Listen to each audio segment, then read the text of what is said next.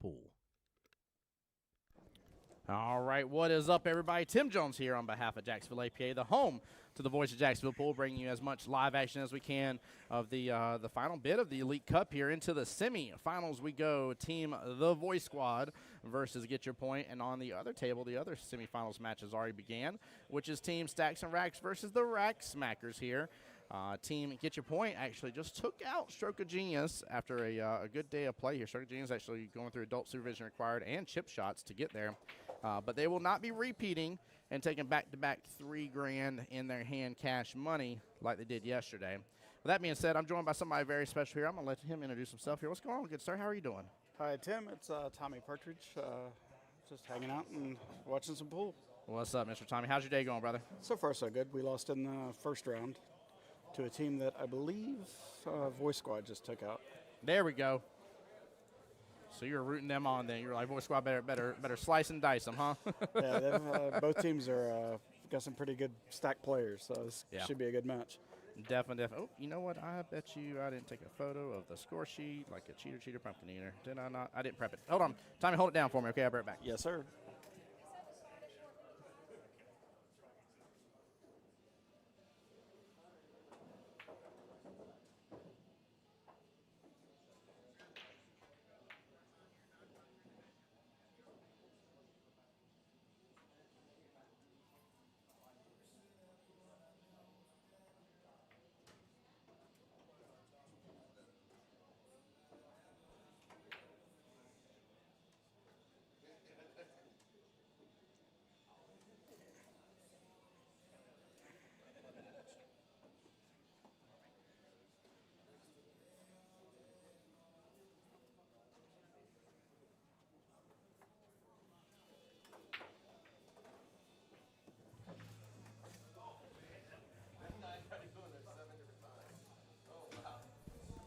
All right.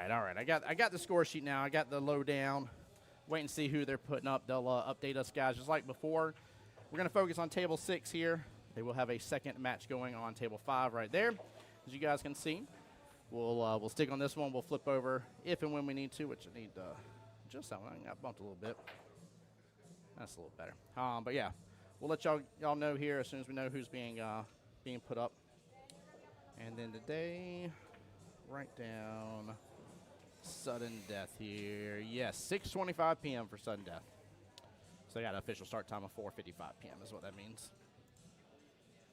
So Tommy, how's everything going on your end, brother? How's life? So far, it's been good. Good, man. Just getting used to living in Jacksonville.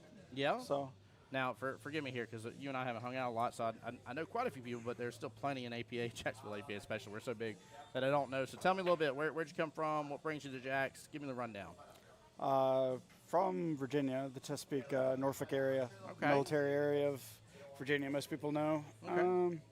And then just life moved me away from the area, and I have friends that live in this area. So you know a couple of the players that I'm talking about, Jeremiah and Josh Shepro. So I moved down here and joined their team. There we go. So far, I've enjoyed Jacksonville APA greatly.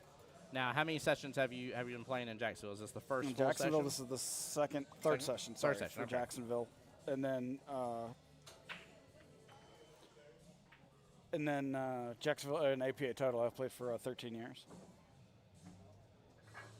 That's awesome here. And then for the viewers at home here, what skill level are you? 5 and 9 ball, 8 or 5 and 8 ball, 6 and 9 ball. Okay, there you go. 5, 6, nice. Now, which do you like more? Do you like 8 ball or 9 ball? I grew up playing 9. Yeah, there we didn't go. really start playing 8 until about 15 years ago. I like that. We're going to be friends for sure now. 9 ball's the game, chat. You heard it. He says it. I say it. All right. Get your point set. I'm just kidding. I love it, though, seriously. No, I've always enjoyed 9 ball quite a bit. I've always enjoyed the rotation games, 9 ball, 10 ball. So I've been wanting to play a little bit of 10 ball for sure, just to kind of, I guess, I mean, I can treat 9 ball the same way if I'm being honest, but I kind of want to play 10 just to treat it that way of like where like you got to call everything, no matter what. 10 ball, you can't, the whole point of 10 ball is you can't slop it. It's racked like 8, treated like 9 in terms of the rotation, like Tommy's saying here. You go 1 through 10, and but you got to call all your pockets, so it's an interesting game, interesting format. And a lot of times you don't have, if you make the 10 ball early, it doesn't count. You respot it, things like that. So definitely a more challenging version, I guess, of 9 ball. But as far as the rotation rules go, it definitely. Yeah, it's definitely interesting. I've actually, I guess, which thankfully because of streams like this, for instance, like YouTube and stuff, it's been awesome to get to see some of that play as well. Same thing like with one pocket. One pocket's always been interesting to me. Like that seems like such a tough game. Oh, one pocket's so interesting because it's basically chess on the pool table. I mean, I've seen one game last hour and a half plus, and in one pocket, just because they're moving the balls around, trying to keep their opponent from getting a even reasonable shot on a ball, much less one they can make. Oh yeah. So is 9 ball your favorite game? 9 ball is my favorite game for sure. It is without a doubt. I'll always statistically, when I played Double Jeopardy, always statistically have been better at 8 ball. However, 9 ball was always my my favorite, and definitely something I always enjoyed. So.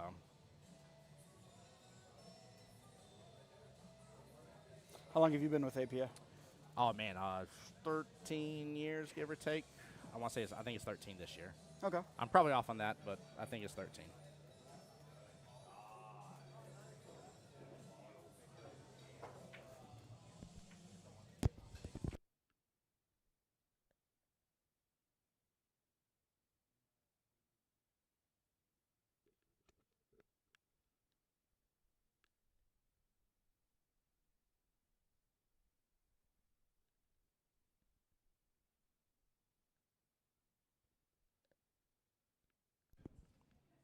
Hey, PJ, what's going on? Forgive me, guys. I'm taking care of something on the back end here.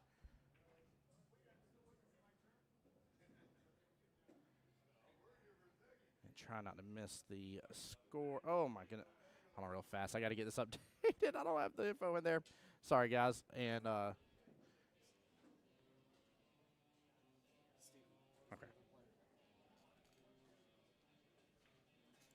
Let me get Mr. Stevens' info in here.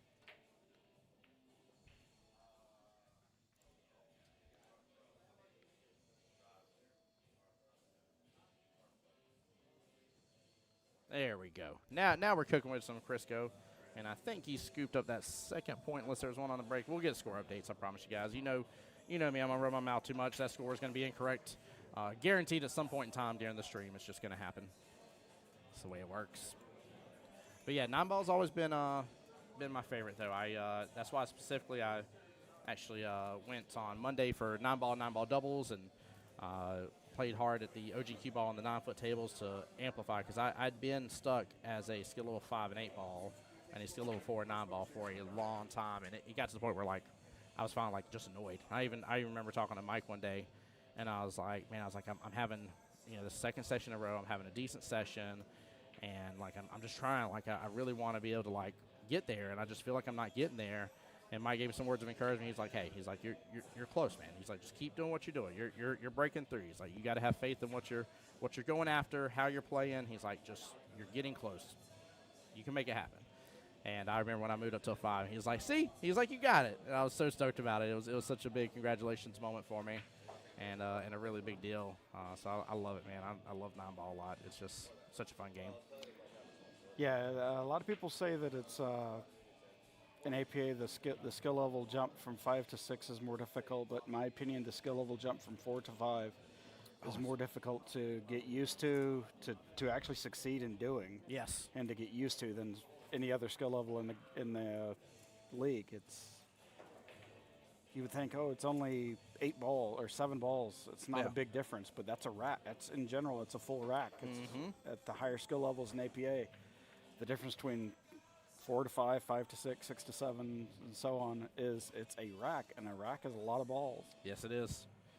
Yep, gives you less opportunity to make those mistakes that you make. All right, this is interesting. Chris is actually going to go all the way upfield for this to hit that 3 on the right-hand long rail. I like going with the short rail here just for a shorter distance, but he was going for the make. Yeah, the short rail definitely gave them a bigger ball to hit. Yeah. But yeah, ball short rail would have been nice, but ball in hand over here to Steven. This is huge.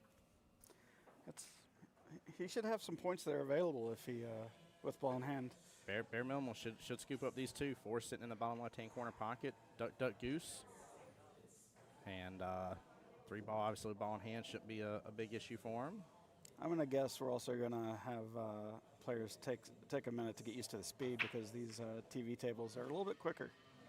Yeah, it definitely, it's funny. Most people have played on them, and they're like, man, I swear the pockets on these tables are tight as can be. And I'm like, yeah, I was like, it's, we talked about that multiple times this weekend. I was like, but these are no joke diamond tables, man. Like they're going to make you after they break you, but but you got to bear with them for a moment because it ain't easy, man. No. I love the difficulty. And then you add the difficulty of, hey, you're playing in a tournament. Yes. And especially now. I mean, now you've already, it's 5 o'clock. We've been here for 7 hours, and everybody, for the most part, has been playing since then. And so you've already went through a little bit of the gauntlet already. And now you see the light at the end of the tunnel. You're like, it's there. Like, it wasn't there before. Like, I was just playing, but, like, it's there. Oh, did he scratch on that? No, he just gave him ball in hand. Oh, so he made the 4. Correct. He made the 4. Okay. But then after he left himself on the 5, he just gave him ball in hand. I'm not. How do you feel on that? Because I personally am not a big fan of that unless if you can't actually do anything beneficial with the shot. But I've seen it become more and more popular. Yeah, so it's a defense, so that doesn't even, by the way, that's a great question, Tommy, I love that. Doesn't even be marked as a defense. That is a defensive shot, by the way, you picking up handing ball in hand. In this case, where the 5 and 8 are, unless there's enough room to move that 5 around the 8 and leave the cue ball where the 5 is, which I think is what Cammy's telling him to do, if there is enough room to make that successful, then I agree with what Steven did. It's just interesting. Like, that's not something you normally see right off the bat here from somebody. I'd say at least in the 2-3s. So I do know Wayne has to have been coaching him around some of this stuff, or probably talked to him before he came to the table then, which is smart. That's a smart play. Like, while it's your opponent's turn and you see something that's funky, hey, worry about getting these 2 points. You know what I mean? Look at that. That was a beautiful. That's how you stick it. That was a beautiful defense. Yep, that's how you stick it. That's exactly what you do. Now, the issue with these is that if you pay attention to the angle he went, you can follow the same angle, right? So anytime you're in this instance here, the way to rebuttal this back and kind of be like, nah, boo-boo, and flick it back to them, pay close attention to their angle. And I always look at the rail. Like, I pay attention to the rail, and I'll sit right there, and I'll look right at the spot on the rail where they hit, and I'm like, cool. And I'll go and put the piece of chalk right there. I go back behind the cue ball, aim at that spot, and make contact. Definitely makes the ball bigger to follow the same path. My goodness gracious. He just almost re-railed that? Wow, that was very close to a good hit. Because that was not that was not an easy shot coming around 3 rails like that.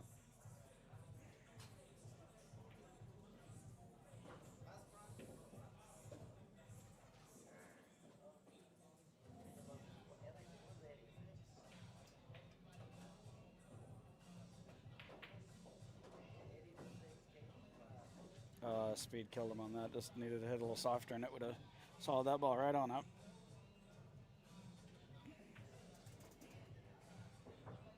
I missed the point. I did. Sorry. You're fine. Yeah, I'm not very familiar with Steven. I've seen Chris play a few times. But.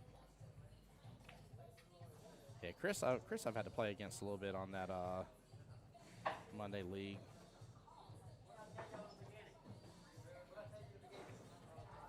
But I've actually known Chris for probably a hot minute in league, to be honest with you.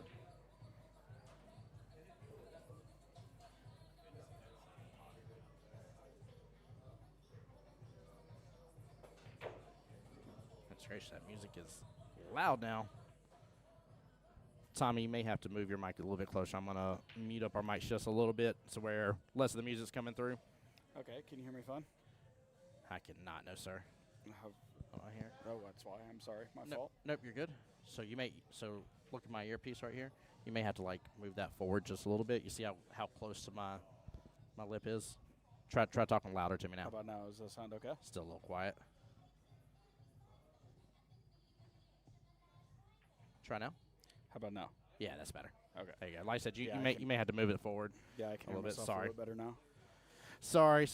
I know that's annoying to have to deal with. That music is, it wasn't thumping as much, and we got a super bass song out of nowhere. Definitely started being able to hear it in the background a good bit more. Yeah, oh yeah.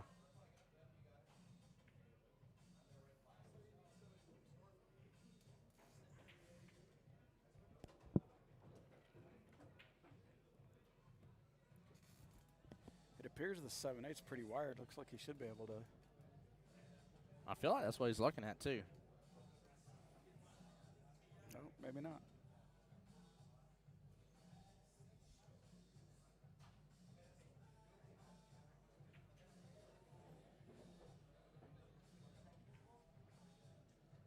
Playing defense again. Smart move.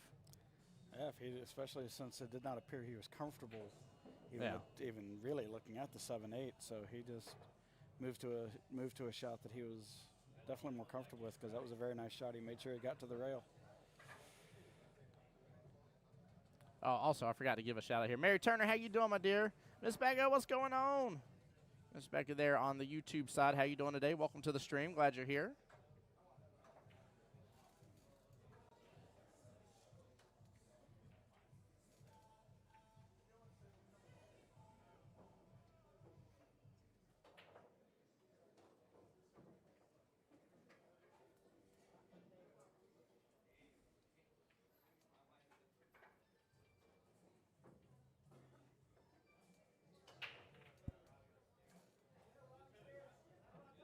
Wifey's texting me an update on their day. Kiddos and her having a great day today.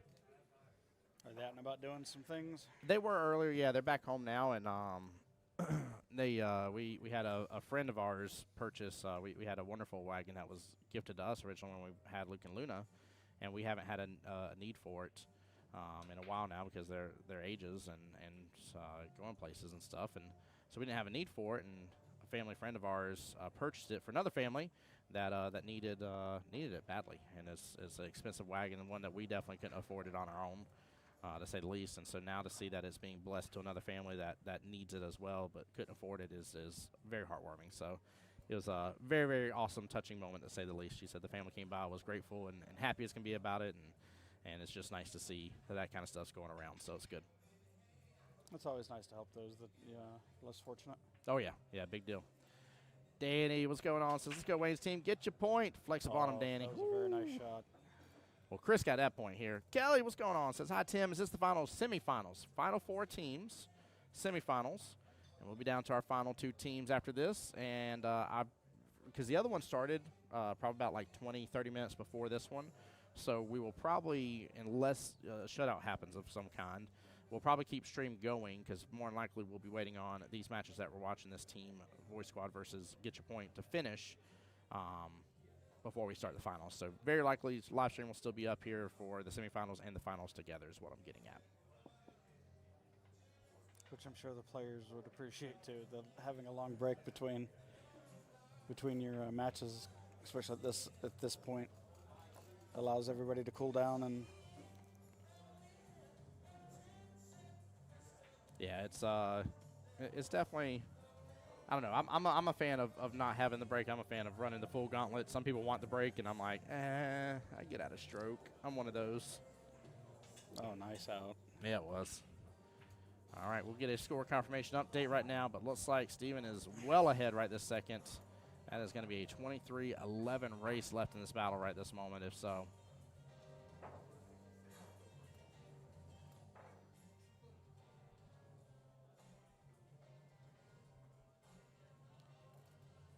Hey, Brandy, how's it going? How's it going? Welcome to the stream. And, guys, just so y'all know who the Final 4 teams are, again, it's Stacks and Racks versus Rack Smackers, which is hilarious with the names, because you got S and R versus RS. That's funny. And then you got this one that we're watching, the Voice Squad versus Get Your Point. And we'll be done for the day. So to start the day, Stacks and Racks played Team Liars, and then played Team Untapped That. Now they're on the Rack Smackers. Rack Smackers started their day off playing against Dude, Where's My Cube? And then took on that escalated quickly. Did we that Qball fling off the table? I did. Bye, Qball. The Voice Squad started their day off against Jax 9 and then the Untouchables. And then Get Your Point started their day against Willed to Win, and then took out the champs from last night, Stroke of Genius, which was a big win. That was tough. They were a tough team to beat. I think I saw Miss Elise again as their anchor for match 5, and she's been strong for them for an anchor. She has done and taken on that pressure very well. She's got a lot to be proud of, to say the least. So it's a hard spot to be in. Every team depends on you as the anchor for these tournaments. yeah. Some people strive under those situations.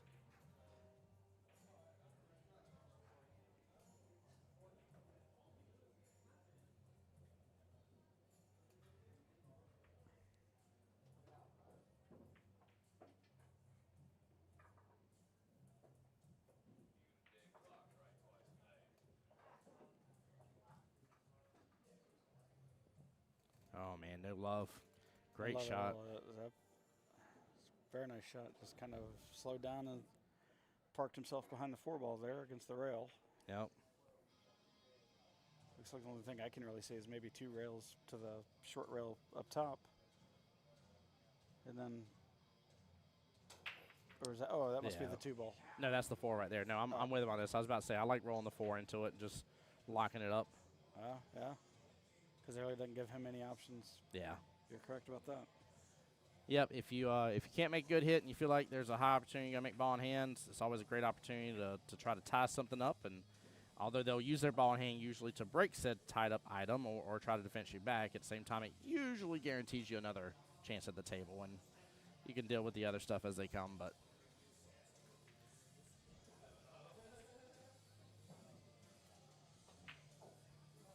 He needs to make sure he hits a rail on this. Let's see what it looks like. He's trying to feather it off into the 4, and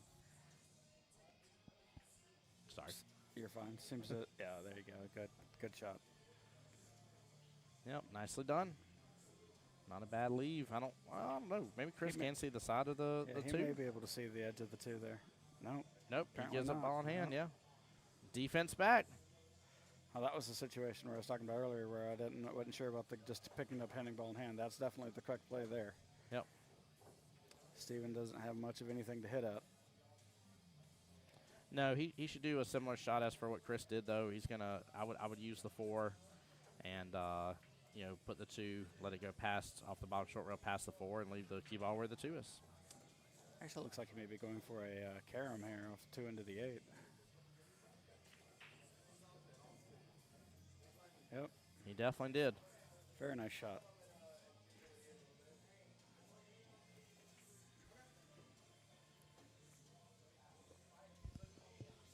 Sorry about that. Oh, you're good, brother. You're okay.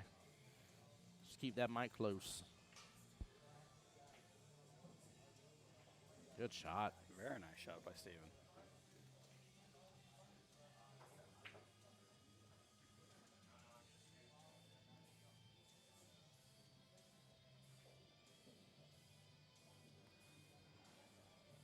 A 2 with confidence can be a very dangerous thing.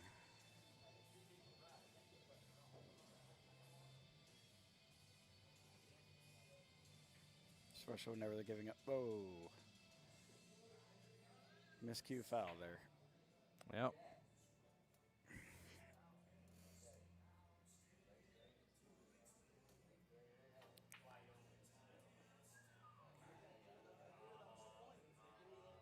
See if Chris can return the favor here and collect some points.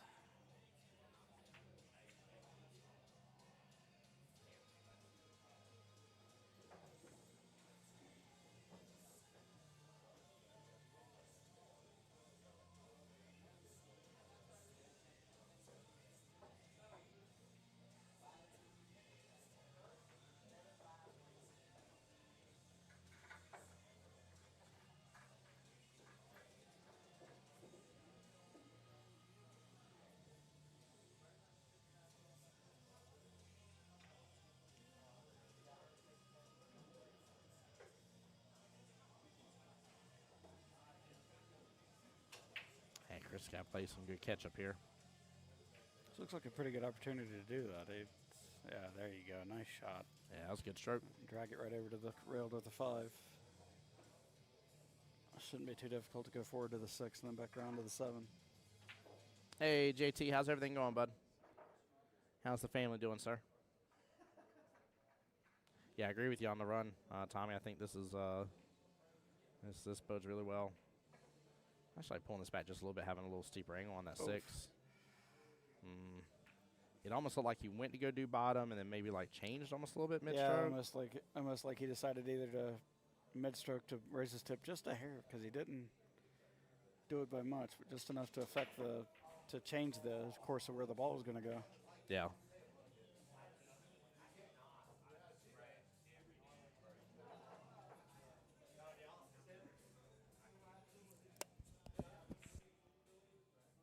Cheryl says 2 teams from the north side still in it. That's right, Miss Cheryl.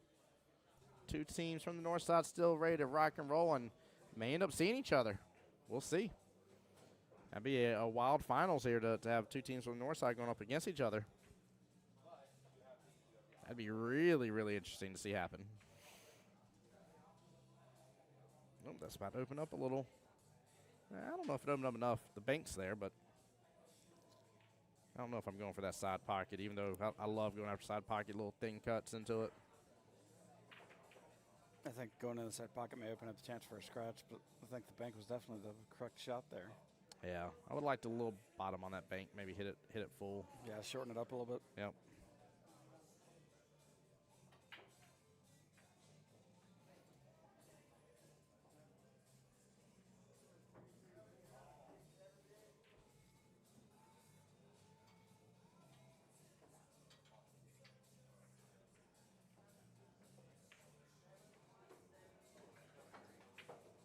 What a shot. Nicely done. Oh, very nice. There we go. A little forced follow there. Gets a nice little just respectful bump into the 6, but not too much. Yep, didn't do anything too out of hand. Just Yeah. made sure he made good contact. Yeah, that was a just enough oomph to it. It's like we add a little too much pepper to your steak. He had just the right amount. Oof. There you go. Get There some you go. love. He does. Cool Look at love. that. Nicely done. My very first captain in APA, Tommy would always look at me and says, Tim, sometimes it's better to be lucky than good. And we always laughed about that and joked, and now everybody says it all the time. I'm like, you guys love that too much. He cracks me up though. Good try there. Oh, Steve Smith have good opportunity here. Look at this.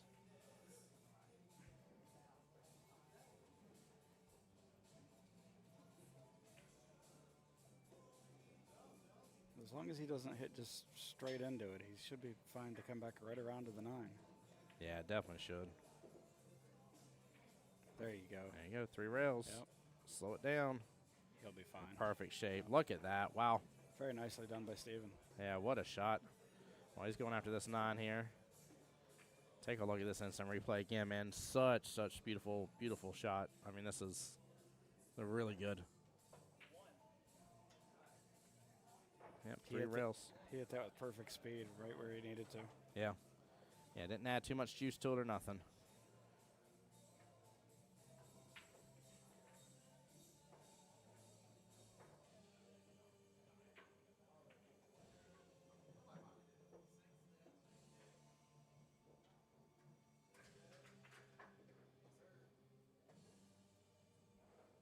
All right.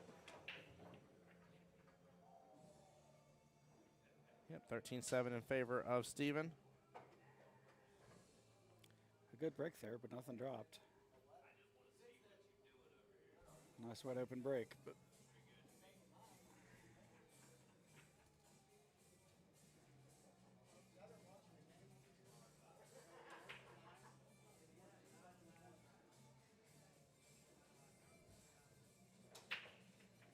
Yeah, I like a little bit of breathing room across the board on everything.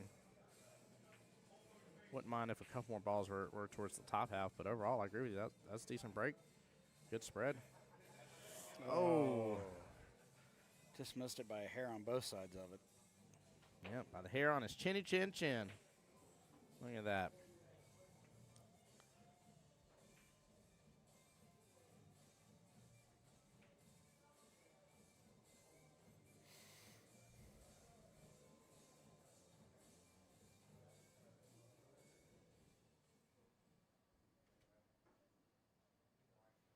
I don't know if it's his captains and higher level players that are got him into it, or is this just Steven? But he definitely walks around the table and walks and checks out his options and makes sure that the shot he is currently thinking about shooting is the shot he wants to. He definitely is deliberate about it.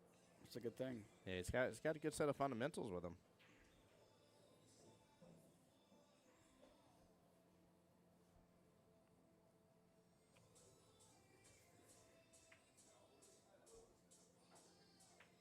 Mama Lane, how's your day going? Cheryl, if I didn't say hi to you earlier, I know you're talking about 2 teams on the north side. We got discussing that, but hope you're doing well and blessed also.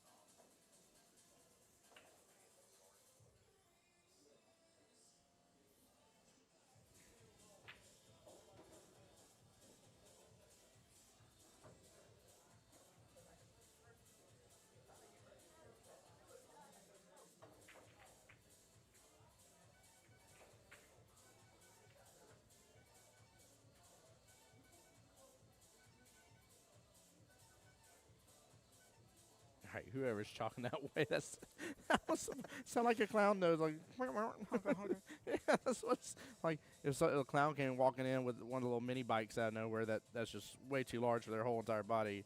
I'm like, yeah, that's where that noise is coming from. Somebody else chalking their cue. Shot. That was very well played. Wow.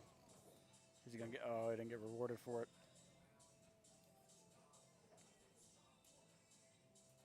Steven's not far from closing this one out. No, he's not. And this is fixed to be a significant difference. Let me pull up the spreadsheet because I'm always bad about remembering it. But Chris is skill level 3. This is an 18-2 split right now if it were to end right here. Oh, so close. Very, very close. Wow. Hard T-rail shot, and he almost hit it perfect. Yeah. Let's see if Chris can do some work here to get some points back for his team.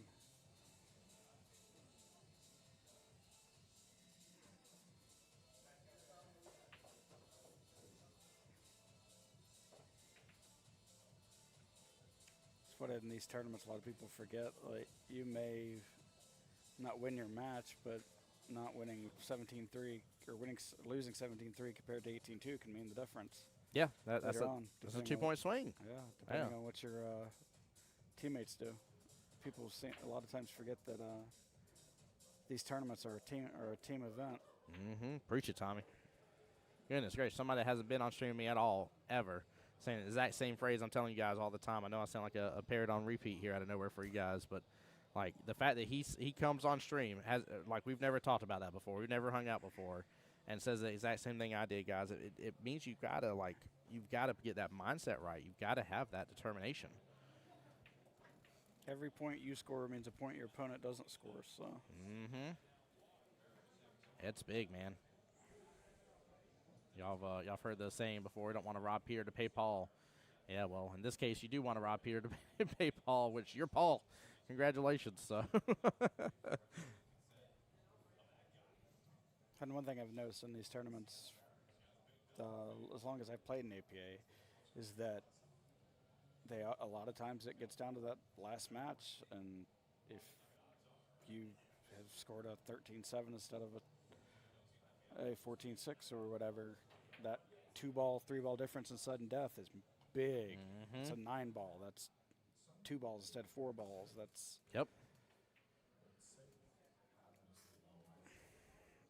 That's a big difference in how everything's conducted in these tournaments. Yeah, 100%. 100%. Looks like Mr. Logan Lane coming on over. Logan Lane was a addition to the team here. So he was one of the roster changes that they made. In fact, I think the only one. I'm pretty sure it was Austin. Austin was subbed out because Austin couldn't be here today. He's on vacation for that team, and they subbed in Mr. Hogan Hain on over to it, in which Austin He loves always messaging me updates about how he's playing and everything. And he was like, yeah, he's like, we have a lane to victory. And I started laughing. I was like, I know your roster change, Austin. I was like, I got your joke. Oh, it was great. I was like, I love the puns. Logan's a big. I know Austin's good, but Logan's a big benefit to have on your team. Yeah.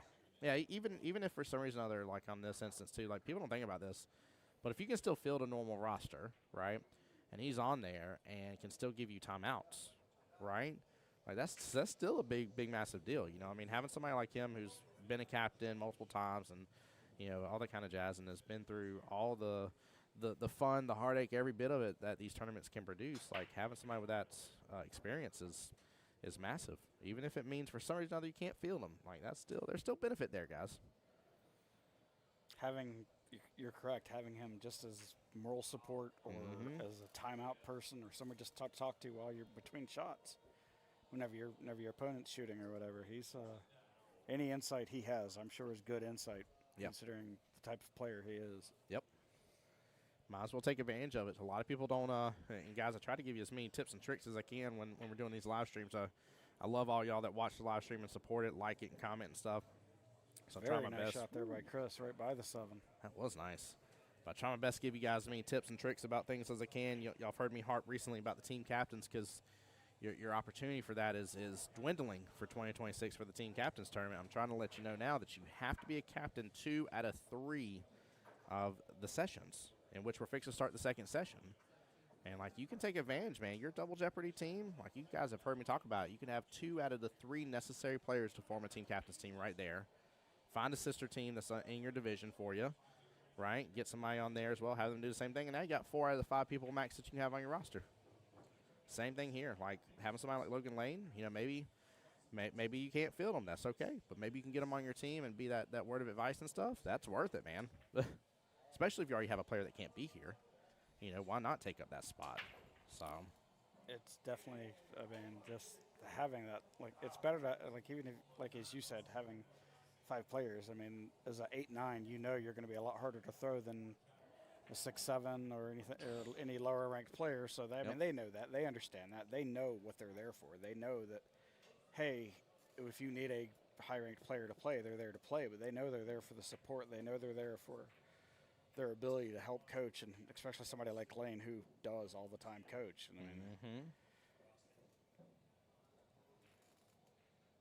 well, they do actually have a roster that can field Logan. In fact, actually, with Miss Jennifer being on the other table, I see her over there on the second table playing.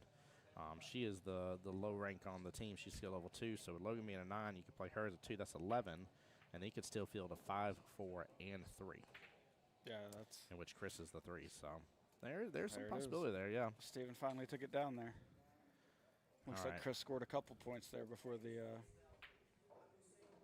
So let's see. Skill level 3. Man, he was 1 away. Unless I missed one, it's still an 18-2 in favor of Get Your Point. That's going to be tough. Big start, yep. Yeah, yep. Good win, though, for Steven. Well done.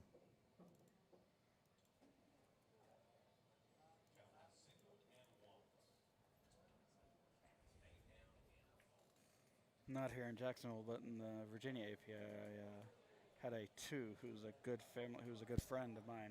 Yeah. Cost me MVP twice. Oh, no. By 18-2ing me. Oh, no. Oh, wait, hold on. How does that work? That's wild. Both times it was the second week before the end of the tournament, before the end of the season. And she 18-2'd me and cost me the MVP. That's wild, though. It's just funny how it seemed to always be 18. It always seemed to be a 2. Yeah. And having to give up 19 balls or whatever, 19 balls to her. Sorry. You're good. To give up the 19 balls to her. She took advantage of it, and I would miss, and she'd make me pay for it. Yeah, she'd run it out, wouldn't she? Yep. All right. Well, we're waiting for them to get a matchup on the other table here, which we'll update the score and stuff here in just a moment around that.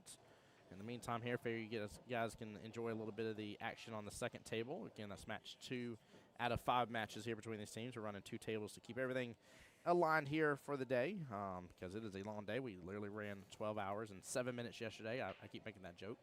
But it makes sense when there's 16-plus teams being involved and a full day of play. You got to get through all the rounds. Even in single elimination, guys, it takes a moment. So Also, all these teams are good teams that were here because they made it far into the Vegas qualifying tournaments, and so that means that they got the ability to score, and so most of these matches are very close. They don't.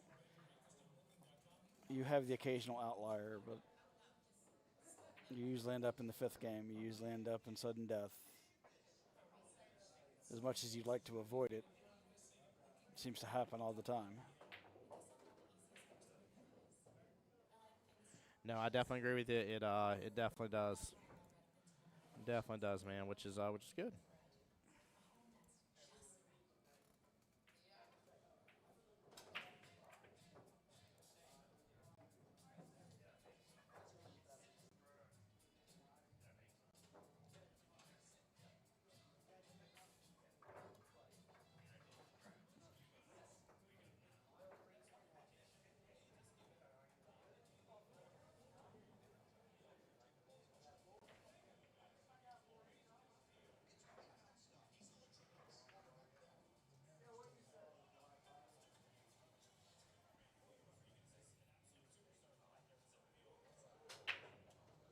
All right, guys, give me just a moment. Be right back.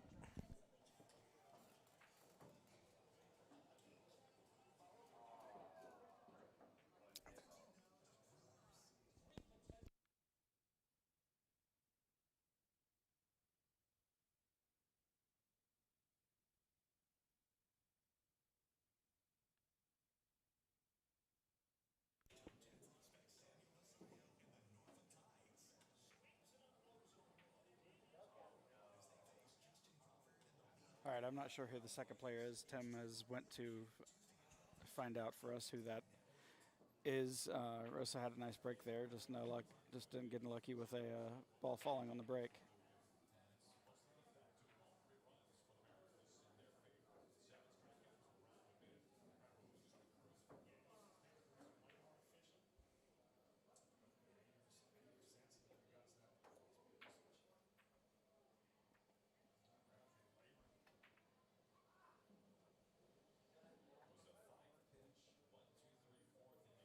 Welcome back, Tim. Oh, sorry. Didn't have his headset on. My fault. You gave it away. You gave it away. I apologize. No, you're good. Sorry, I had to step aside for just a moment here.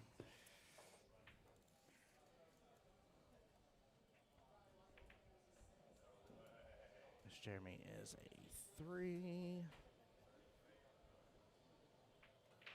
All right. Who made the one ball? Russ has Rosa made just everything did? so far, yes. All right. Which is only 1 point. I'm sorry. Perfect. No, you're good. You're good. And then, guys, once the match is done on the second table here, we'll get a overall team score update for y'all.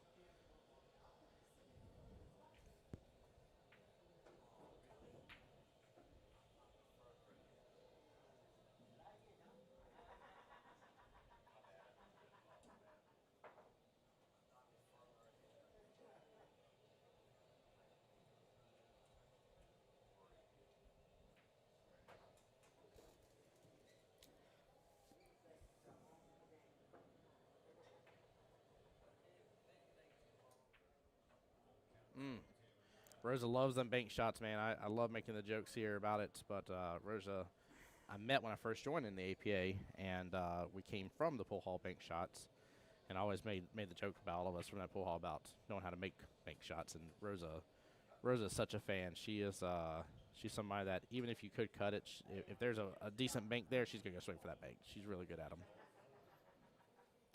That's a nice skill to have. That's most of your players. I don't know how long Russ has been playing in the league. I don't know how long Russ has been playing in the league or anything, but most of your players tend to like cut shots a lot better than they do banks. Yeah. And the ability, and there you have the ability to to use the banks as a weapon is a good thing. Yeah, it definitely is. I don't think it's something that, like, I think she over uses it, like, / over depends on it. I think there's definitely, like you're kind of saying to an extent here, a balance there. I was going to say 2 needs to hang. But well, I guess it didn't. He had eyes on 3 good. But, yeah, it is nice that when you need to bring it out, because what's It's funny, sometimes you go for a bank shot, and then it's like, okay, what am I left with? Oh, yeah, another bank shot. Like, let's go. We're going on the banks the entire day. Oh, do you mind watching a shot, Tommy? I do not. I'll step right away. I'll be right back. Perfect. Thank you, sir. Appreciate you, brother. My way, huge shout out again to Tommy coming joining me on the live stream here. Appreciate him very much for that. Oh, good try by Jeremy there.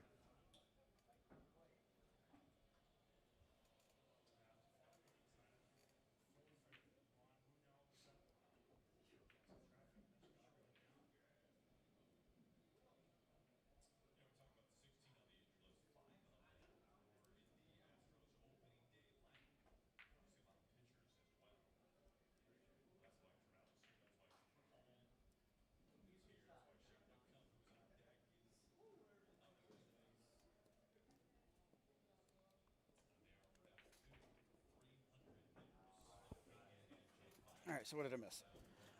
Just a little action on the 5, a little back and forth. Nothing too crazy so far.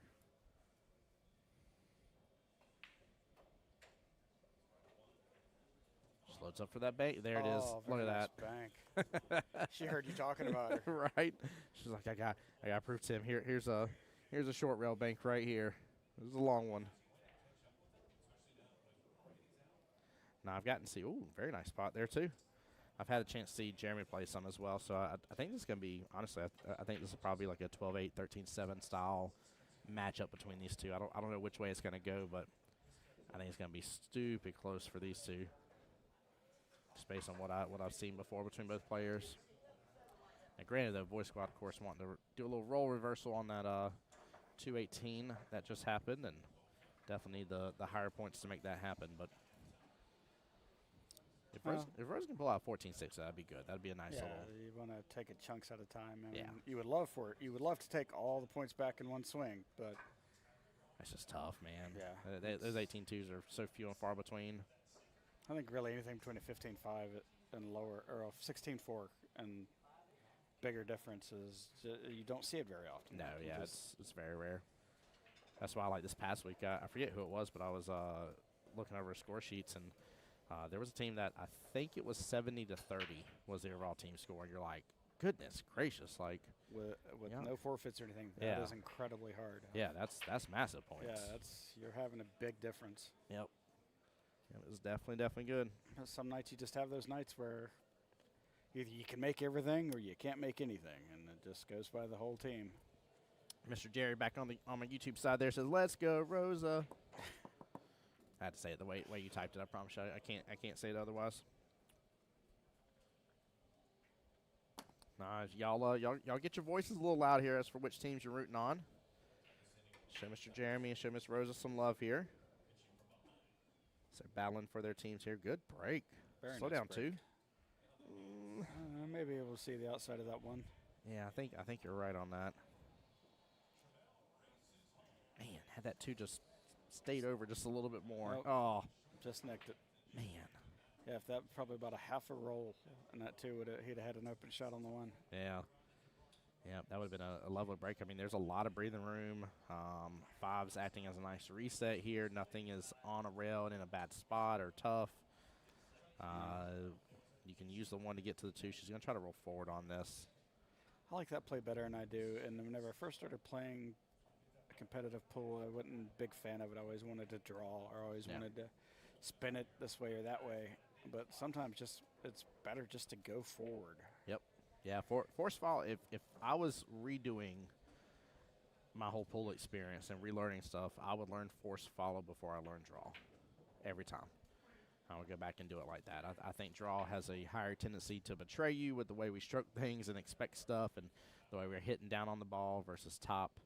I feel it stays more true when you're learning it at first. Obviously, depending on your skill level, that's false. But also on these diamond tables and also the predator tables that are similar to diamond tables where they're tighter pockets. I mean, they're the same size, but because of shelf depth and things like that, they're just tighter pockets. And so draw, you have to have a purer stroke and hit the center of the pocket more often. Yeah. And so that was a very nice hit by Rosa. So the draw, sometimes you're right, it betrays you. Sometimes you just That little bit you're off causes you to bobble the pocket, causes you to kick out of the pocket, or just a hair offline. Oh, yeah. There we go. Oh, no. Oh, no, he is stuck behind the... He's on that pocket point. yeah, that point right there. He's... Ouch. Oh, My soul hurts geez. for him. Yeah, wow. I'm surprised one of the captains isn't jumping up for a timeout on this one. That's... I mean, I feel There like he the is, there 7's he is. blocking some of the pathing that he has to I could get see to maybe that. he could go to the top rail and come... That's what I'm saying, go from the top rail down, but I feel like the 7's somewhat in the pathing, right? Or no, maybe not? No, I think if he shoots just right or just to the left of the first diamond coming from the right side of the table, Mm-hmm. with a little bit of left spin, he should be able to hit this 4. Okay. How thick of the 4 he can hit, I don't know. Of course, you want to hit as thick as possible there to try to get it back up table. Yeah. But, and yeah, it looks like he's got the same idea. He looks like he has the same idea I did there. Oh, no. Sorry, I'm going to turn this up just a little bit. They're playing one of the games on the TV now, so we ain't got music copyright to deal with. Dale's over there yelling on the YouTube side, help him out, Wayne. Help me, Tom Cruise. Help me, Oprah. John Grubba here says Team Jones. Hold on, Team Jones. There's not Jones on either of these teams. Oh, Ivan Jones. There you go. Okay, maybe there is. I did a quick log in Larry Jones. Okay, that's what you're doing. You're quoting Larry and Ivan Jones. All right, I was like, there's not Jones. There is. Oh, I'm sorry. I didn't even realize she was on the 3 ball was there. I thought the 4 ball was the target ball. So, yeah, no, what I was saying made 0 sense. I thought the 3 was the 5. That's why I was like, at first, I'm not sure about that. I'm like, maybe some left. I'm sitting there trying to picture in my head. I'm like, he's seeing something I'm not seeing. I ain't going to argue it. I ain't going to argue at all. It would have been amazing if you did something I said right? Yeah. Wait, that wasn't even there. How'd that work? I'd have been sitting here calling foul whenever you hit the 3. I love it. I love it. And it's going to open up that side pocket if it slows down. She can get, oh. Oh, man. You'd like to say a little more power would have went, but not necessarily with that angle. It may have. Yeah, may have not held over to it. I always laugh when people are like, well, at least I got Qball where I want to be. I was like, yeah, but you were 2 diamonds off where your object ball was supposed to hit. Like, you're thinking incorrectly 100% because if one's wrong, the other one's wrong. If you don't make it like you were intending to, your odds of leaving like it was intended to are not very good. No, yeah. If one half of the equation is messed up, it's the whole equation. Oh, man. I always joke with my friends on my team that step 1 is make the ball. Step 2 is worry about your leave. Yep.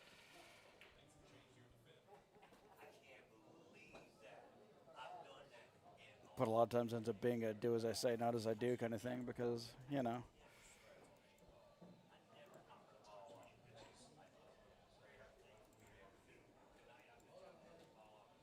So it was a 13-7 split in favor of Get Your Point on table 5 a moment ago.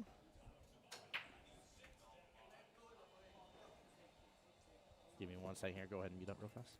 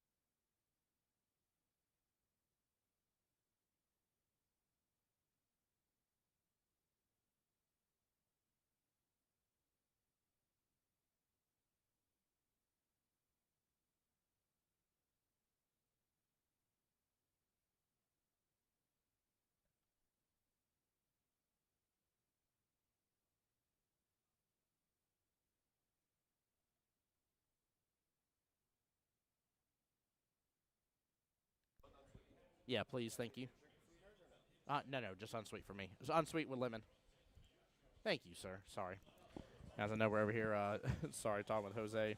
First thing he came over to check in, see if we need anything to drink. Appreciate him supporting us on that. And Kelly had a question about a note I had for a new team foreman. Good out by Rosa. We'll get the score update here.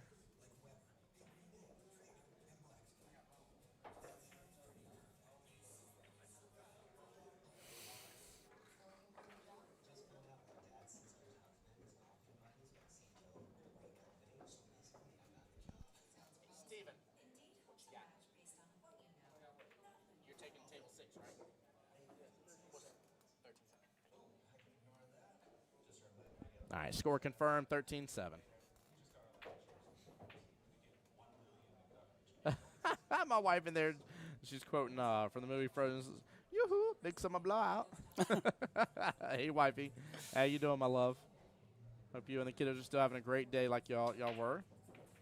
Love all the updates and text messages. Oh, that 5-ball robbed the one that was going right in the side. Oh, 6 she went. got the 6. Oh, no. Oh, no. As that happened, look at where the 2-ball stopped. Oh, my Lanta. I don't know if maybe she can go behind the 2 and then to the 1 to go rail first behind the 2. Yeah, you got the 1, 2, 5 there on the left-hand side, 3 in the center table, 7 a little bit further below the 5. Yep, there you go. Good hit. Good hit. Then you got, what is this, the 9, 4, and 8 here at the bottom short rail. Wow. Yeah, you got a little bit to deal with on this one. Yeah, that 4 can be some trouble there all the way down here away from everything else. Yeah, 100%. Thank you, Jose. Okay. I did want a lemon. Yes, please. You're good. Don't worry about it.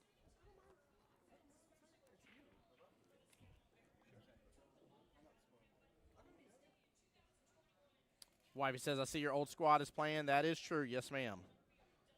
Yes, ma'am. That is them. Which one is it that's your old squad? Well, I'll give you one guess. Oh, never mind. I got you now. I didn't even pay attention to that. Oh, yeah. Yeah, wifey is right. That is my my old crew from, well, now several sessions ago. They were definitely a fun team to be on, for sure.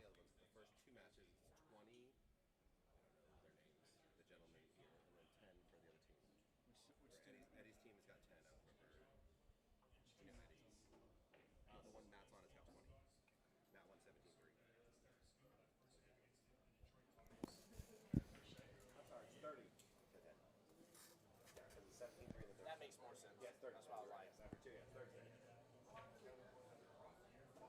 So, hold on. Which team did he say he has 30, though? Is it Robbie's team? Yes. Okay. Wow, that's a big difference right there. That's almost the same as this one.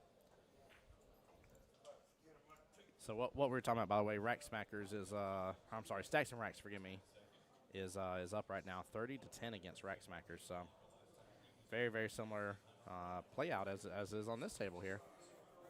Well, that's pretty interesting though that they've been able to get through the matches roughly around the same amount of time too. That's not bad. We might not have a lot of wait for them for the finals then. That's good.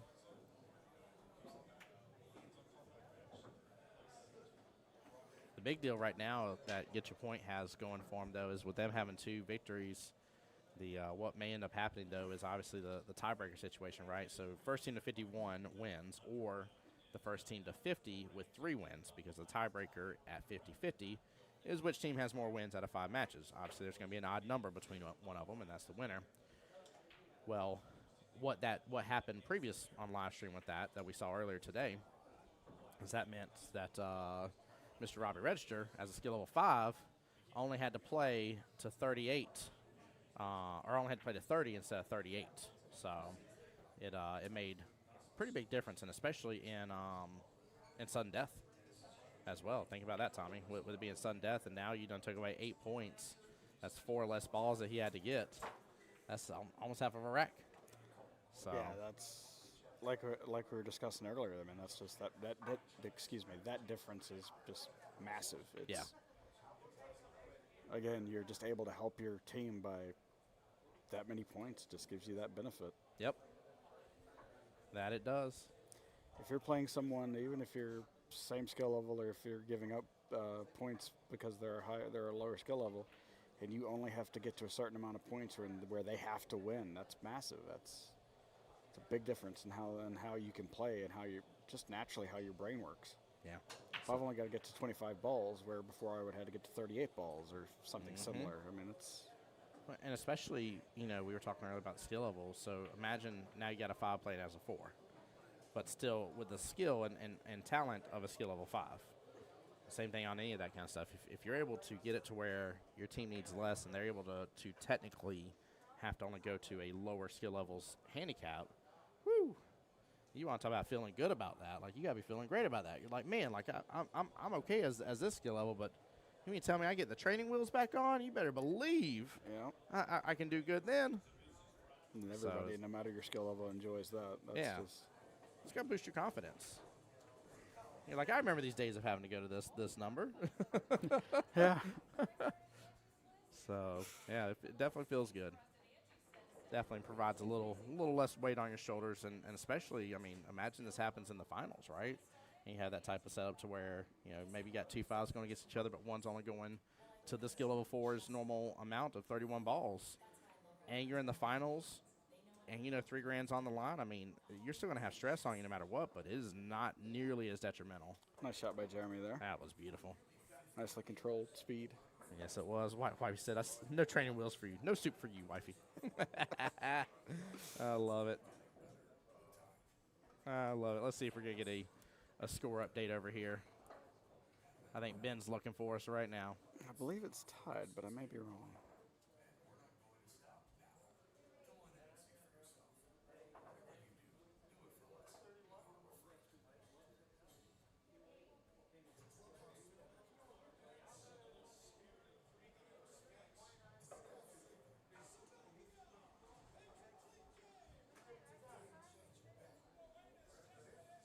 Cammy is up, by the way, 8-2 on the other table. Thank you, Ben, for texting me that. And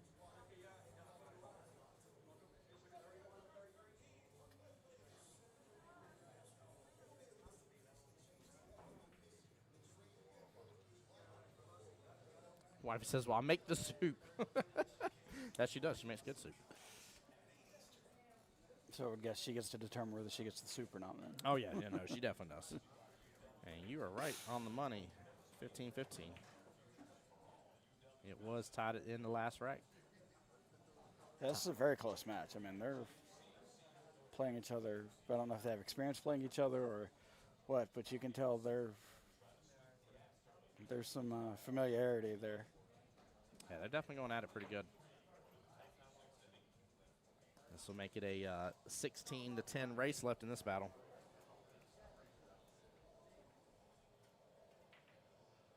Forward just a little bit, just a little bit. Oh, I made that one. She got in that window right in between. Yeah, was that 6 and 9? She got right in that window. That was nice. Good opportunity for Jeremy in that side pocket. Pot's good. Oh, he's going to get past the 8. No, we're going to stay behind the 8 there. Yeah, but he did the important thing there. He made his ball.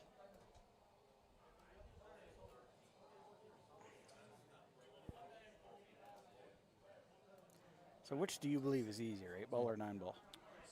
I think 8-ball is easier. I think with the sheer number of object balls that are on the table at any one given time, defense of somebody successfully is harder because there's usually an extra shot or something that's closer, you know, shorter kicks and stuff.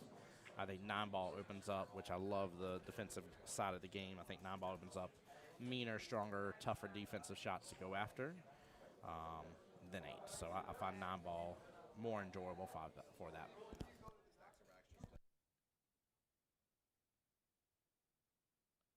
Stacks and Racks just took it officially. Congratulations, man. They will be our first team in the finals. Big congratulations. Wow, that's huge, too. Very nice job, Stacks and Racks. You guys have been playing, or they've been playing very good all day. Yeah, that's impressive. They come out on fire, as we had found out earlier, whenever they were up 30-10. Looks like they just sealed the deal. Yeah, they did. Well, we might. I mean, unfortunately here for Foy Squad, but we might have a similar picture playing out here. I mean, even if it's a 12-8 for Jeremy, for instance, like let's say it gets close and ends that way. If he gets that 12, though, I mean, you're talking about they'll be at 43 points already before matchup number 4 is done. And now they'll only have to be held.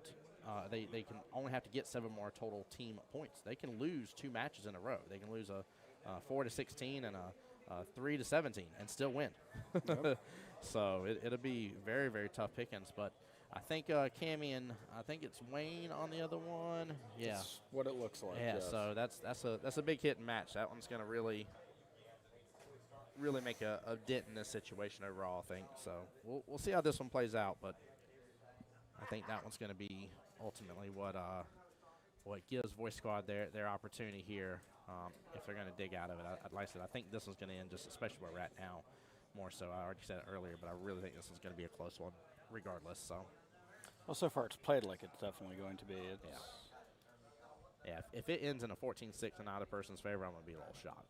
I think 13-7, 12-8 makes complete sense for this matchup. They're both playing very well against each other, and it's a little give and take, right? A little tit for tat, if you will. And well, you're not seeing crazy. a lot of unforced errors. You're not seeing scratches. You're not seeing anything like that. You're just seeing good play. You're seeing both players making their shots when they can. Yeah. Both making very difficult shots look very easy. They're both playing really well. So you hope it's a tight match. Yes. As a spectator. Oh. Oh no! As soon as old commentator's curse right there. Yeah, he's like, we haven't seen any forced errors, and Table's like, hold my chalk. I got you, Tommy. That's wild. We're not going to so tell wild. him I just jinxed him. The funny thing is you didn't even claim it for either person. You were saying in general for both players, and the Table's like, nah, I got you, bro. Don't worry. You want to force error? You definitely wanted to force error, didn't you? I got you. That's so wild. How that works, man. Like you can't tell me those Tables aren't listeners. So it's wild. I think this man. is interesting because I think it's pretty common. Not common. But pretty given that you would just go forward here with the 8 ball to go down to the 9 ball. But I think it's a comfort thing for her. I think she's worried about because you can get 2 straight on this shot, kind of thing. And well, I think there's an important thing he did right there, and I would love to have seen him take it one step further. You saw where he placed his hand on the table, and he's talking about kind of the zone that she wants to be in. Really, I love kind of the shading method for people. So I would have taken my cue and done a line from the 9 to the side pocket and said, hey, all the rest of this area is green zone, baby. You want to get in that green zone. You get in that green zone, the shot gets easier. If you don't, it's okay, but the shot gets easier. Oh, she got in the zone. yeah, but that was that comfort level thing. You could tell from the go she wasn't very comfortable with the shot. Yeah, it was a tough one. No, it was not at that distance on these tight tables. It's not an easy thing to do. Yeah. Are you getting cold, by the way? Is my fan making cold? No, I'm perfectly fine. Thank you for asking. Yeah, I wanted to keep it between us here, get a little airflow between both of us. Luckily, with less people running in and out here, this building has held its nice cold temperature for a while now. Yeah, it's whenever this place was a lot more crowded and you had the door opening all the time, it's getting a little warm. Yeah, you'd get these little gusts of heat and humidity. Nice shot down here. She's gonna come Oh, right back there down we here go. for the 9. What a Very shot. nice shot. Yeah.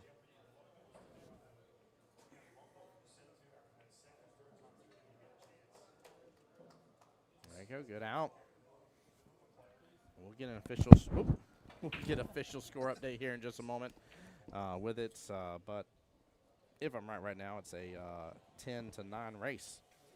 Which, again, like you said, is very close. Yeah, neck and neck.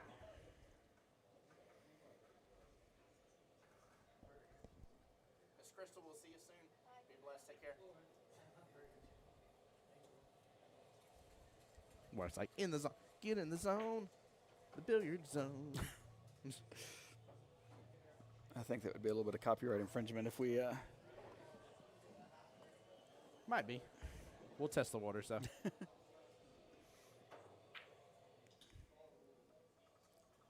Who is that? I don't know. It's not me. It's not me. It's close to us, though. Yeah, it's right here. And Oh, yeah. Jose has his phone charging. That's what it is. Jose's. Goodness gracious. I'm like, where's 24-6? Hold on. How am I that far off on the score? Goodness gracious, I'm that far off. All right, 24-16. I don't know how I got that far off, but okay. So it is actually 7-9 left in the matchup here in favor of Rosa. Sorry, guys. I did not mean to be getting that far off on score here. Good try on the break here, but no go. And Jeremy capitalizes on it right off the bat. But it's not going to have any love on that 2 ball. 2, 5, and 4 kind of set up in a weird way. Yeah, that combo is definitely was not wired. He would have had to have done some weird throw there to get that 4 to get anywhere near the pocket. Oh, yeah. He made a little magic happen, though. The 4, 5, and 6 tied up more now, so that may make them a little tougher here in a moment. Well, especially considering Rosa will probably be more down table than she currently is. So nope, she's going to break it up. Yeah. I'm sorry, that's the 3 ball. The 4, 3, 6 is what it was. Still, sorry, didn't change a whole lot there. Yeah. Yeah, 2's makeable. Yeah, 3's in trouble now, though. 3's a problem. Oh, Jeremy. Jeremy. Got to make that one, brother. Got to punish Rosa for leaving that one open for you. I know you couldn't do nothing with the 3, but got to punish her. Yeah, there you go. She's going to go rail first and into it and hope to kick it out. She got some separation there, but.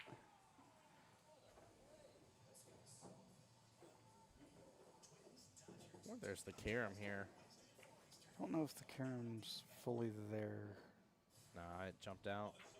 I like the thought process, though. At least she did something. At least she did something productive with it. Yeah. She may not have been in her favor, but she did something productive with it, which is a good thing in that situation.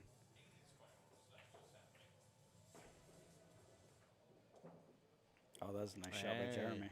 Got some love. And he's got to leave on the 4. Yeah, he does. Look at him.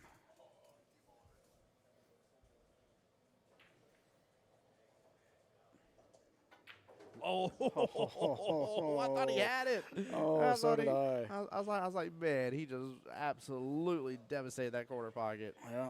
He did so good on it. Oh. Speed. That was a occurrence of speed kills there. Yeah. If there was a time for you to claim, I was going to be very biased on that shot. That would have been it right there because of how he just bam. Oh, that was a fun one. That was a fun one. Wow. But again, like you were talking about, he got his leave on the 5. He did, man. He was up there on it too. Poor Rosa got buried here, though. Yep. Like I don't even think there's a 3 rail here. Oh, sorry about that. No, you're good, brother. There definitely wasn't. Ball in hand, back to Mr. Jeremy. Which he should be able to do some damage here. He should be able to get 2 or 3 of these balls without doing too much work. Yeah, bare minimum 2 points, possibly a 3rd. You are right. It depends on his ability to get back for that 6. But I think no matter what, when I'm taking these types of shots, Tommy, you tell me how you think as well. Like I look at the table, I'm like, these are mine. These are within my will well. I can make this happen. I know I'm expected to get X amount of points. How do you do it when you have ball in hand and you look at a table and there's a little bit of opportunity there? Really depends on how well I'm shooting during that game or in that frame. Because you'd like to think 3 balls at a time. That's what, if you listen to the pros, if you listen to videos on YouTube or any other platform where you find tutorial, or not tutorials, but teaching, you hear a lot of them tell you whenever you're shooting, think 3 balls at a time, right? But a lot of times, whenever you have a more open table, it's really hard to do. You go, well, I can go to the 4 to the 5. Okay, I put a little top here, and it goes to the 6, and so on. And so you think about the whole table instead of just that small pocket of, as you said, 2 to 3 balls. Yeah. I just had to yell at Mr. Benjamin Michael. He just played my song on the jukebox. I just had to yell at him for it. I was like, I'm not playing. No, he realized how much I enjoyed this song and how it always got me in the groove when I was shooting, and especially if I was out of my shot range and stuff. Like I just wasn't doing any of my fundamentals I need to do. And then I would just get in the zone with this and enjoy it for a moment. And out of nowhere, bada bing, bada boom, Bob's your uncle, and I'd start shooting regular again. It was amazing, but it worked. It always amazes me, even with myself and my teammates and everything. You can tell whenever, it feels like whenever your song or your series of songs come on, just everything starts clicking. Like you feel it. You feel like, I hate to say it because it's such a nonsensical scene in a movie, but the Color of Money scene where Tom Cruise is strutting around the table to Werewolf of London and stuff. You kind of get that feeling. You kind of get in that zone. Yeah, you just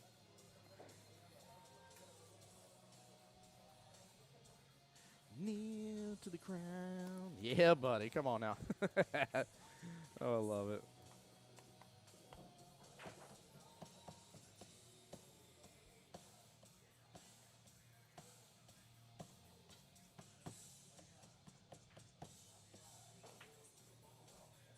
All right, a little back and forth action on the 7 ball. She doesn't hold it up in front of the side pocket. That's at least a plus. Tougher shot here for Jeremy. And Yeah, especially to get back around to the 8 from yeah, he's not getting back to 8 without loading up some crazy bottom left here and risking such a shot. Smart play. Just make your shot and take your medicine on your next shot. Well, and especially now, like this is something that I think is important that you need to know how to coach your guys around. It's Jeremy, skill level 3. He's at 21 points, so he is now 1 point away from a 13-7 split to a 12-8 split. So one more point guarantees another team point for his team, regardless, which is massive, right? Every point matters in this case for him. Rosa, skill level 4. She is at 25 right now, so she's at a 13-7 split as well right this second. I think she's actually at 27, to be honest with you. I think I'm off by 1 point for her. But yeah, it's the same concept. Like we're now in the nitty-gritty. Oh. Ooh. Popped up just a little bit on that shot and caused her to come offline. There's just a little bit of room with that corner pocket. He could make this. And he's been breaking fairly decent, too, so. Hits it good. Hits it good. That's massive. So now no matter what, Jeremy has bare minimum at least gained 8 points for his team. Obviously, he still has the chance to win to get the full 12. But no matter what, he is definitely there. And Rosa, let's see, what did I say? 1, 2, 3, 4. Rosa, 25, 27. So if I have it right, should be 26. Was there a dead ball? I did not see a dead ball that rack, but I may have. We'll get a score update. Ben's going to check into it for us.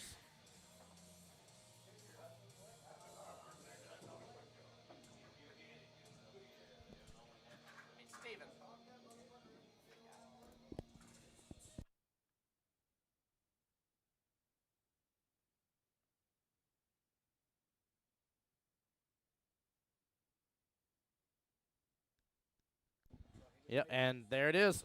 That's it. He needed to, and he made to. Yep. It was a nice needed break. to, made to, yeah. Well and done, Jeremy. I did have it right. Let's see. 3, 4, 5, 6, 7. Wow, he made 3, actually. Hold on here. I know I was getting it ready, but I want to see this break again on the instant replay. What a shot. Wow, look at that. Very nice break.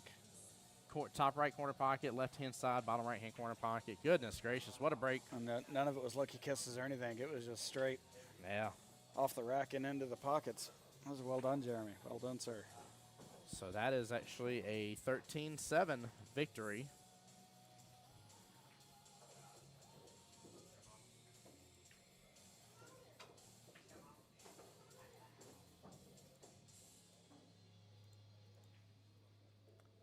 All right, guys, so we're going to see, what time is it here? 6:09. I don't think we are in. No, we're not in. It's not 6:40 is when the 6:40 is when sudden death starts. 6:25. Oh, sorry. No, you're good. You're correct. You're good. But no, we're not going to. Looks like we'll get the 4th game before sudden death.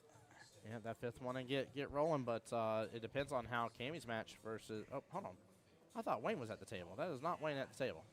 We definitely saw Wayne Bernard at that table a moment ago, didn't we? Yeah, Okay. 100%. All right, I'm a little crazy about some things, but all right. Let me see if we can find out where we at on this one real fast, guys, and we'll get everything updated here in just a moment. So bear with us for just a moment here. I think Tommy's got my back on that. Thank you, sir. I'm gonna get this updated here.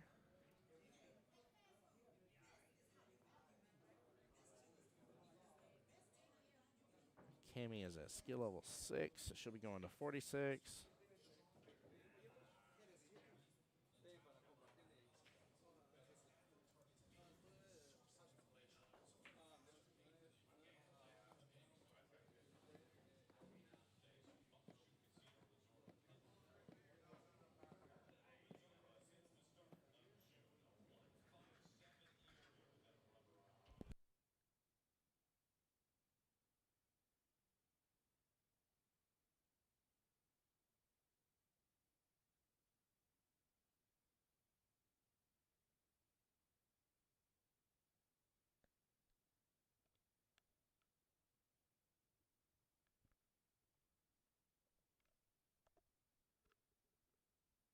All right, Mr. William is at 6. He is racing to 25. Kami is at 20.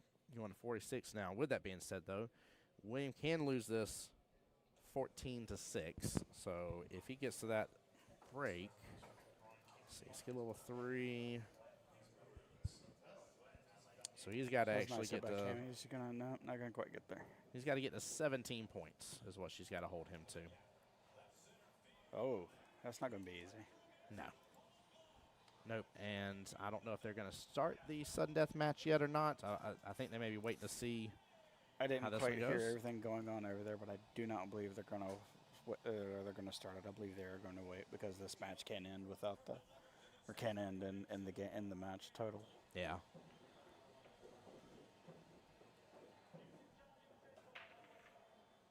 Yeah, this is going to be really tough because everything that he gets is going to make their final match. Yeah, it's just an impact. Yeah, like right now it was 19-1. It's 18-2. So right now, team Get Your Point is technically at 46 team points. Keith Slode asked a question on the YouTube side. He said, "Why did Logan give Rosa a timeout? Didn't know he was on that team." Mr. Keith Slode, he is on that team. Keep in mind for the Elite Cup, because of how much later after the session is said, you got to think we've been doing World Qualifier for a while now, right? So the 2025 session has been over, and this Elite Cup is the last tournament that's tied in with any bit of that session. And so because of that, Mike Kelly say, hey, we understand some teams may have split up, some people may have moved, some things may have happened, et cetera, et cetera, et cetera. People move up in skill. So what they do is as long as you keep 5 original members from that spring roster in your lineup, you can change out 3. And you can change them out for whomever you want to. They can be on multiple teams if they want to. It's all your choice. As long as you can still field on paper 5 to 23, you can still play your normal lineups here. We were talking about earlier, even having Logan, you could add him to your team, for instance, if he was willing to, not say he is, but and just even have him there as a coach, as somebody to give you advice as for who to throw, et cetera, be that voice of reason for you. He doesn't have to be able to play, you know what I mean? But he could still be on that roster.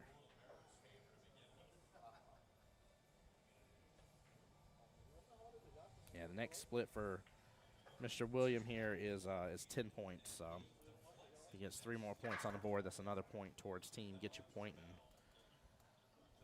And this is tough pickings, very, very tough pickings for Voice Squad right now.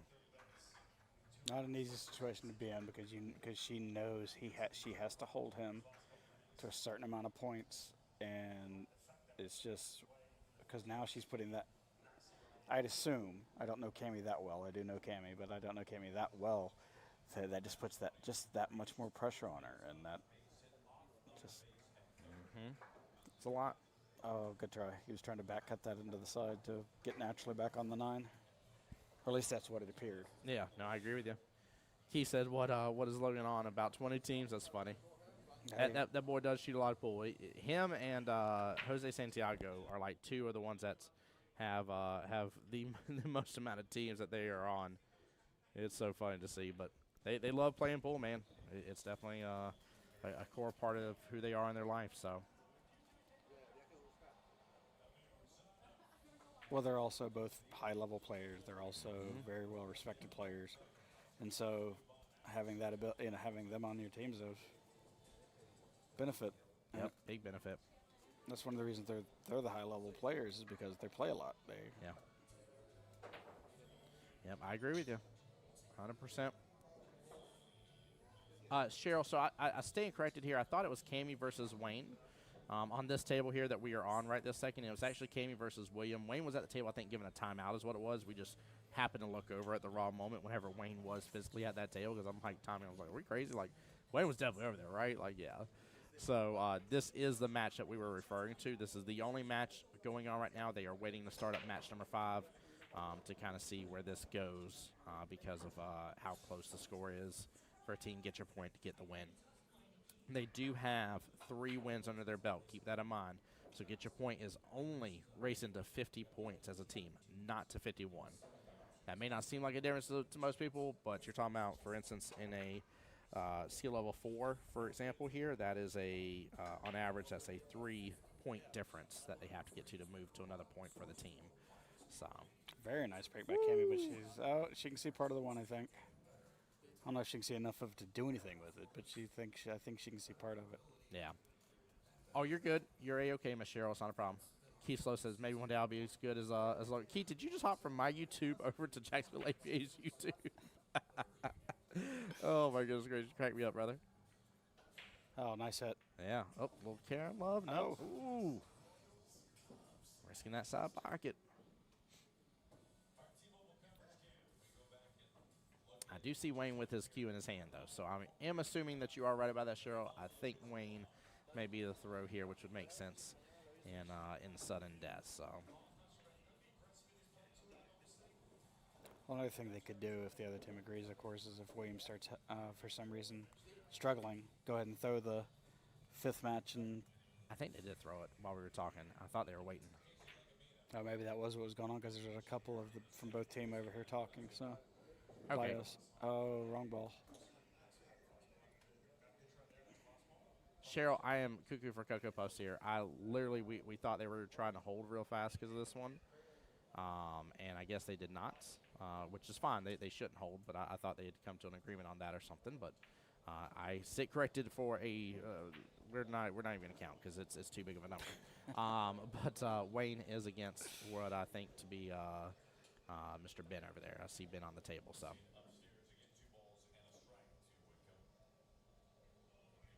Don, that's correct. Cammy did get 2 balls on the break.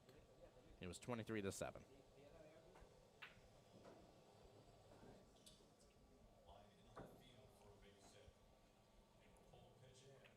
Now, I've missed a point since then, but I got the 2 points on the break, I promise.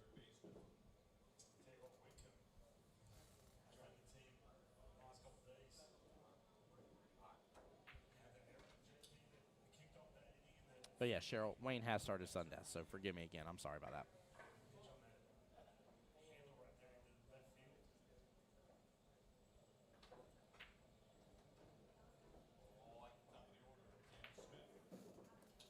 Looks like, yeah, I was about to say, looks like she's loading up for some spin, but that's going to cost her. Yep. Yep. Anytime you draw near that pocket like that, you take that chance of just a little side spin or a little table travel just throwing you in the pocket. Yeah, 100%. 100%.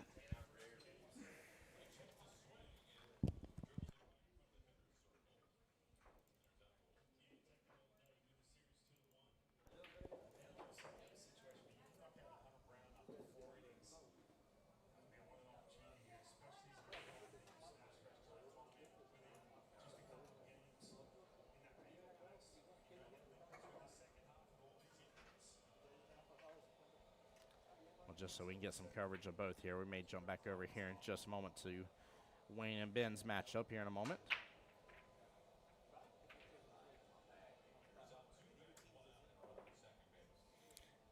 See, William is kind of torn, and it's more what you're comfortable with. Do you want to drag shot out to the 7, or do you want to just go natural?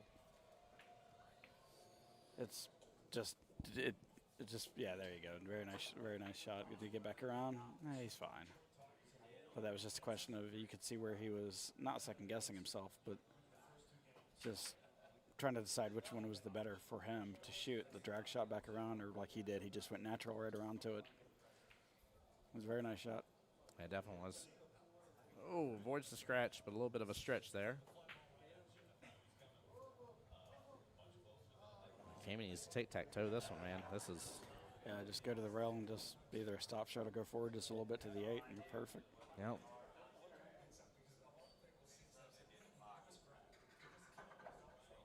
There you go.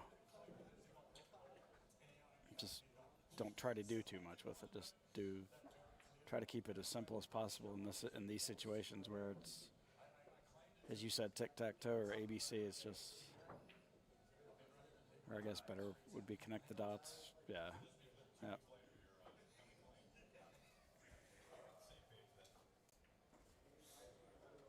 Team stacks some racks there. Keep them warm. I love seeing it. 4 of them are on tables right now playing against each other. Getting ready for the final match. Getting ready to want to walk out of here with that $3,000 in their hand. Woo. All right, guys, after this rack is over here, we're going to pan on over to Ben and Mr. Wayne, get their matchup on the big screen for y'all.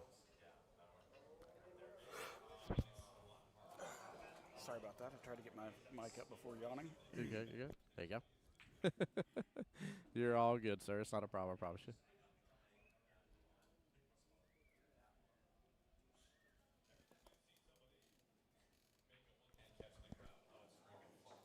So in these situations that the voice squad finds them in, where you're trying to hold a team, more specifically, I guess the fifth game, that player to a certain amount of balls. Yeah. What do you prescribe to? Do you prescribe to let a higher player play their more defensive and more containing game, or do you let or do you play a similar skill level and let them just fight it out and take whatever is given to them?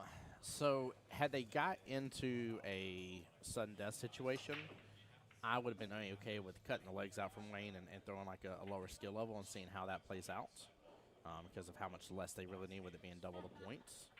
I think that causes more stress on the higher-ups. The problem is Wayne is so crazy well-rounded as a player, it's tough to throw against him. Like, it's tough to even if you cut him, he knows his defensive game. He knows what he needs to do. Even if you don't cut him, he's heads up. He knows how to hit the floor, hit the pedal to the metal, and go up against somebody straight up heads up. So the issue is that Wayne is such the wild card of the group, and like he's almost like one of those +4 cards, like where you get to choose what color's coming next. Not only did I punish you and give you a +4, I get to choose what color. That's Wayne Bernard. Like he is very skilled at this game here. He's great at coaching. He's well-rounded as a player and individual with his skill level. Like, he's really good. So if I were to take him out of the equation and we were in sudden death, I would throw low, cut the legs out from underneath him. Me knowing who he is and taking that factor into it, and with it especially not being sudden death, I'm throwing as high as I can against him, and we're going heads-up battle. That's what I would have thought. I'd have probably thrown something like Lane or maybe one of the other high-level players and just go do what you do and play, run out whenever you can run out, play that defensive game whenever you have to, but keep them from making as many points as possible. Yep, 100%. And they threw Ben, which is their second highest. That's skill level 7. So him and Wayne are 7-7. That's a heads-up match, at least in terms of normal regards, before you take anything else into account. And good out from William there. And William is doing what he needs to do. Yeah, he definitely is. Whenever he gets the opportunity, he takes advantage of it. All right, we're going to get this up to date, guys. Bear with me for just a moment, but I don't want y'all to miss the action. I'll get it all up to date. And we will get a score update here in just a moment.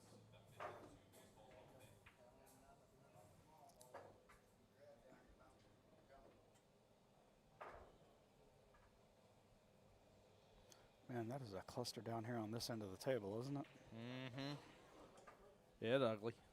It's ugly as can be.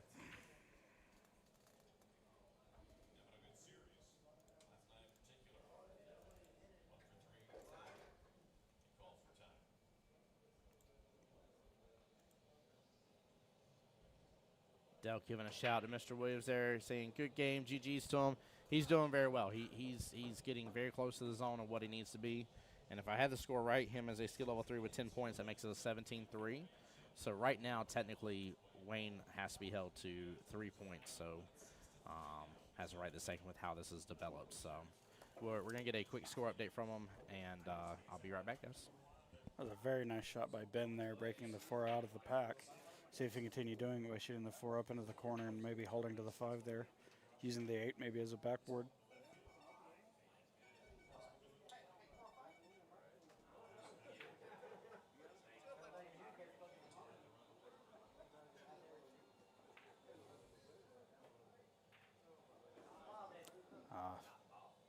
It was a tough shot, trying to hold it there for the 5.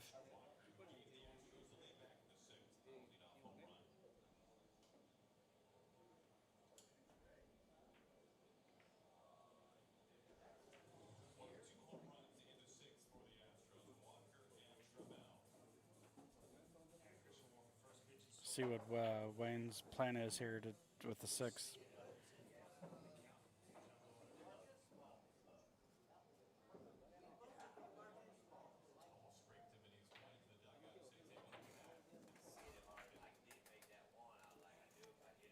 All right, score up to date here.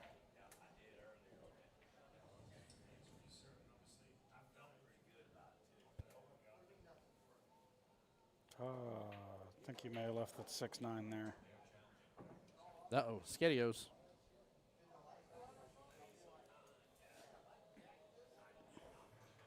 Well, Ben is, I came over there asking the score, and as I did, Wayne made a point. But Ben was up 13-3 against Wayne, which is huge. So he's doing good. Again, it's that high level doing what they need to do. Yeah. Yep, 100%. Is he going to end it? Nope. Yeah. Left it off the rail.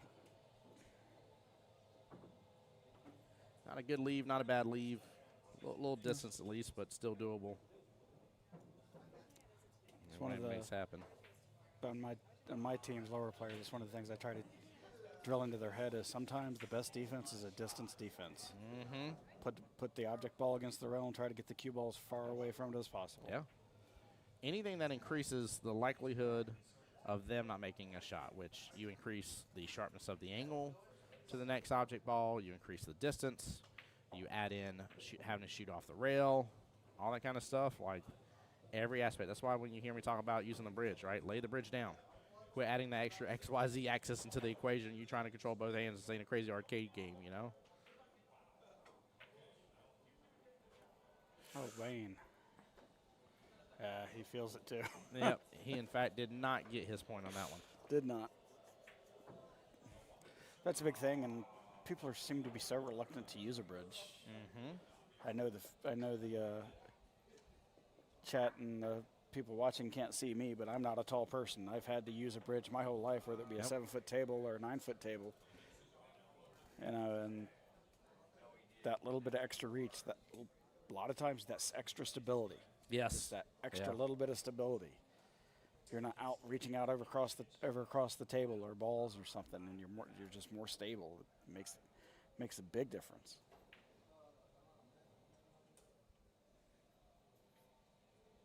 She's going to be safe. Yeah, she's going to be safe there. Yeah. Good leave. Very nice. Guys, we'll transition back over in just a second. They're still racking right this moment.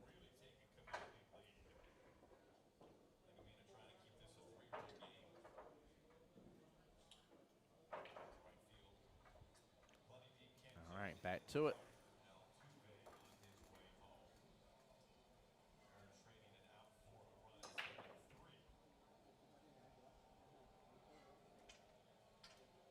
Seven ball holds up. A lot of stuff towards the pocket, but nothing falling for him.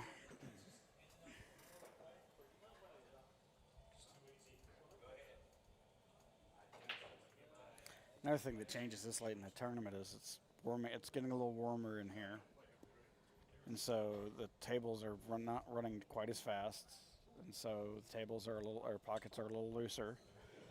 But the break means the break's harder to control. Yeah, I'm a fan on some of these. I forget who it was I was yelling at. Basically, which they can't hear me there on the table, but I was like, change your break. Like, quit going for that side break that's like getting you to scratch each time. Like you're getting nowhere with it. Like change your break, go center if you need to. Like do something different. Oh man. Like if it ain't working. Stop doing it. Oh, what a hit into the side. Very nice shot there by Ben. Man. Looks like he got stuck behind the 9, but that was a heck of a shot. That was a heck of a shot. I think he was just trying to one rail kick into it here. Instead, it ends up going along that left-hand long rail and smacks it perfect right into the right-hand side pocket. Take a look at this again. Boom, baby. Yeah, it looked like he set up for the 1 rail and it ended up back cutting a 2 rail there and putting it dead middle of the pocket.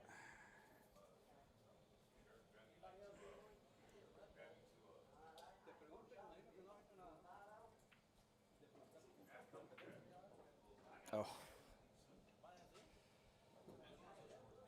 Big ball in hand potential here. Oh, yeah, this is potential for all the points on the table right now.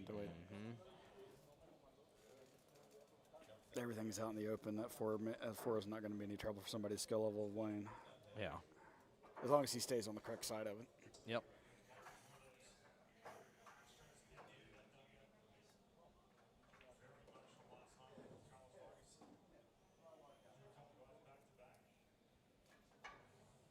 Being over top of another ball, though, is not the greatest thing in the world. Excuse me, I'm sorry. But being over top of the ball is not the greatest thing in the world. But No, it's definitely not. it still maintains the correct side of the 4-ball. Yeah, he did good with it. Yeah, Wayne's a fun one to watch on the table for sure. That's what we get for complimenting him, right? Oh, yeah. It's funny, though, that 6th place blocker.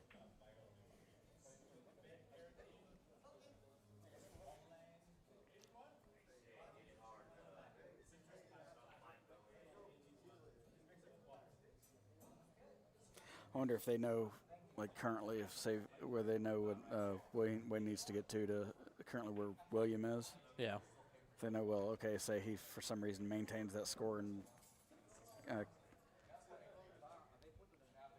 For sure, bare minimum, and this is if William hasn't scored another point, bare minimum, Wayne only has to get to 22 without a doubt in my mind on that one. But obviously, I'll let them keep with the score. But I think what they're probably going to end up doing, what a lot of people do, since this is a moving target right now, it changes as these 2 matches play out.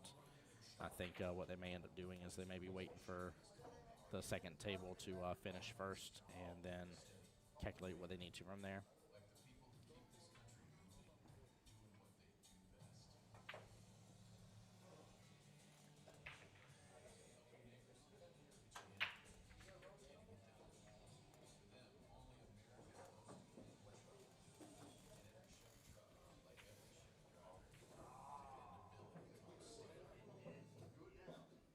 Oh, didn't want that 6 to drop. Yeah. Just got a tester now with this 8-ball.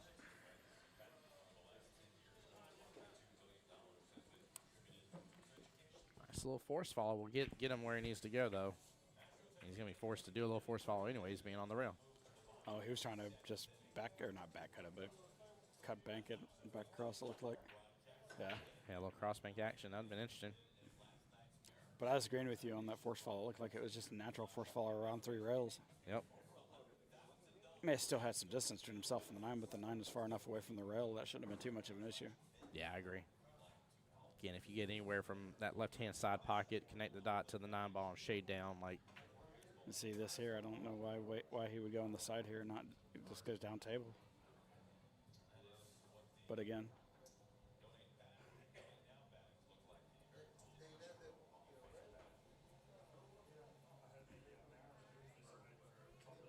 For that being one of the reasons there, being a much smaller pocket going into the side on that shot than just naturally coming down into the corner and not even following, because where that 9 is such a big ball. You could have almost literally anywhere on that side of the table you could have.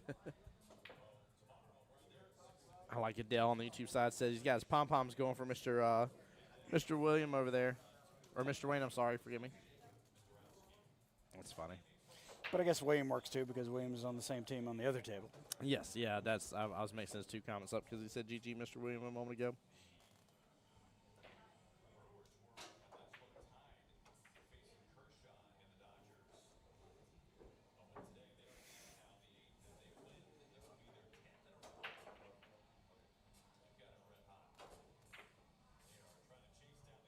That 9 must cover more of the pocket than it looks like if he.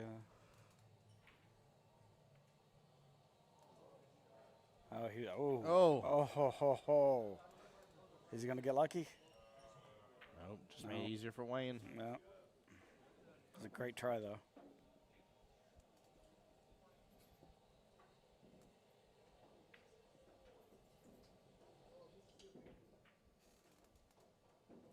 They got to represent for post 9, baby. Yeah, you better believe it. If Get Your Point wins, by the way, it will be 2 north side teams that get to play each other, which is, again, going to be a really cool mix-up here. Guys, I'm going to check in on the score for the other matchup here, so I'm going to mute it real fast and leave you with Tommy. I'll be right back. Tell him, Eddie. Come on. We'll see how Wayne does on the break here, see if he can make some points. He doesn't need many more here. But again, we don't know what the total for the other match is. Looks like there's some talking going on, so I'm not sure.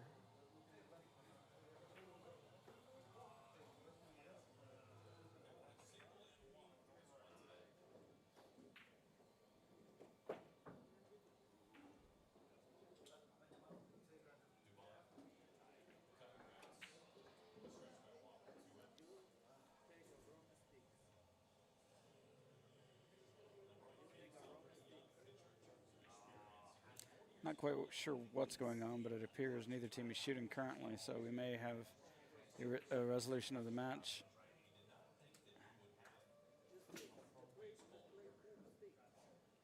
Waiting till either I get a confirmation from somebody out in the match or Tim comes back.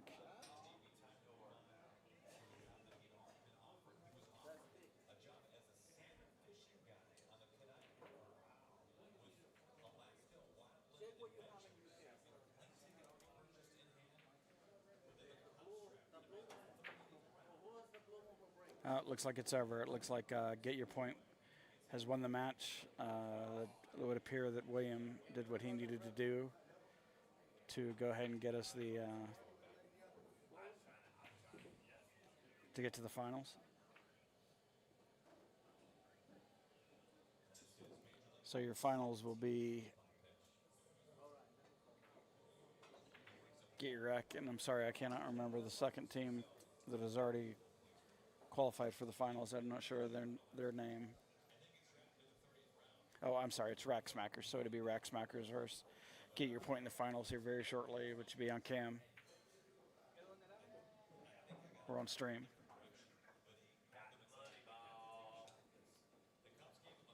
All right, we'll get back to you whenever we get this figured out. It does appear that it'd be Get Your Point versus Rack Smackers playing for the $3,000 in your hand here very shortly.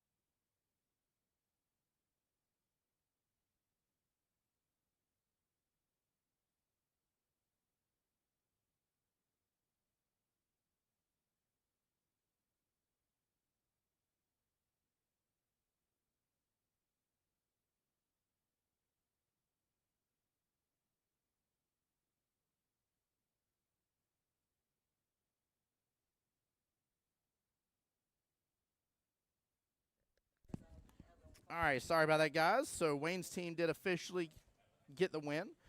They had two matches going on at the same time, but basically both matches on Wayne's team here, they could have lost both matches 3-17 together. Collectively, they would have gotten 6 points as a team. 50-50 would have been the end result. And in doing so, getting 50-50, Wayne's team had the 3 wins. So Team Get Your Point moves on to the finals. We will have an official Northside finals match coming up next on the live stream, guys. Don't go anywhere. I'm going to put it to the BRB screen, get things set up and ready, but don't y'all go anywhere, guys. Stay tuned for the finals here of the Elite Cup 9-ball edition here at Beaches Qball. And now Omar is up against Mr. George. Oh, she just got that dragged right up table here. Look at this. What a shot by Miss Stephanie.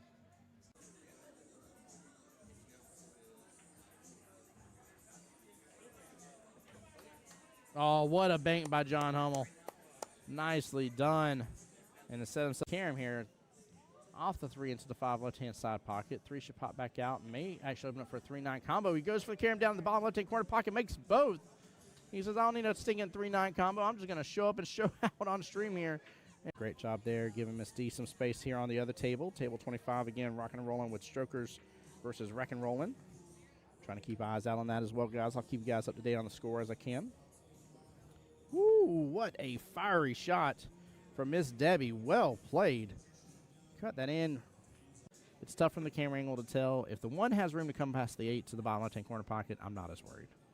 Then I would say he absolutely opened himself up a good opportunity here. Kit with the drain, though, top right-hand corner pocket. What a shot. Wow. Play a defense here. He's going to let it stroke out. And that leave will do the trick here. 3 blocking access to the 2 stripes on the left-hand side pocket, the 11 and 14. 8 looks like he's blocking access to the 15 here. That was actually a very brilliant leave. Ben, it looks like he may be opting here in just a second to start taking over that top right-hand corner pocket. Went for the bank here. Gets it clean as can be. Right past the 6 ball as well. That's Team Top Brass there, Mama Assing it. Oh, I love it. Got to see them first day this morning here with little baby Jasper. Cannot believe it's about to have been a year. That's wild. There we go. There we go. She fired that so good. What a clean combo. I get it. He's trying to put bottom. Still force the 5 on through. And he's going to get a great leave out of that. Wow, what a shot. That works. That works very well. Different chats going all at once.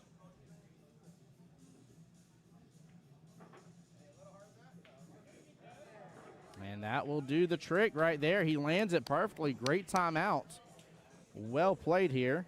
But I'm seeing a little bit more, I want to say, just letting go of his stroke here. Really letting it out by Hugo here. Play to safety, and it's up against the rail. I don't think George has good enough eyes to be able to go after it. Hugo here. Hugo here, let's go. Gary there on my YouTube side saying, pocket still mean.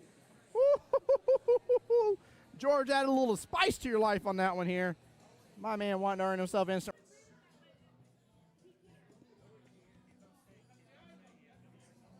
Oh, what an out from Miss Debbie.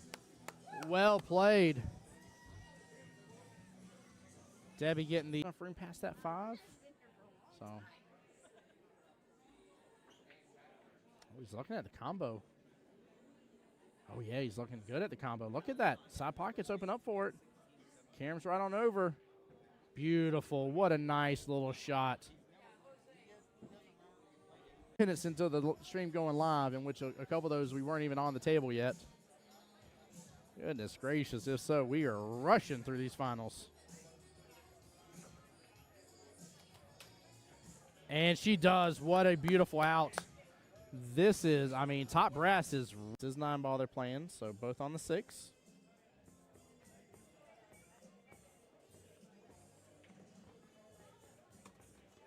And then after this, we're going to get to see what a bank that was. Hold on. I'm pulling up my paperwork. I'm seeing it go into what's going on and what's going to happen today and high expectations. And so far, I think the expectations have been met. I've loved it. It's been very enjoyable. Very, very enjoyable.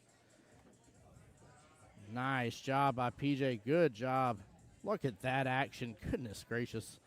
I'm over here bragging about the action here. Gary's corner pocket. Looks like the 6 ball is playing blocker. But she can actually just push to the bottom short rail. Keep it simple. Ooh, got the love from the combo. What a shot, Miss Jessie. Now for me here, bank shot all day. Yeah, in that right-hand side pocket. Bank shot all day. I tell you what, if I had to cut a ball down a rail or bank a, look at that. Nice shot. Snap. Nice shot. The left hand. And now Omar is up against Mr. George. Oh, she just got that dragged right up table here. Look at this. What a shot by Miss Stephanie.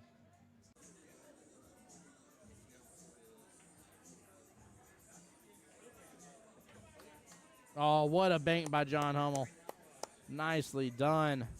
And to set himself Karam here off the 3 into the 5 left-hand side pocket. 3 should pop back out. May actually open up for a 3-9 combo. He goes for the Karam down in the bottom left-hand corner pocket, makes both. He says, I don't need a stinking 3-9 combo. I'm just going to show up and show out on stream here. Great job there, giving Miss D some space here on the other table. Table 25, again, rocking and rolling with Strokers versus Wreck and Rollin'. Trying to keep eyes out on that as well, guys. I'll keep you guys up to date on the score as I can. Woo, what a fiery shot from Miss Debbie. Well played. Cut that in. It's tough from the camera angle to tell. If the 1 has room to come past the 8 to the bottom left-hand corner pocket, I'm not as worried. Then I would say he absolutely opened himself up a good opportunity here. Kit with the drain, though, top right-hand corner pocket. What a shot. Wow. Play a defense here. He's going to let it stroke out. And that leave will do the trick here. 3 blocking access to the 2 stripes on the left-hand side pocket, the 11 and 14. 8 looks like it's blocking access to the 15 here. That was actually a very brilliant leave. Ben, looks like he may be opting here in just a second to start taking over that top right-hand corner pocket. Went for the bank here. Gets it clean as can be. Right past the 6 ball as well. That's Team Top Brass there, Mama Assing it.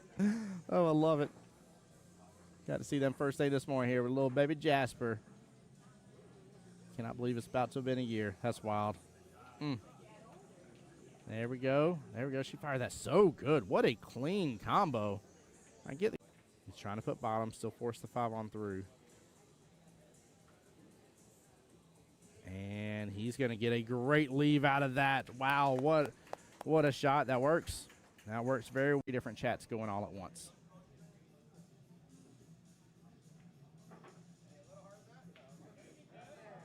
And that will do the trick right there. He lands it perfectly. Great timeout. Well played here. But I'm seeing a little bit more, I want to say, just letting go of his stroke here. Really letting it out by Hugo here. Play to safety, and it's up against the rail. I don't think George has good enough eyes to be able to go after it. Hugo here. Hugo here, let's go. Carried there on my YouTube side saying, pocket still mean. Woo-hoo-hoo-hoo-hoo-hoo. George added a little spice to your life on that one here. My man wanting to earn himself instant.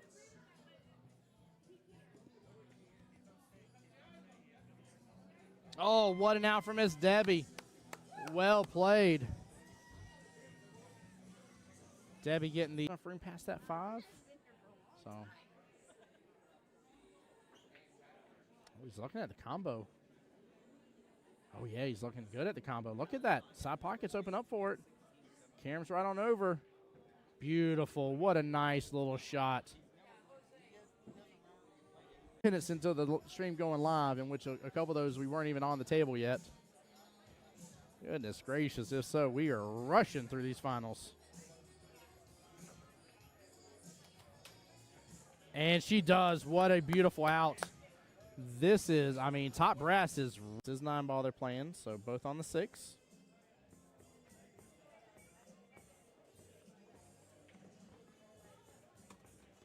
And then after this, we're going to get to see what a bank that was. Hold on. I'm pulling up my paperwork. I'm seeing it go into what's going on and what's going to happen today and high expectations. And so far, I think the expectations have been met. I've loved it. It's been very enjoyable. Very, very enjoyable. Nice job by PJ. Good job. Look at that action. Goodness gracious. I'm over here bragging about the action here. Gary's corner pocket. Looks like the 6 ball is playing blocker. But she can actually just push to the bottom short rail. Keep it simple. Ooh, got the love from the combo. What a shot, Miss Jessie. Now for me here, bank shot all day. Yeah, in that right-hand side pocket. Bank shot all day. I tell you what, if I had to cut a ball down a rail or bank a, look at that. Nice shot. Snap. Nice shot. The left hand. And now Omar is up against Mr. George. Oh, she just got that dragged right up table here. Look at this. What a shot by Miss Stephanie.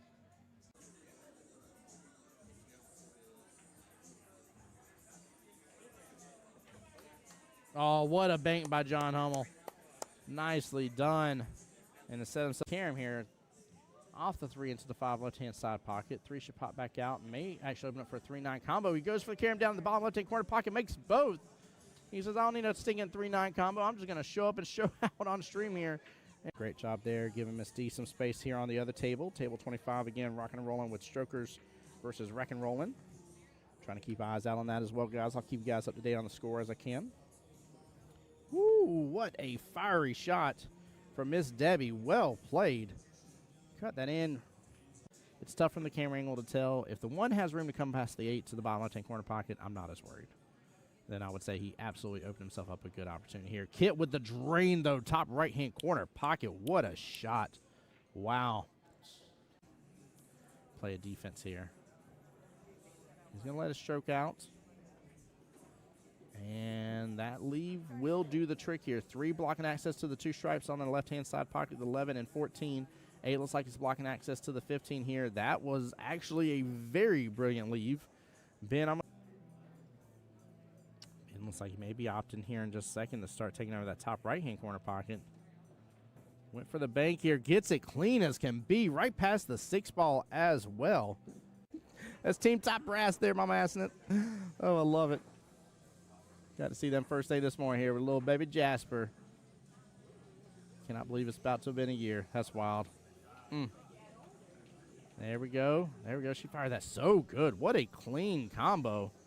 I get the He's trying to put bottom, still force the 5 on through. And he's going to get a great leave out of that. Wow, what a shot. That works. That works very well. Different chats going all at once.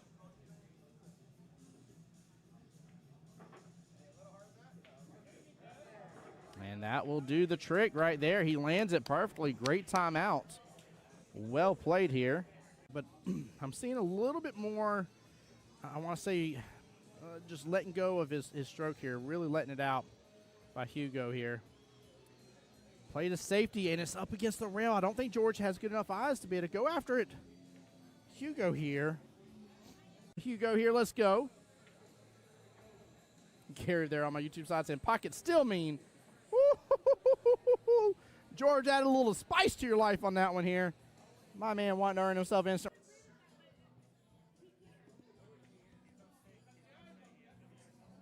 Oh, what an out from Miss Debbie.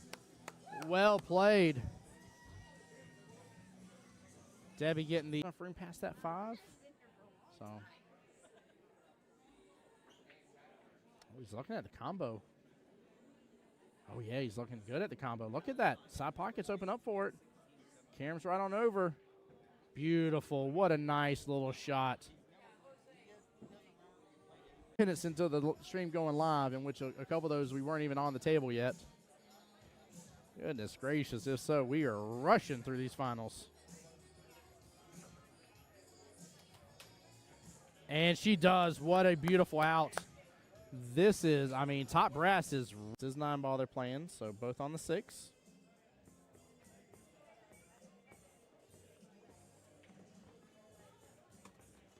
And then after this, we're going to get to see what a bank that was. Hold on. I'm pulling up my paperwork. I'm seeing it go into what's going on and what's going to happen today and high expectations.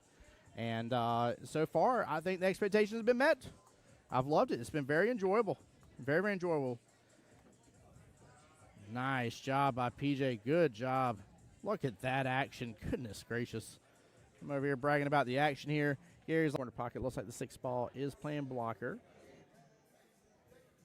But she can actually just push to the bottom short rail. Keep it simple. Ooh, got the love from the combo. What a shot, Miss Jessie. Now for me here, bank shot all day. Yeah, in that right-hand side pocket. Bank shot all day. I tell you what, if I had to cut a ball down a rail or bank a, look at that. Nice shot. Snap. Nice shot. The left hand. And now Omar is up against Mr. George. Oh, she just got that dragged right up table here. Look at this. What a shot by Miss Stephanie.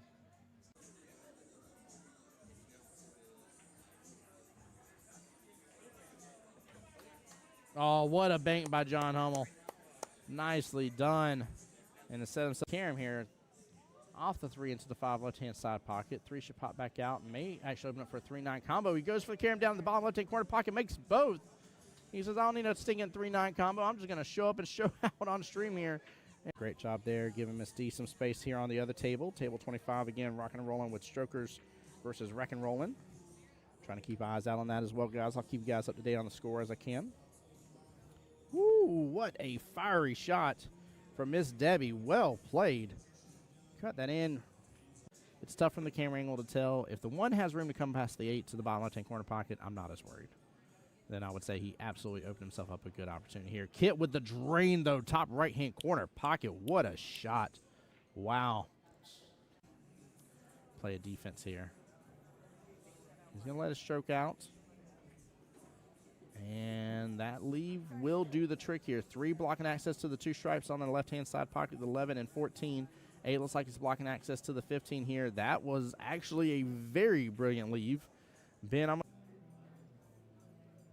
looks like he may be opting here in just a second to start taking over that top right-hand corner pocket. Went for the bank here. Gets it clean as can be. Right past the 6 ball as well. That's Team Top Brass there, Mama Assing. Oh, I love it. Got to see them first day this morning here with little baby Jasper. Cannot believe it's about to have been a year. That's wild. There we go. There we go. She fired that so good. What a clean combo. I get the. He's trying to put bottom, still force the 5 on through. And he's going to get a great leave out of that. Wow, what a shot. That works. That works. Ladies and gentlemen, boys and girls, children of all ages, woo! Let's go. The finals of the 9-ball 2025 Jacksonville APA Elite Cup is going to begin right now, guys. Stay tuned to your TV screens because one of these 2 teams is walking away with not $1,000, not $2,000, but, oh, yeah, that's right, $3,000 cash money. We ain't talking about no gift card or no Kmart that don't exist anymore. We're talking about cash money in your pocket. Take it to the bank, baby. Let's go get this party started here, guys. Good luck to both teams here. Team Stacks and Racks versus Get Your Point. Both of these Northside teams. Let's see how this plays out.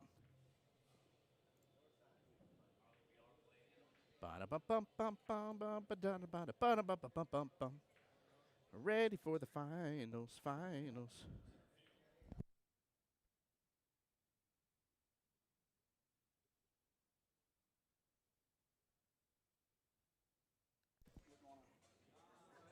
It's time for the final. Why did I capitalize this one all the way? I know why. I wanted to stress the word finals to you guys. Finals time. $3,000. $1.50. Now you got just enough money to go down to Dollar Tree and buy 1 item. Whereas now, with $3,000, well, you can have a whole crazy shopping spree in Dollar Tree. I mean, you could probably deck out your whole kitchen from there. Fill up the fridge, the freezer. That would be an interesting kitchen. that would be funny as all get out. Sorry. Oh, man. Making jokes over here. Oh, my Lanta. Oh, what a good day this has been. We are down to this it. Get your point. Versus the Stacks and the Racks. Yeah, at the end of the last stream, I made a mistake and said it was Rack Stackers, and apparently I was wrong. You're good, sir. You're good. Should be a good match. Both teams have been playing really well all day. Of course, yeah. To get to this point, you would expect so. Yeah, looks like we got thinking of the minds here. Well, apparently both teams had some skill level movement. Yeah, just like Kelly was somehow inputting stuff in and came on over and let teams know, double check your scores just in case. Got to get to that 23 points sometimes different ways now. Mm-hmm. Yep, 100%.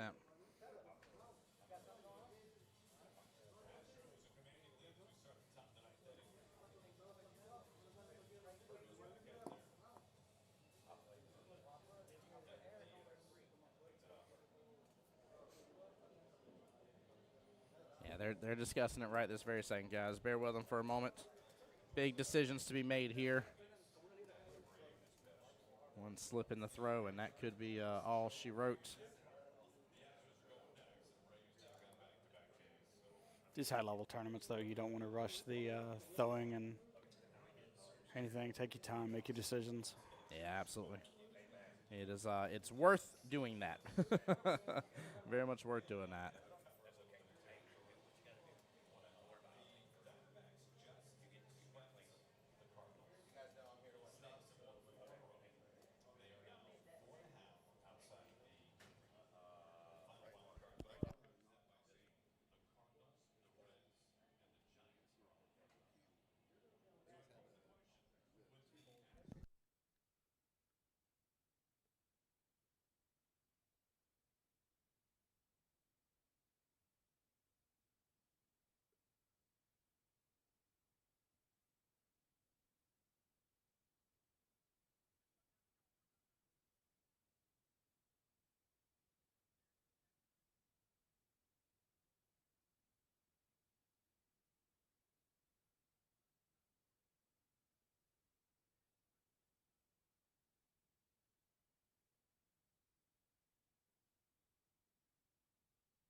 All right, Eric Torres versus Josh Moore.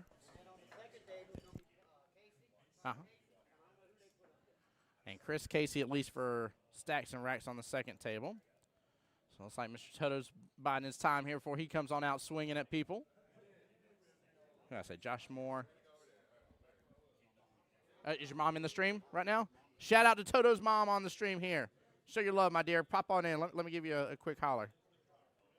He's wanting to give you a shout out earlier here, and definitely want to make sure you were loved. So.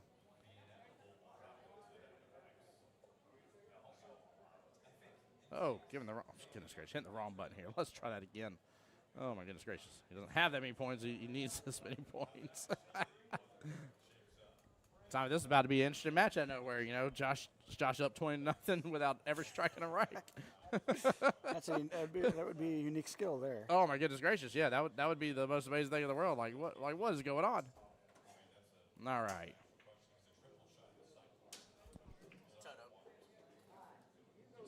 Oh. It was not a legal break, but then he scratched, so now it doesn't matter.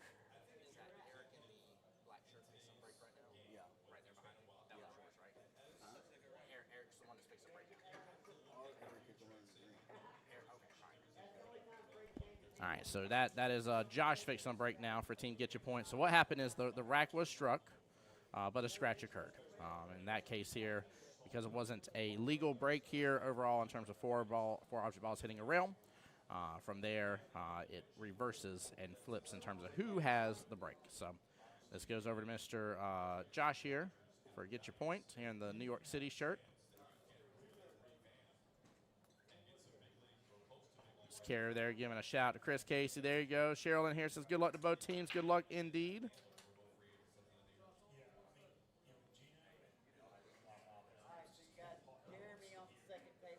Jeremy? Jeremy versus Casey. All right. Thank you. Thank you. So Jeremy Fletcher versus Mr. Chris Casey. That is a skill level 5 versus 3 on the second table. That is a 2 skill level difference there. All right. We're getting a little shake and bacon. A little shaking and baking. All right, Mr. Eric back to the table now after Josh's break.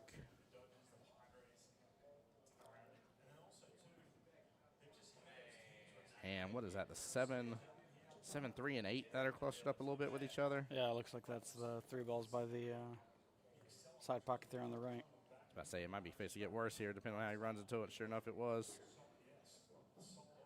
8's out of there. Done made its own tri-cluster on the left-hand side. 6 took its place. Oh, man. Oh, nice. Good job doing that, going roll first.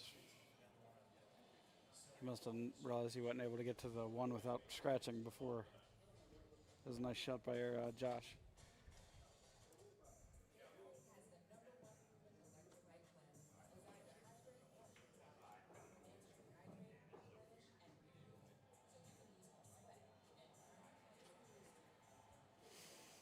Yeah, Jeremy over there on Team Stacks of Rack, or I'm sorry, on Get Your Point, forgive me, sorry. Played really well a moment ago on the stream here overall. He was shooting pretty good. I even looked up at the bar. I was like, you ready for them finals? He's like, yeah. He's like, I came on down here to relax for just a moment and get my head right. And I was like, that's the way to do it, too. Yeah, that's the big part of it between rounds, making sure you don't, whether you play well or you don't play well, kind of having that goldfish memory. Mm-hmm. Yeah, don't let either way bite you, as it will.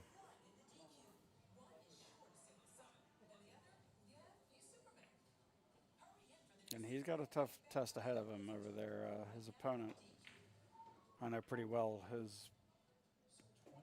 He's a good 5. Yeah, Chris Casey's no joke, man. He is tried and true, and again, one of those I'd consider, in my opinion, a very solid player from the times we've seen him on stream and in a couple of these tournaments and stuff. So he handles himself pretty well.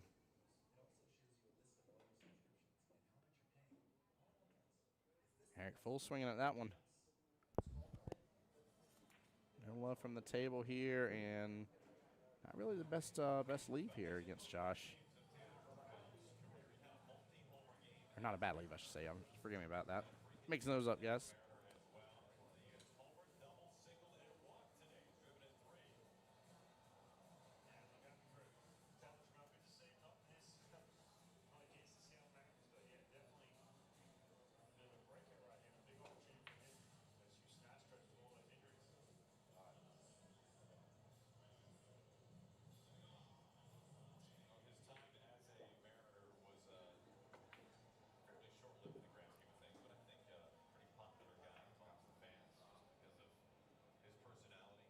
A lot of batting the balls back and forth here to start this match out.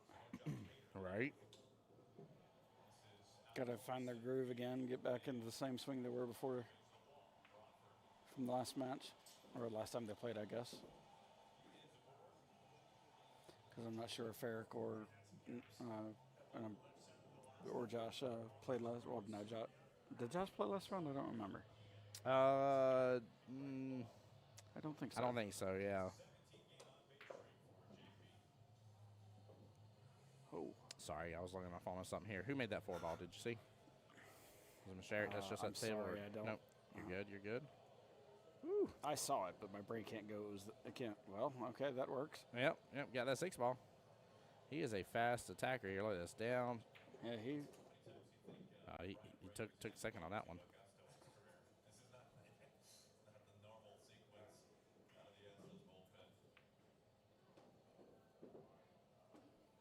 A little body English there, but it works for him.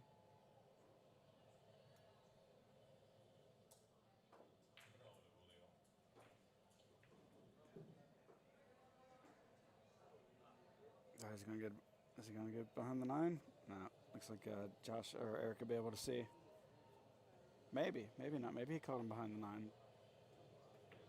Yeah, he's staring at it mighty hard right now.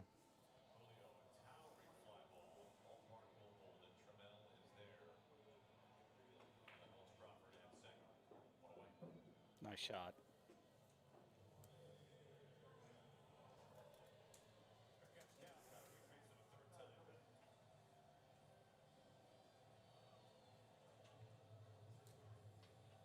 Be careful now of the scratch here coming off that 9 into the top right corner. Needs to make sure to adjust to either get to the top rail with top or drag strike it back to the side. It's a big scratch right now. Yeah, it is. There we go. He was pulling it right over that right-hand long rail, wasn't he? Yep.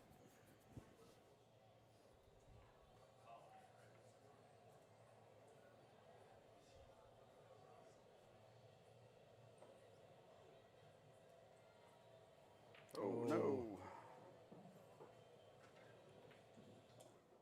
I did the almost exact same thing in my match earlier where I just easy 9-ball out in the middle. Not easy, but 9-ball out in the middle of the table with a cut and just completely missed it. Not the greatest feeling in the world. Yeah, right. I definitely agree. That is, it'll haunt you. You know, you'd rather hit it and just bobble it in the pocket than to fully miss it like that. Outright miss it. Like the end result's the same. Like your opponent gets the point, but there's a difference between the the way you feel about yourself at the end of the day. Definitely. And we've all been there, man. Freaking, yeah. if you ain't got the coffee mug and T-shirt from doing that, you let me know. It just means you haven't played enough matches yet. We'll get you there. We'll get you on another team on another night of the week, right? And we'll let you feel the shame of what we all dealt with on that. Oh man. I mean, my immediate reaction was, how did I miss the ball? Just completely. miss it. Dude, I saw one where a guy did it, and he was equating it to like a little bit of like noise because we were off to a different side of the room, and he was equating it to some noise. I can't believe people were being loud.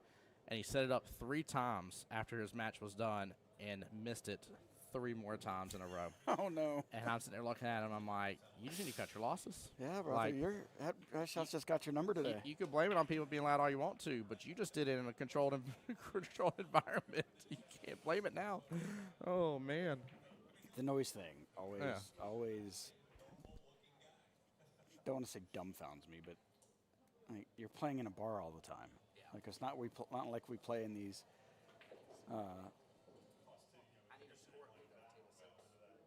not like we play in these climate controlled areas all the time where there's no noise, there's radios and TVs not playing and people talking all the time and stuff. We're playing.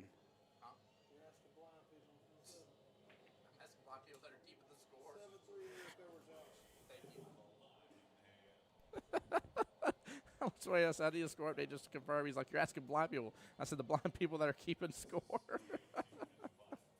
That was funny. So do you think they'll go to the digital scorekeeping for these high-level tournaments? Yes. That is something that I want to say I think Mike or Kelly have talked about on one of our live streams before as well. That is definitely something that National Office has let people be known to look forward to. It is definitely something coming. I don't know where their priority lies, so I don't want to misspeak and be like, Tim said it, so National Office has to do it or something.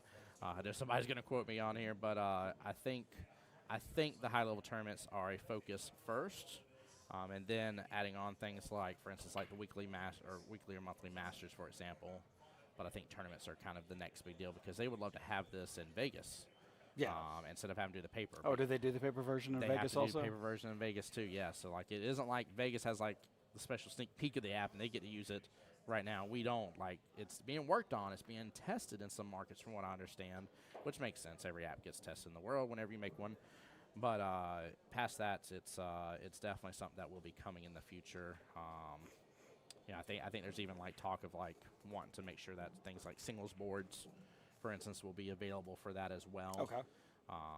So that'd be really cool because then imagine a singles board situation to where in a perfect world, like you could click start one, add the people in, and have people pay for their side of the singles board. Like it'd be beautiful how it could work. But I'm definitely looking forward more so to the tournament side because once that comes, I'm hoping that I'll have access to it as well.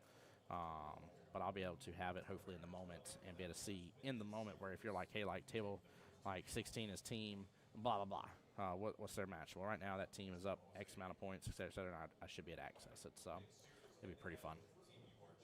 Good That was a nice shot. Good use of the bridge there. Get past the pocket. Yep, there you go. Very nice shot by Eric. Yeah, look at this again. I mean, just lay that bridge right on down. Right on down. Look at that.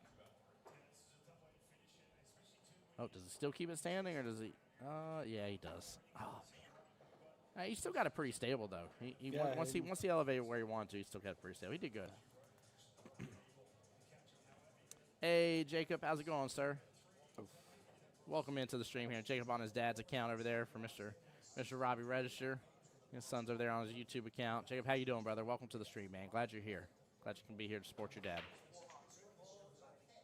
Can never have too much support. No.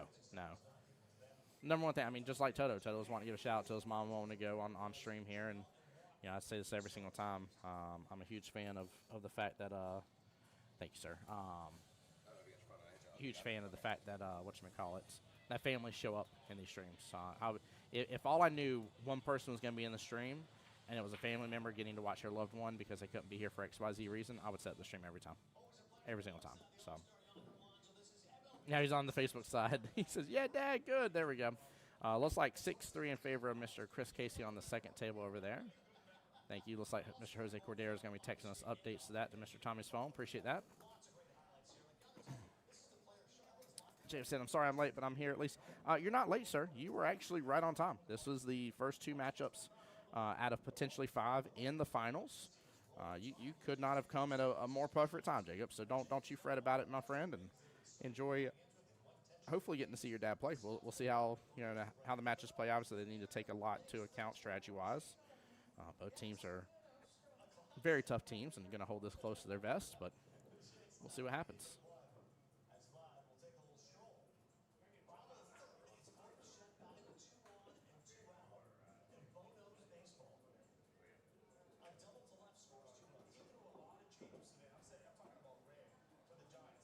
That was a nice containing shot by Eric there.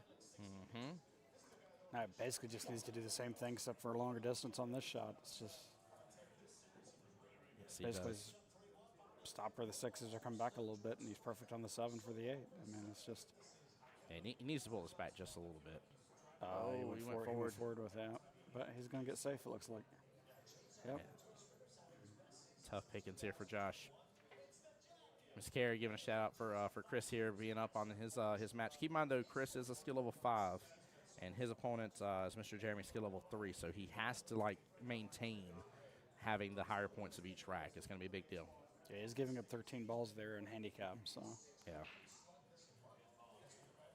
Austin said, mate, this far, keep up the hard work from both teams. Yes.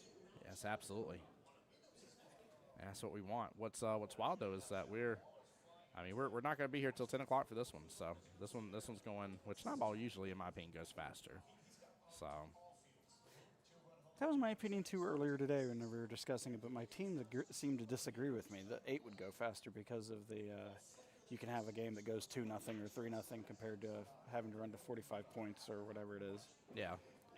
No, I mean, it's definitely, they both have their issues, but I think the big problem here with 8-ball in terms of length of time is when you get like those 5-5s against each other, and then there's 7 racks being played because they went hill, and you're like, wait a minute, goodness gracious. And if you average out about 8 minutes or so per rack, depending on how they're shooting, that's an hour long for that match alone. Yeah. So I was supposed to stop by and see him today, but I went to the other Qballs. Oh. Jacob, that's funny. He almost got some love there, didn't he? He almost got some love. But again, he left him long and awkward. Yeah, he did. Yeah. Oh, man. Oh, no. Come on. Oh, no. Oh. So last night was a late one. It'll be an early one tonight, yeah. I won't say that I'm not looking forward to that, because I definitely am, because tonight I have to tear everything down. So it being a shorter night tonight makes up a little bit for that, which is nice. So it ain't that big a deal, but it's nice. A little cherry on top, if you will. See, this is what we were discussing earlier. He's having no qualms about pulling that bridge out. Yeah, he's very comfortable with it. I just got to teach him how to lay it down, man. If I can teach him how to lay it down and do it like that, he'll be – because he's already good with it. So if he learns to lay it down, he'll be in golden access with it. He's definitely got the getting it stable before even looking at his shot. He gets his bridge stable before he sets up for the shot, which is smart. Yep. Yeah, I bet you anything, too, as well. If he has a cue that can take an extension on it, I think he would shoot really well with an extension, too. Honestly, I could see something like him having like a 6-inch extension on that and doing well. 16-4, score confirmed. Austin says the winner helps, Austin Register, sorry, says the winner helps clean up. I love it. Mr. Austin Livingwell there says, saying hello from 2 J's in Jupiter. What's up, Mr. Austin? The Voice Squad made it to the semifinals, brother. They came close, man. They came close. They did good. Yeah, they gave it a heck of a try. Yep. But sadly, there's always going to be a loser, so.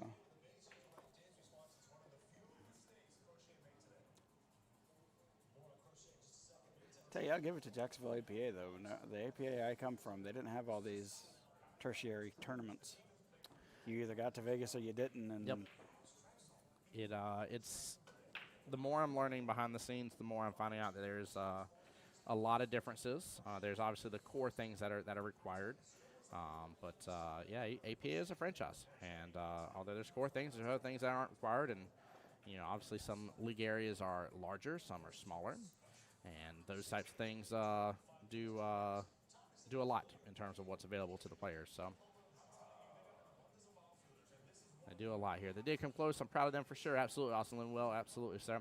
Jay Register said, so how many matches can there be? So in this matchup between the two teams, there can be 5 matches. So 5 1v1 matches is what it will be.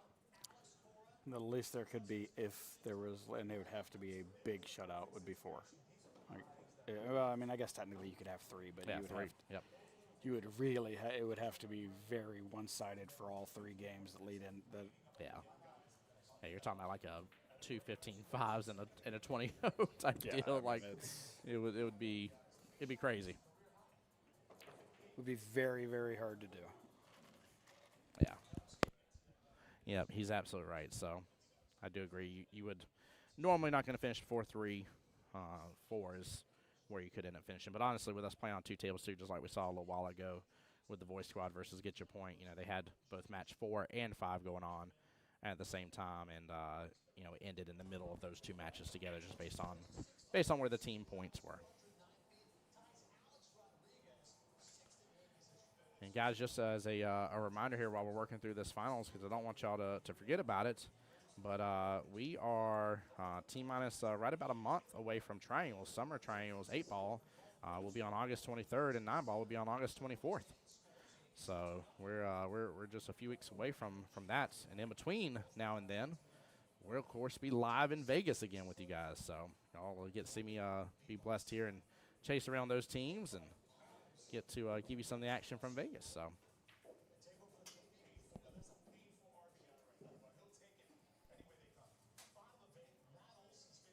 See if he can make this 3 past the 4 there, and without knocking the 4 out of the way.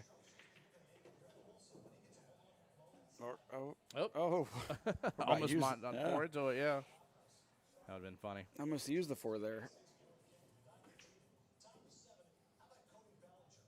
Oh, he's trying to get. Oh, don't get punished for that. I'm not gonna lie, I did like that attempt there by Josh. That was cut back into the 4 to try to make the 4. It was a good attempt at it. Yeah, 100%.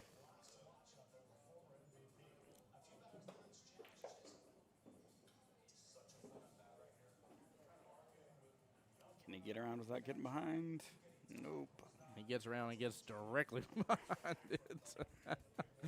Oh, no. That 3rd rail killed all the speed. It did. It took it all away. It was like, speed? Nah, you don't get to go fast. This is where he needs to bring that bridge back out.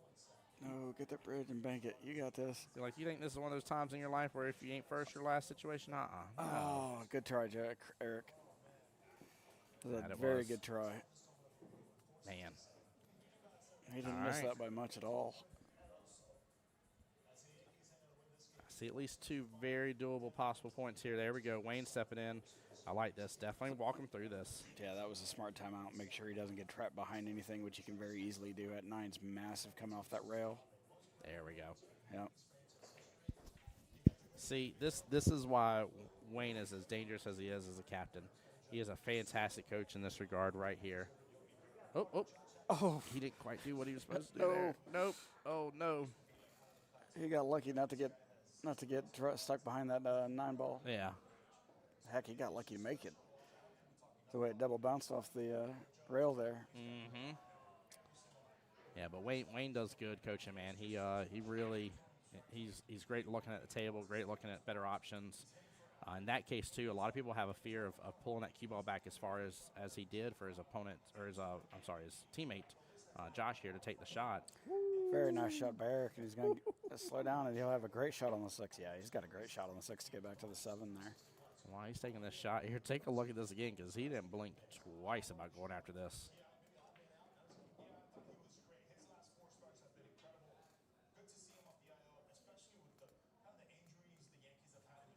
Yeah, very nice shot there by Eric. Yeah, and a great shot on the 6 right after, too. Eric's on a bit of a tangent here right now for Stacks and Racks. He is fired up and motivated. He is just stacking up with the points every time Josh gives him the opportunity. He's at least getting 2 or 3 points, which just adds up. You go, oh, it's only 2 or 3 points, but if you don't answer that 2 or 3 points, it adds up quick. Yeah. Oh, Eric is almost perfect here. Just try not to do anything too fancy with it. Yep. Because we fancy like Applebee's on a date night. I got $3 grand in the bank. Yeah, that is right. I won the Elite Cup, baby, last night. That's how we do. I gotta That's stop how we making do. comments like that because every time I make a comment like that, the player misses it. Oh, I love it. I love it. Ooh, slices a little bit off of it. No, Josh. I hate to speak for the player there, but it looks like Josh may be getting a little frustrated. Yeah, I think he is. I think you're right. But he has the problem is like he's getting frustrated, but he's Mr. Whack-a-Mole. He's got nothing but to be frustrated about it because it's all him. Yeah. Yeah, that we talked about that. That was one of the first matches of the day. We were talking about a player that was just overhitting things, just way too aggressive. I was like, man, if he was on a 7-foot valley, like he would be golden. He would be shooting lights out right now. You'd be like, who is this guy? This guy ain't this XYZ skill level. You guys would be yelling about it. And yet on these diamond tables, you are punishing yourself tremendously. Pro label diamond tables with Simona's cloth, Simona's tournament cloth. Mm-hmm. Speed kills on these tables. By the way, we were talking about tables earlier and stuff like that. Did you see the new Predator table they have at OG Qball, the 9-footer?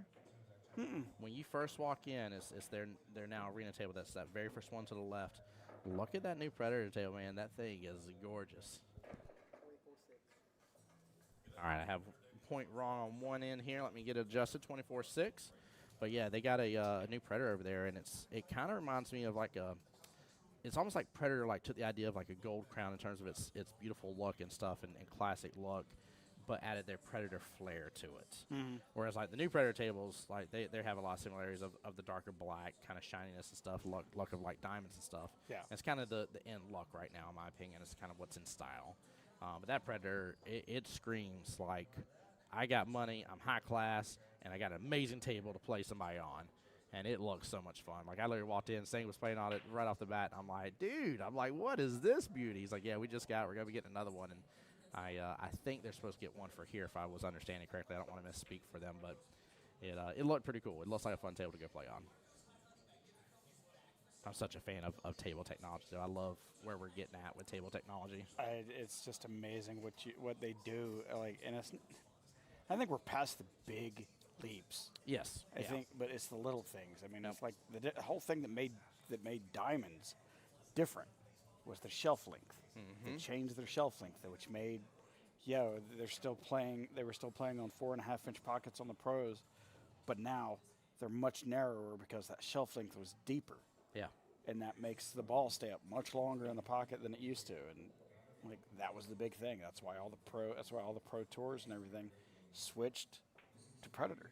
Yeah. It made it significantly more difficult. That's fun, man. I love it, dude. I'm such. I was talking about this to chat earlier. One of my favorite things about going to Vegas, and that's why I'm so grateful that we're having Southeast Challenge here, because we're gonna have vendors. But I love going through the vendor room in Vegas because I just like seeing what all is new out there, what all is going on. Like, one of my pieces of tech I have is the piece that goes on that turns my brake cue into a bridge, and it's clear and gives that bridge head that has all the different size slots and stuff for angles and height and stuff. And it's like, man, this is really cool. Like, it's clear, you can see through it. Like, it's awesome. Works. It goes right there on my brake cue. Bada bing, bada boom, Bob's your uncle. Like, it's great. Like, and it's something that simple. Like, at first, now that you're looking at, especially with 3D printers, you're like, Tim, that's nothing. I'm like, I'm with you. It's nothing now. But when I first got it, I didn't have to use a regular house bridge anymore or hunt one down. I could just pop it right there on my brake cue. That was huge. That was great to me. And now all these cues have different extensions. I mean, you can buy an extension kit that has a 3-inch, 6-inch, and 12-inch extension all together for you. You're like, wait a minute, what? Oh, man, it blows my mind with where we're going with stuff. Well, it's becoming more commonplace also for players to play with the extension on their cue at all times. I do personally. That's a big change I've made recently. But that would be great for you. 100%, I would agree with that. That'd be a very good. What brand cue do you use? I shoot with a Predator Throne 4-3. Okay. And what size extension do you use? 6-inch on it. 6-inch, yeah. Yeah, I should say for somebody that is used to using the bridge on a consistent basis, getting an extension and having it permanently be attached to the cue, so that way you get used to the weight balance difference could be a real. Well, that's my stroke felt kind of off. Yeah. And for some reason, while shooting, and we as a team went to practice one night, and I decided to put the extension on keep the extension on my shot on my cue from I needed the extension for a shot or something. I just decided to keep it on, and all of a sudden my stroke felt better. Yeah. And I was more consistently hitting where I was aiming. My Q-tip wasn't wandering whenever I was stroking through the ball or anything. And so since then I've kept it on, and it's been significant change. Yeah, it's definitely a smart move.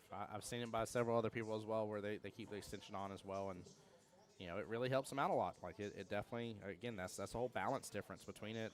It's going to vary everything that you got going on as well.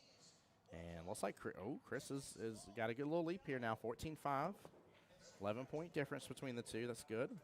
Or 9-point difference, forgive me, math.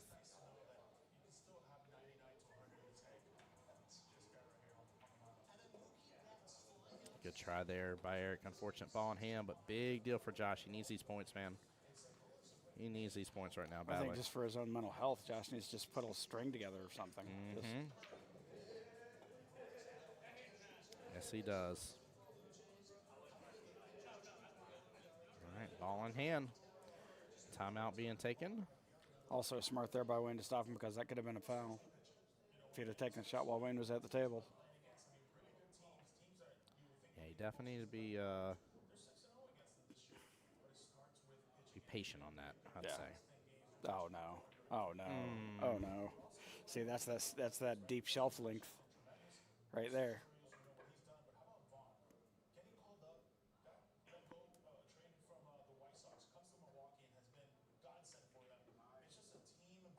Yeah, smart by Eric. Don't overdo it. Just nice little push into the pocket and let the ball do its work.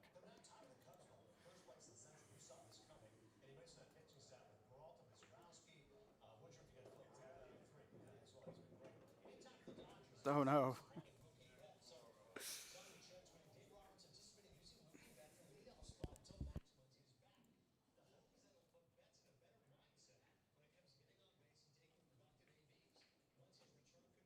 All right, Josh needs to claim these 4 right here. Oh, he's a little off on that. Still gets the love from the table. I might have hit that score wrong a moment ago, by the way. By the way, again, shout out to Jose Cordero for texting us updates for the other match. Appreciate that, sir. Making it easier for us over here on the stream table.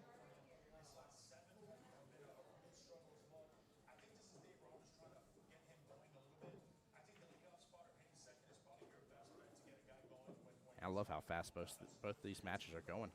Yeah, they're moving at high rates of speed, but the score is kind of reflecting that also. It's kind of, they're both a little one-sided at the moment. But the joy of 9-ball, that can change at any moment. Just a one run of, a 10-point run either way, it just changes everything. Miss Carrie Ann, you're Chris Casey's mom? Well, welcome to the stream. Glad you're in here with us.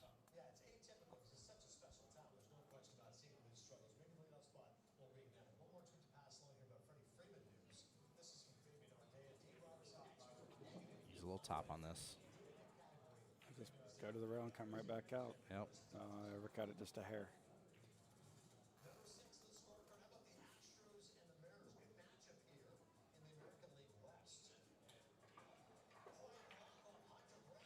Probably the most practice strokes I've seen Josh take. That wasn't bad. No, and it's not like he's missing by a lot on most of his shots. He's missing just incremental, but I think if this matchup went, let's say, double their amount of points, that way they got a couple more racks in than what they would right now. I think Josh would start getting in a better gear on it and get more comfortable on the table, and that would spell a big difference.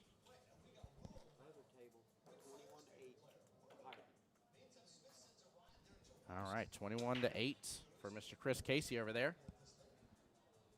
Keep in mind, he is skill level 5, so he is going to 38, so he needs 17. And he is against skill level 3, if I remember correctly. Let me pull it back up. Mr. Jeremy is, skill level 3, so Jeremy needs 17 as well. So, very close matchup now.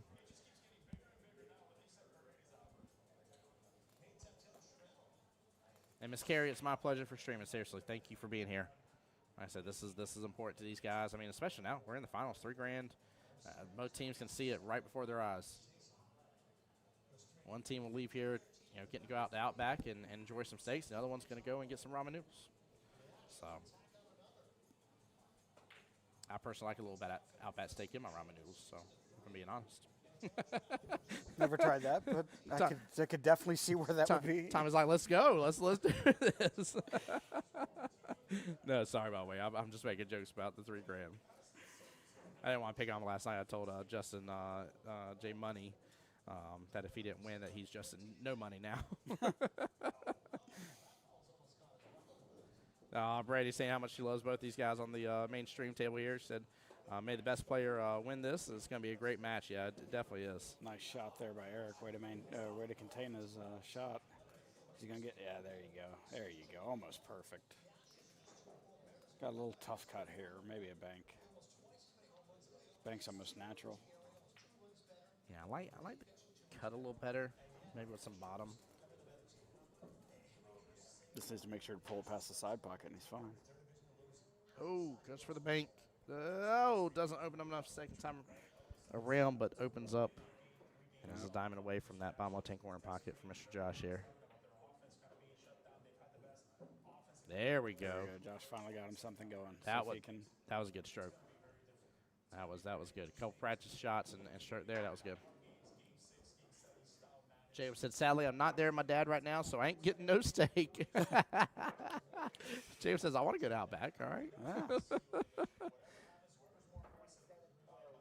27-12, score confirmed. Jacob actually, Mr. Robbie said he ain't going to no Outback. He don't want no blooming onion. He going to Texas Roadhouse and getting those delicious rolls with that honey butter, all right? He heard me, too. He's over there laughing. Oh, man. Hey, I'm not choosy. A steak is a steak. Right. Well, as long as it's cooked well. Like, give me a little seasoning cooked well. Like, whether it's onions or rolls, either one, man. I'm game. Let's go. Oh, tell me these guys that one. I don't think he does. Oh, he doesn't. Man. Oh, good hit. Go. Good hit. Oh, I think the one just screwed him or just messed him up there. Oh man. I think it may have went if he didn't double kiss it. We wanted it so bad. We wanted it way too bad over here in the streaming table.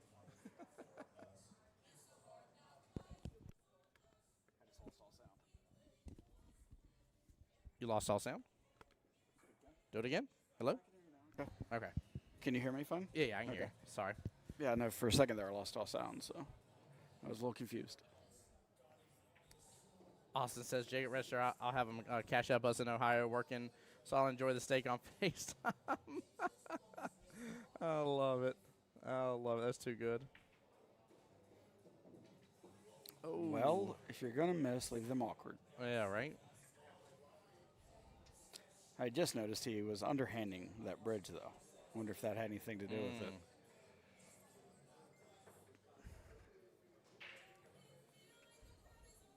27-12 for Chris Casey. So let's see, 27 out of 38, that's 11. 12 out of 25, that's 13. 11 to 13 left in that match. Yeah, both these are progressing along very well. Good hit. Jose was called over to watch a hit.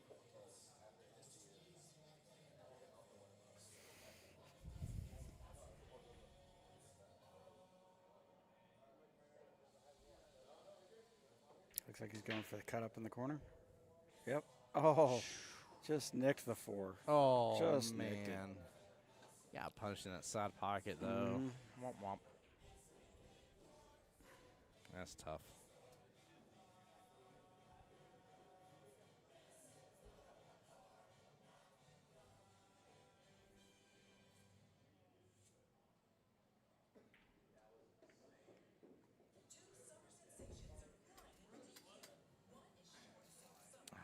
Josh is so far over here. He's going to have to one-rail kick into the 2. Sitting right outside that right-hand side pocket. Hits it full, too. Oh, just caught the edge of the pocket there. Or that would have looked like it was going straight in. That was a very good shot here. I know he didn't make it, but I think that's worthy of a replay here, chat, because, I mean, you got to think, Josh skill level 3. That's a tough one to make happen. Look how good he hit it, too. He definitely had a pure stroke on that. Yeah. Just caught the edge of that pocket right at the last second to kick it out from the rail. Otherwise, I think he would have made that dead center. I think he would have. Uh-oh, here comes opportunity. Knocked in for him. 3 to 11 left in this race. Could be dangerous. Yeah. And any points, big points right now. Yes, it is.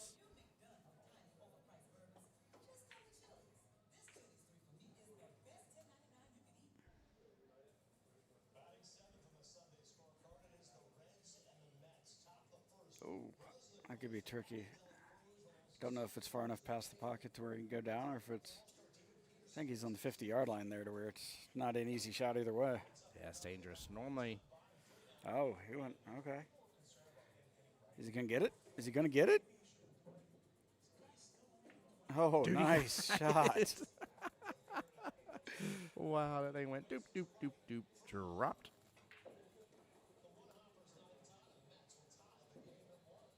That's where he's got to be careful. I feel like he's matching, although he only needs 1 point, but I feel like he's matching Josh's energy. Don't hit it the way that you don't normally hit it. Always remember, while you're on the table, it's a one-person game, and you need that's match. Nice That's job. it. Yeah. By Eric. Hook, line, and sinker. Let's see here. Josh, skill level 3, getting to 15 points makes it a 15-5 victory in favor of Stacks and the Racks here. That's big points right there, isn't it? Yes, very big points, and that gives his team a significant advantage going into the next round of matches. I'm not going to update this scoreboard yet until we get the other players over here, guys, for the main table. But we'll go ahead and reset this and just watch Mr. Chris and Jeremy's match for just a moment while they're getting everything going. No need to leave you guys with some dead space here.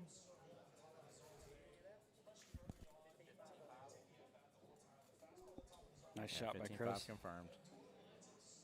And he's gonna put himself perfect. Looks like He that is. 5 goes right by the 7. Just hold it and go to the 6. Don't do anything special. Definitely don't ever hit this ball. Yep. Oh, the pocket do the work, baby. What a shot. Very What nice a shot by Chris there. Yeah. The speed allows the pocket to do what it just did there.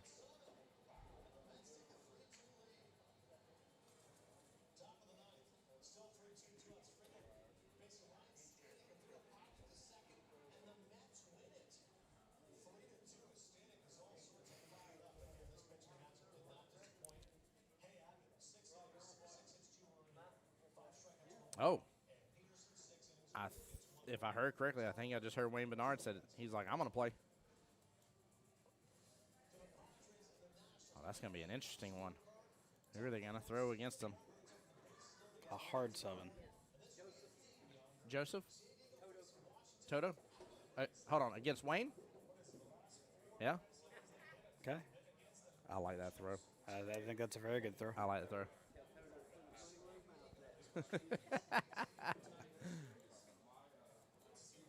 I think at this point, that's kind of literal, isn't it?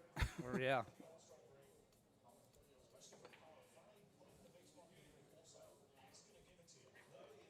Nice shot by Chris there. Very Yeah. nice. Wow. Look at that. Money, baby. Oh, that wasn't Chris. I'm sorry. That was his opponent. Oh, no, that was Jeremy. I Jeremy, sorry. apologize. Yep, That was his yep. opponent. Still doesn't change the fact that was a very nice shot.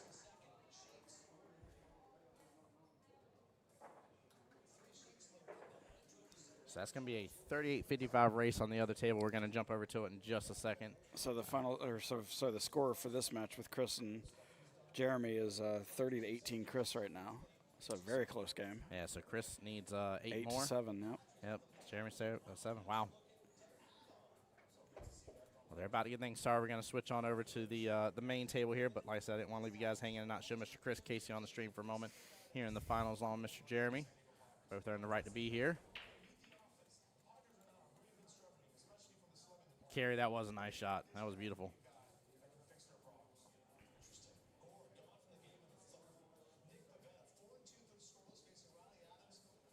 Yeah, I think Wayne maybe ran to the restroom or something real fast. So we'll give the other table just a minute here.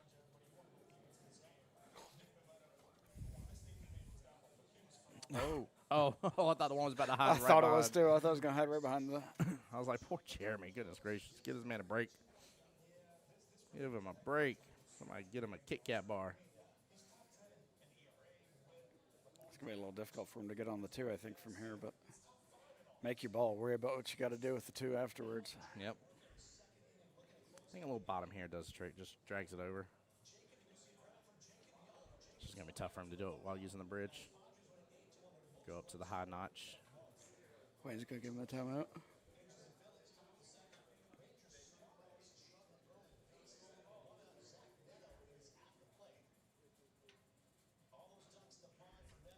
Looks like Wayne may have gotten him to shoot into the 9 here.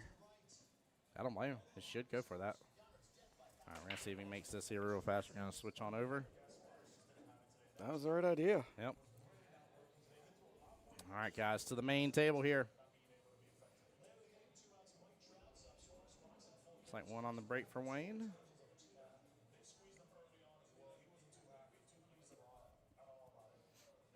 Is that the one up by the 7? Wow. Yeah, the 7-1 up there stuck. That is not nice at all. No. It is quite ugly, if I dare say so myself. I think this is where you try to just tie something up. I don't know what you would. Yeah, that's what he did. He just tried to tie it up. Yep. Nothing wrong with that. I ain't breaking that apart for you to have fun with. I'm going to let you have fun with it with ball in hand. Best thing I'm going to do for you. That's it. I think it's a prime opportunity for your shot. You were talking about where you hide the cue ball behind the 7 and kick the 1 out. Because again, that long and awkward. Koto's just going to shoot at it though. Yeah, I think he's actually going for it. Yep. He had an opportunity a lot there, so I'm kind of not mad at him going for that. I was about to say I don't know if this is a good decision to swing at this, but knows the intention line of the cue ball and then seeing how it hit everything else down here towards the bottom right. I ain't mad at that option. Sounds like you need a little bit of that caffeine, too, from earlier. That's why I went and had that Red Bull. Wasn't yawning till just now. I was like, I need them wings, baby. Let's go.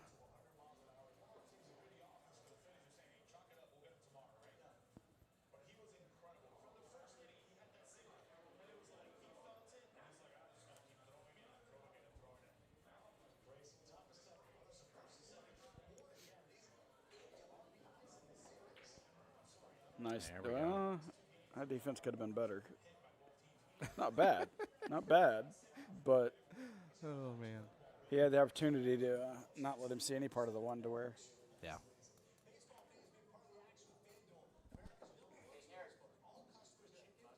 Oh.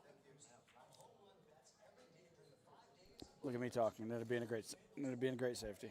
Yeah, right.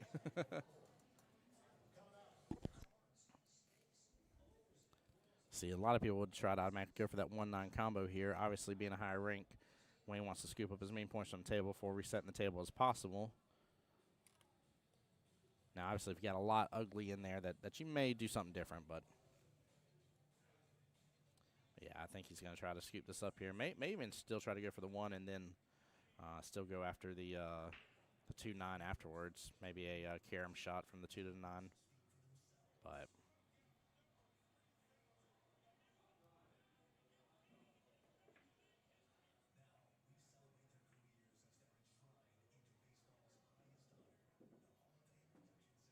Go. Short, sweet, and simple.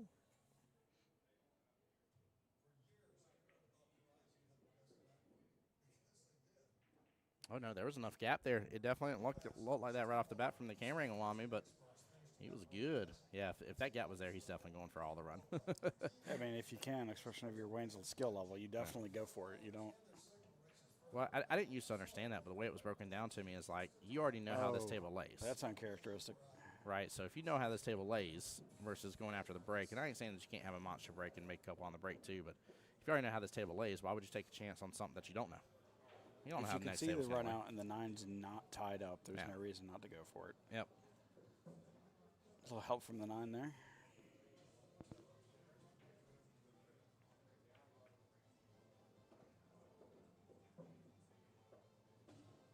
Six has to get out a little. He's got room to work with it. Oh, second time. Oh, wow. So close. Wow. I am surprised at that one. That definitely goes the second time around. Yeah. Oh, 1 pocket shot. Yeah, exactly what it is. Yep.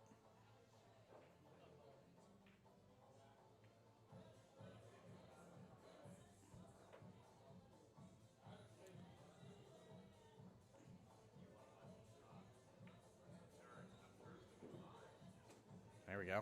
Yeah. Hey, Sang liking the stream a moment ago. Sang, I was talking about you a moment ago, sir. I saw some of that beautiful new Predator table at OG Qball.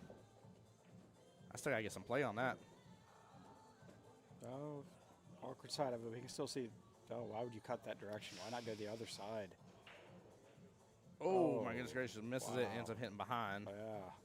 I don't know why you would go that. I would have called a timeout there if I was his captain and Yeah. quickly Yeah. corrected that.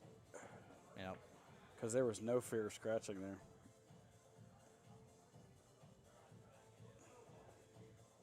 Good try by Wayne, but that may have just opened it up to get Toto 7 points on this rack, which is huge with the skill level difference. Yeah, 17-point difference in handicap there to begin with, and then now he's up 7-3. Yeah, he is. All right, while they're racking here, don't need to miss some of this action. Mr. Jeremy back to the table here. We don't have the official score update as of right this second on this. We know it was getting close. I dare say both gentlemen were probably down to needing only just a few points each. So we will see. We'll get an official team score update from this one here in a moment. Mr. Chris Casey for Stacks and Racks right there. Jeremy was on the screen just saying go for get your point. I'm just a little short there.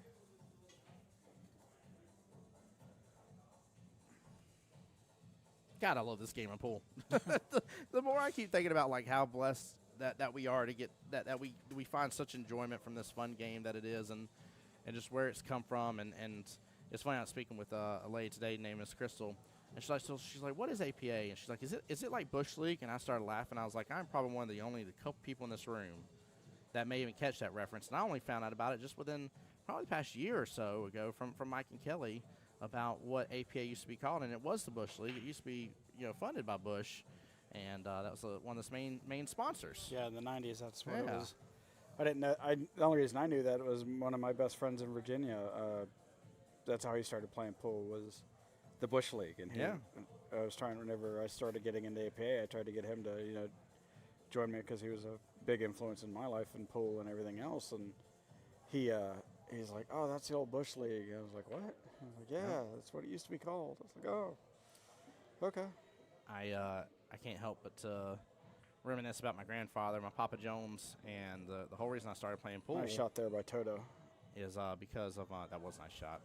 Is because of the fact that he would bring me to First Baptist Church of Tifton and to their Family Life Center there in Tifton, Georgia, and I would play on the pool tables. Now, granted, that's where also I got my bad habit that I shoot left-handed, even though I'm a right-handed person in all things in life.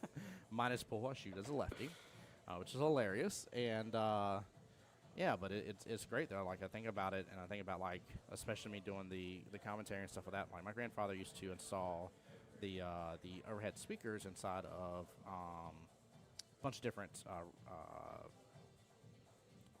I want to say restaurants, ain't restaurants, but like Publixes and stuff. Ain't Publix, but I can't think of the word. Anywho, those style of stores, and he was real big into audio, video, and stuff like that. And the only reason why I stopped repairing TVs is because he was partially colorblind, and when color TVs came out, that messed him up here for repairs. Yeah, that would not be helpful, would it? Nope, definitely messed him up for that. So, I think about the path I've been blessed to take, and then I think about my grandfather, without ever realizing how much of an influence he may have been in my life for all this other stuff. Here he is just showing up in my life, and I'm so thankful that we have APA in this community here in Jacksonville that we do to get to enjoy us. That's where my ADD brain is going back around to. So I love it. So that's how you got into pool. Your grandfather got you into it. Got you. Yep. I always played up there, and then always as well, like at church, back home in Kingsland and stuff. Like we had a pool table in the youth room, and next thing I know, a buddy of mine named Joe, when I worked at Best Buy, he was like, Tim, he's like, come play pool. He's like, just have fun, man. I was like, yeah, don't expect much from me. I was so nervous. I gave every excuse in the book we all give when trying to join a team and this, that, and the other. And next thing I know, a couple years after that, I was heading to Vegas. Shot by Wayne. Yeah, it worked. That was amazing. It was a very beautiful shot, 100% intended. And then same player. My team always calls this same player syndrome. Yep. Although I'm not sure if he intended for that shot. I think he was going for a defense, to be honest with you. I don't think he meant to make that corner pocket. But you know what? It looked good. I was about to say, it looked great. It works. If it wasn't intended, it definitely looked like it was, though. It works if you work it. Oh, got behind that ball just a hair.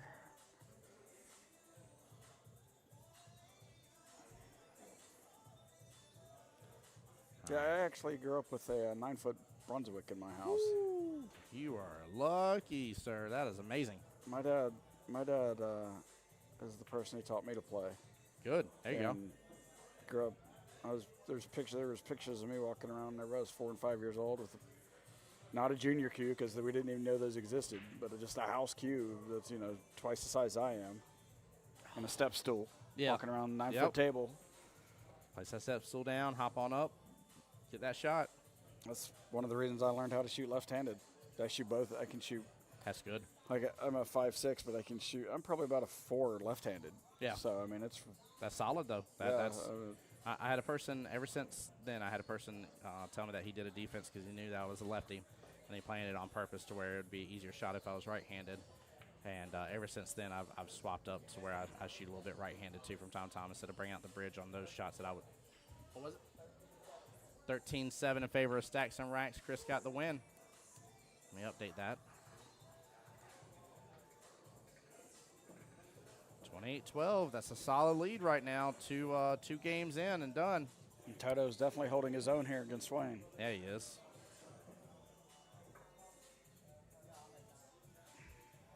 All right, let's see. Find out what they got as the score for this one. So I think I gave one too many points.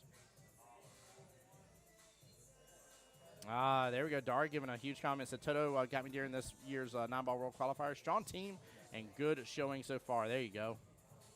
Bad Leroy James Brown is here watching the action. Glad he's getting to enjoy it. He just can't not hang out here. He's always at Beaches Qball. Who was in first and second with you? Perry Poe. So nice. So both James Brown and Perry Poe played in the regular Sunday tournament at Qball. And they split first and second together. Nicely done, sir. Congrats. I like that. Let's see if Robbie. David Nebraska got third.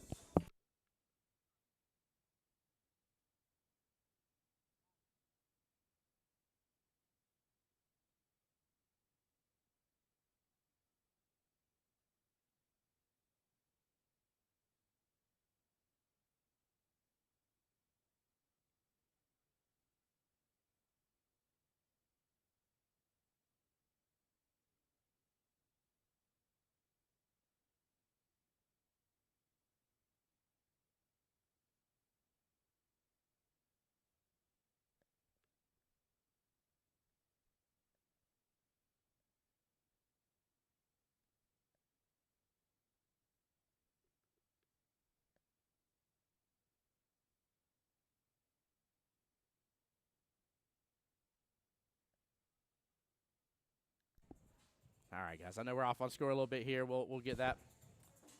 Oh, Samantha Shea asking, did anyone hit the break and run at OG? You're talking about the broke dry. Both pots broke dry. Yeah, one of the pots is like astronomical, right? 10K. $1,000 a ball, yeah. 1,000 a ball. Yeah. Wait, where is this? I need to get involved in this. OG Qball. Well, they used to have the Saturday or Sunday's tournament. Sorry, Sunday tournament here at Beaches. They've moved it over to OG now on Sundays. But yeah, one of their break and run pots. Sorry, not regular break and run. Break and run pots is over 10 grand. That's amazing. Yeah, it's definitely something. I mean, this is why I love our host locations, guys. lots to do, lots to take advantage of right now. A lot of pool to be played and had. There you go. Looks like Wayne's finally getting his stroke in, and yeah. Now, I love, which he ain't got to, but I love the 3-rail on this. It looks so good. He's just gonna pull it, keep it simple. Hitting it naturally should put him on the right side of the 9. Yep. Oh, wow. Slow down. Whoa. Slow down. A little side English in there about bit him in the butt. Yeah. I was like, he's supposed to overshoot this. 1 second. Oh, no.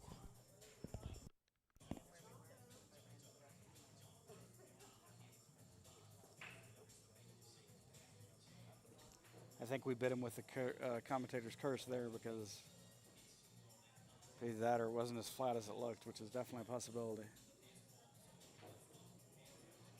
That's what Toto can do with the bridge here.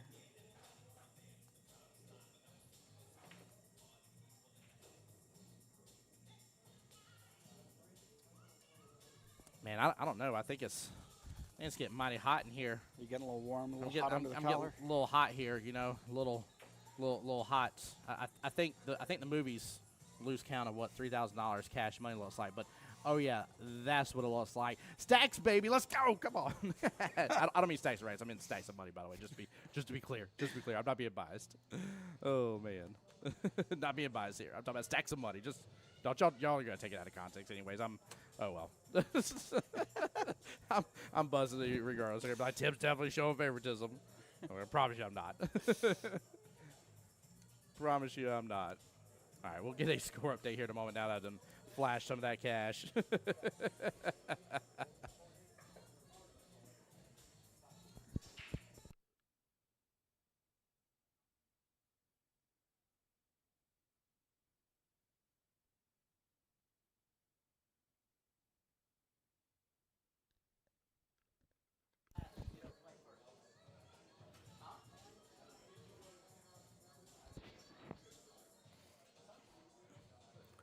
Tim had to step away for a second, but we're continuing with the match here between Toto and Wayne.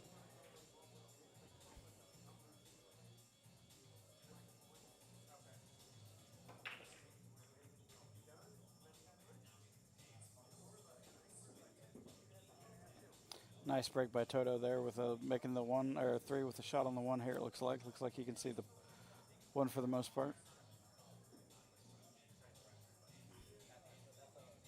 Hold on 1 second, taking away from.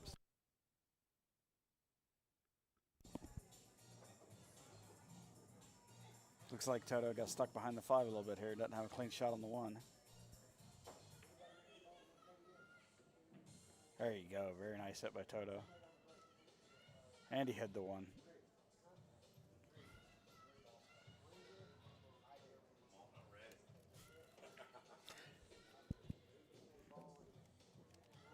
I'm cold as ice right now, baby. Woo! Yeah, this ain't no Monopoly money, baby. So you show it to the camera? I did. I showed it to the camera, yep. Yep, had to.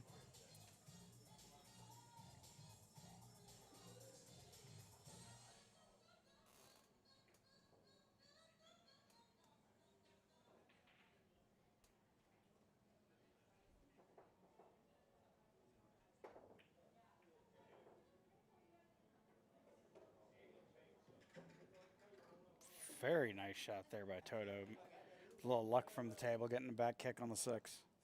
See what he can do here with the 1.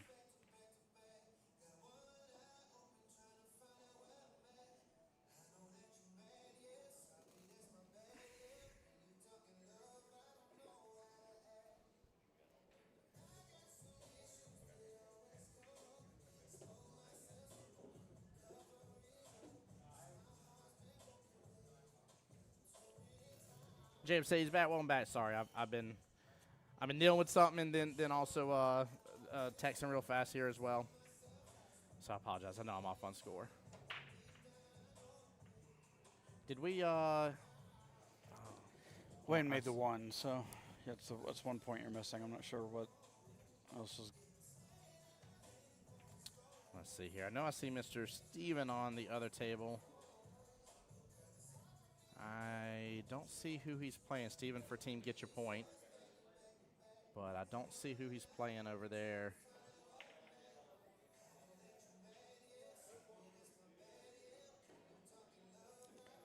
Toto starting to get a little luck here. Sure that's going to make Mr. Wayne very happy.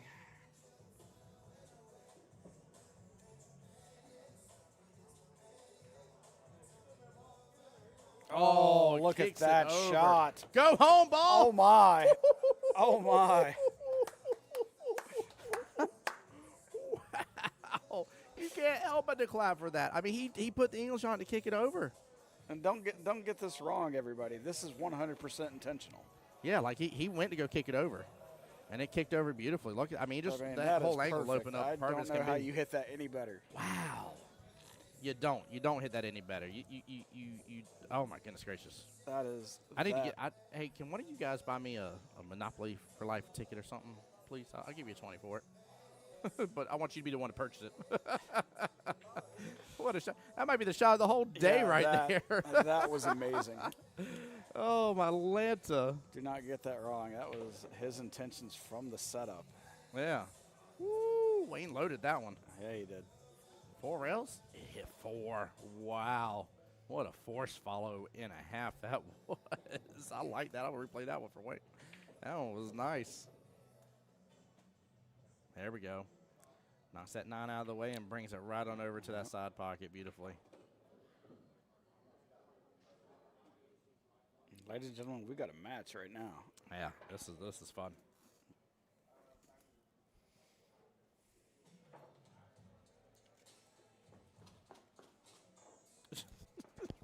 You ready? All right, go for it, brother. Appreciate you, Tommy, by the way. Huge shout out again, Mr. Tommy here, coming on over to the live stream, helping me out. Oh, Tommy, before you leave, by the way, when we're over here, I need to get a selfie with us. I always like posting the pictures of who all joins me in the booth, so please. I'm bad about that, guys. Y'all, anytime y'all come and join me in the booth, I always want to commemorate it and make sure I'm posted and everything and tell you guys thank you from the bottom of my heart. It helps me out a lot, so I appreciate y'all. All right. Good break here overall, but nothing drops. I know I don't have the score here. We'll get it up to date after this rack, though. I promise you guys, because I know I'm off somewhere. Oh. I gave the point too fast.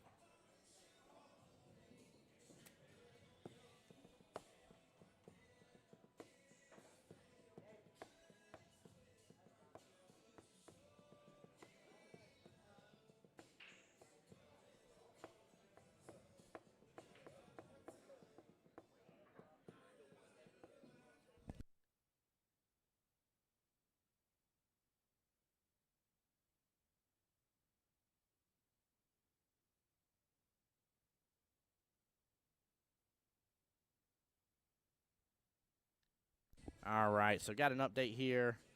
So it is Mr. Matthew Powell versus Stephen Pavanda over there on the other table, up 9-1 in the 31-25 race. So that make it 22-20 race, or 22-24. Sorry. Oh, Wayne got robbed on that one. It was a good shot though.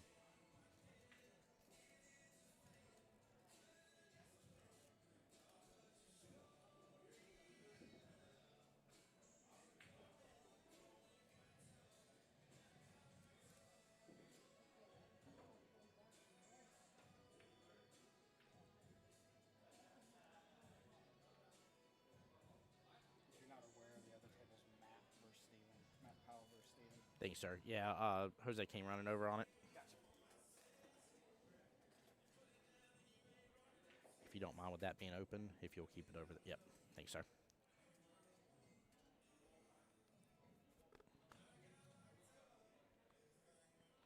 All right, Tommy, let's get this stuff in there. Gotcha. Appreciate you, brother. Yes, sir.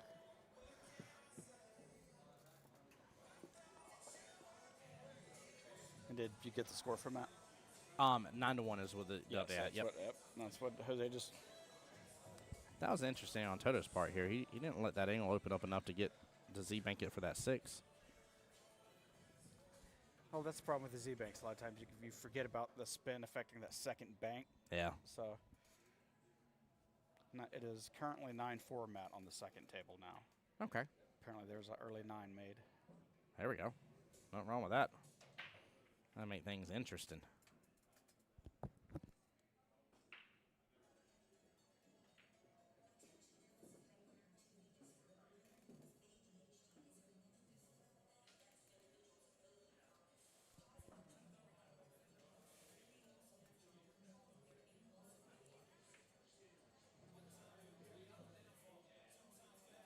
All right, guys, we're going to get a official score update over here. Give me one second. I'll mute up. Time. I'm going to leave you for a moment.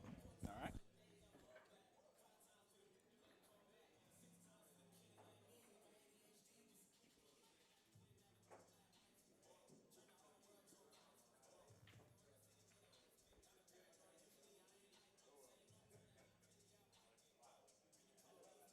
See what Wayne does on the break here. So see if he can start pulling away, make up the difference between himself and Toto. A 17-point difference is big.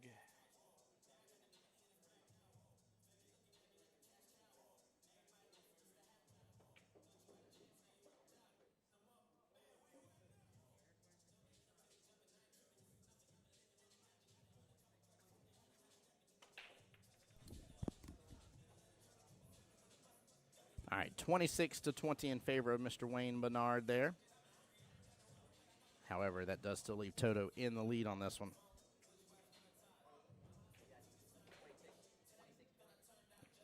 Thank you, Robbie.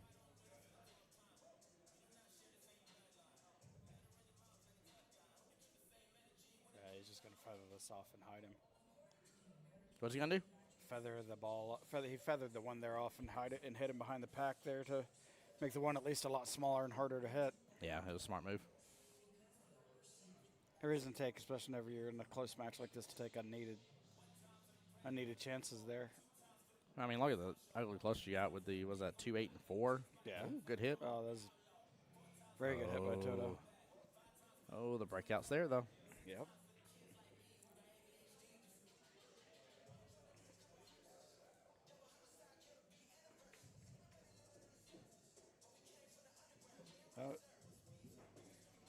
Interesting. If he didn't go for the breakout, or if he went for the breakout and under hit it, one of the two. I don't. So he didn't want the breakout. He just played defense right there. So he potted the ball, made it. Then on his next shot, he picked up and handed the ball in hand. So potted first, shot 1, shot 2, picked up ball, handed ball in hand. That's defense shot. So he didn't want to even deal with it. He didn't think he'd get a good breakout on it. And he said, I will let you do the work for me. But Toto didn't really do any damage there by doing that either. Yeah. He broke the balls up, but I mean, really didn't leave Wayne a whole lot. Left in that little carom action. You got to be careful leaving that for Wayne, though. He is good at taking advantage of those. Sees it, knows it, loves it. Makes it happen, Captain.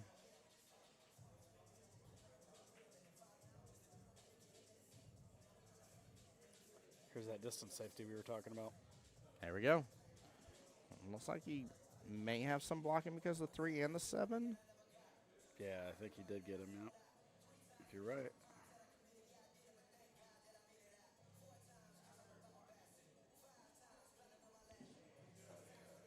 See if Toto can make this one real kick. Oh, good hit.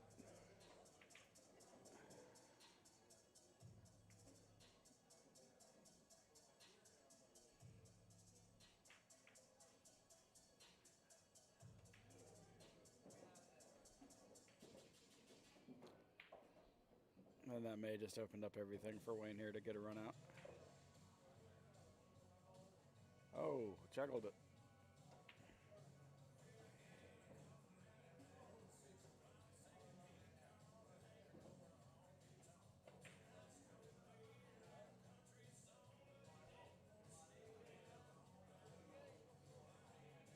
Oh, he's going, no. You can see around the 9. Looks like Wayne can see around the 9 there. He almost got blocked by it.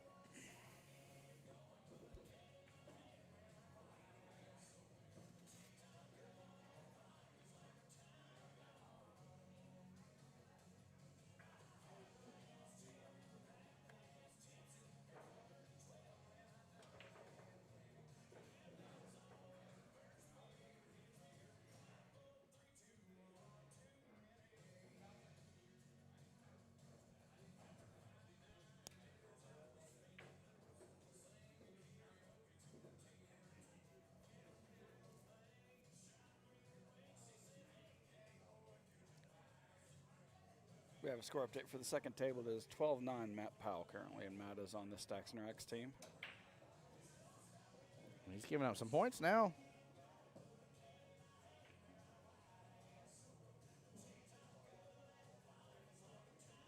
And Stevens making a beautiful comeback on him. So it looks like Stevens keeping up from what he did in the last match. Yeah. Where he shot really well. Yeah, he did shoot extremely well.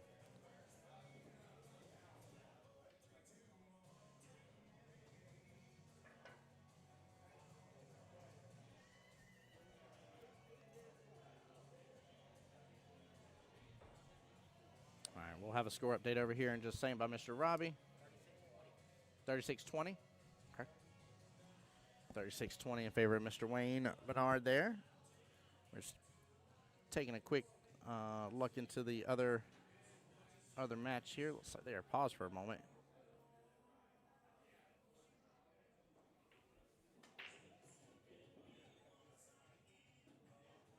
we go. Wayne gets hold of it good. 4 is going to bump the 1 just a tiny bit. Still keeps it in view, though, but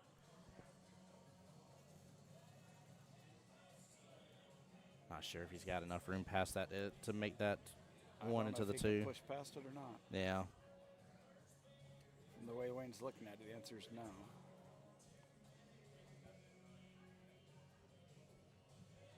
Sorry.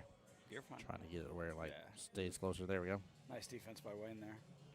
Yeah, that was beautiful. Well played.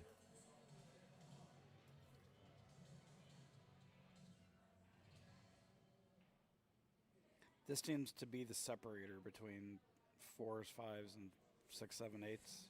Yeah. Is their ability to just switch into a defensive mode, and usually their defenses are so quality. They really are. You're right about that. Absolutely right about that. Makes a world of difference.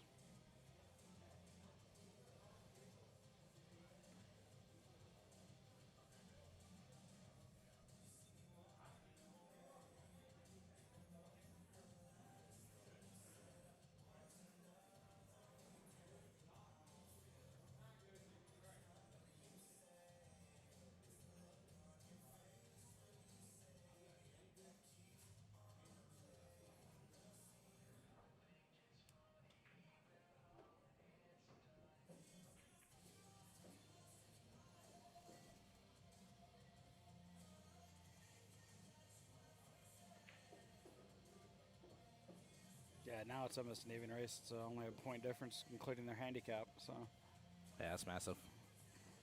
Wayne has absolutely come back on this one, which is nice to see. Jacob, this is the finals, sir. This is finals. Now, if you're asking how many more matchups are left in this, this matchup that we're watching right here on the screen is matchup number 3. Matchup number 4 is going at the same time, so they will only have one additional matchup here between their players after this. But it really depends on how all this goes. So we might see a good, close, tight, close match here after it's all said and done, and then again we might see Stacks and Rack pull ahead from here. But Wayne's fighting this one. He's fighting good. Wayne is putting his team on his back and trying to drag them back into this match. Yeah, him and Steven both are. Joe's got a lot to say about that, though.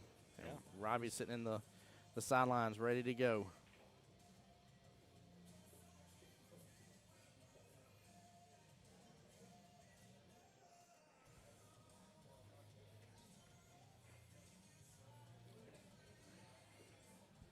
Beautiful shot. What Very a run. nice. Yeah. That run into the 7 was perfect. Goes for the bank. Almost gins it right in there. I don't think that bounced away enough. Wayne has a good opportunity on that. I think Wayne can cut this in the corner and then come back down table. Yeah.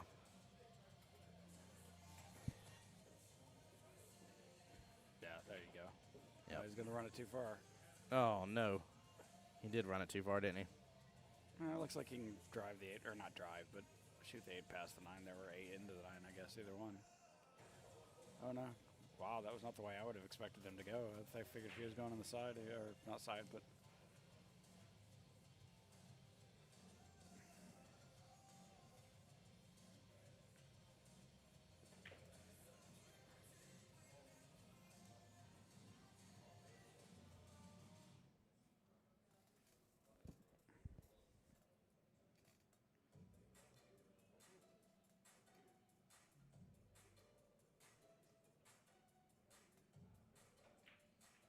I was looking up a lot of outside on this one. A really kick over. Oh, he runs right into the 9. Right yeah. into the 9 to set the 9 up perfectly. That was nice.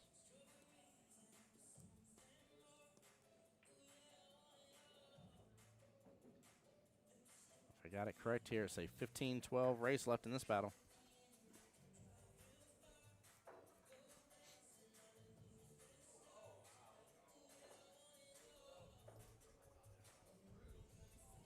So whenever you have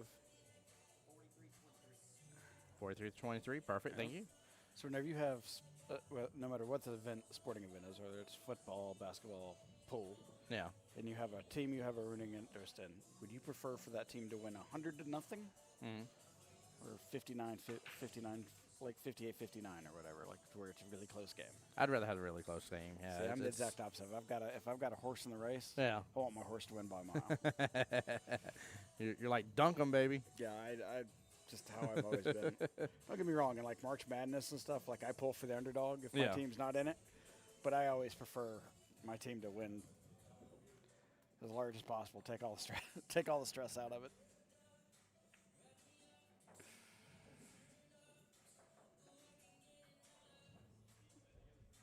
Toto's staying game here. He's not letting Wayne run away with it. He's doing everything he can to get this over as quickly as possible. Yeah, you gotta think even now a 12-8's devastating, right? That'd make it 40 to 20. Yeah, Mary Turner in here saying, love it. 2 Northside teams battling. Yes, ma'am. Now on the second table, we now got a score update of 17-14 Matt Powell. Okay. For Stacks and Racks. Let me see here again. I keep forgetting the skill levels. I know I've said it like 5 times, but I have to keep pulling up the sheet here. This one's a 4-3. Matt's a 4 and or 4-2. I'm sorry. Matt's a 4 and Steven's a 2. Steven's 3. That was 3. I apologize. Yep. Sorry, Steven. Didn't mean to rob you of a skill level there, buddy. So Matt's a 4 and he's at 17, so he needs 14 more. And what's Steven at? 14. So it is a 14-11 race left over there in that battle.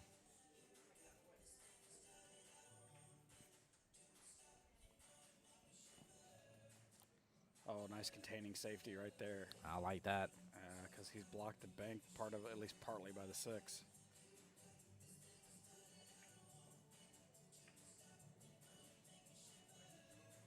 Oh. I don't know if that was... Yeah, I guess it was 4-ball first. Well, now it's being questioned. Yeah, I think it may have been the 8-ball first. It was close either way. Yeah. It's always questionable from our point of view, too. That's why I don't ever... Like some things are very obvious. It's like, nah, like that. Like clearly the other ball that you had in the equation clearly had to have moved first because of the direction it took. But when it's close and stuff like that, I don't like saying anything on the stream because we only have the one main camera angle. Yeah. Like, I apologize. No, don't you apologize. You're fine. You're good to say it. They handled it really well though. That was really good. Very well handled. Always better whenever it's just handled that quickly and. Mm-hmm.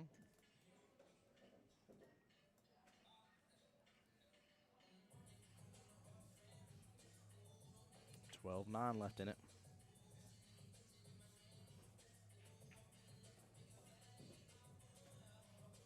There we go. Yeah, I think Wayne's. Oh no! Oh no! Oh no! That was his big break right there. I definitely spoke too soon there. I was about to say, I feel like Wayne's in stroke, and I guess he overstroked just a smidge. Ran straight into the pocket. Yep. No, don't pull out the bridge when you have ball in hand. No, just pull that cue ball back. Pull back just a little further where you're comfortable stretching across the table. And that's why. 100% why right there. Took a ball you should make 100 out of 100 times. Yep. Yeah, you added a whole nother XYZ access in the equation. Sometimes it's a case of KISS. Keep it simple. Yeah. He's going to feel more comfortable on this shot at least. Long distance, but I was about to say up his will well. Oh, Don't boy. do it. All right, it's rails opening. Yeah. Nope, it's gone. Wow, look at me speaking. Goodness gracious. My turn to speak out of turn. Wow.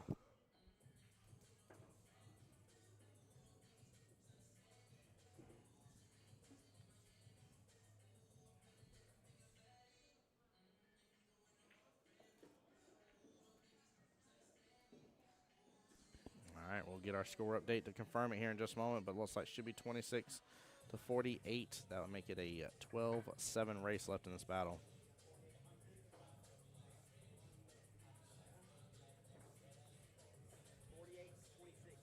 48-26, score confirmed. All right, let's pull up the old handy-dandy score sheet here. And 26 for Toto, skill level 5. That makes it a 15-5 split. He needs one more point to make it a 14-6. That'd be a little bit of a reversal right there. That'd be nice. That'll make things a little closer here for Get Your Point.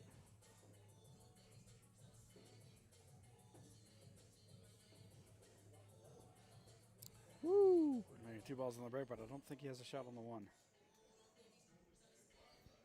Yeah, hooked up behind that 4. Oh, 1 rail kick. No. Drives right by it. Yeah, just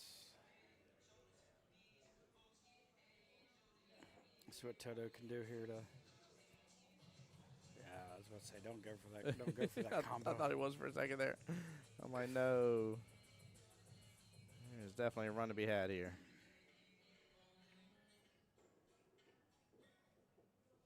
I don't know if he's going to draw this back enough.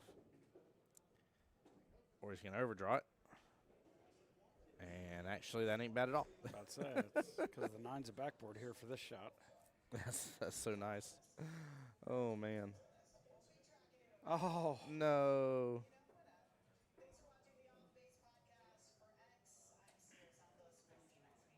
Very unfortunate. Just seeing swings where it's, okay, this should happen, and then just doesn't happen. Probably put a little inside draw on this. Come back towards the rail he's standing at. Yeah, or outside. I mean, yeah, there it is. Yeah, nice shot by Wayne. Yes, it was. 3 points left for him. This will be a good reversal right here with how everything's been going. Yeah.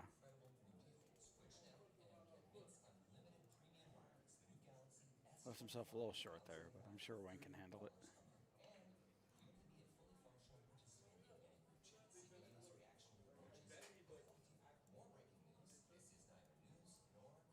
Let's see what Toto can do with this 6 ball. This is a little awkward here.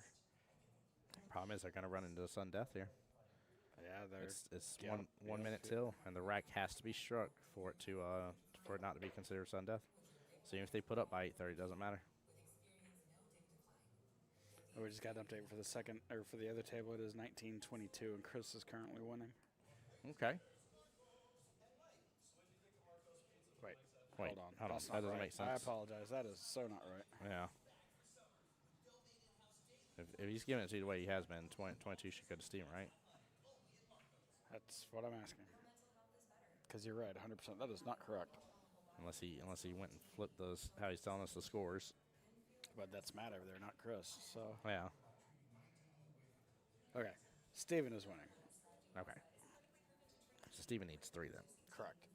And Matt needs 12? No. Oh, wow, I cannot add. Yes, it is 12. Okay.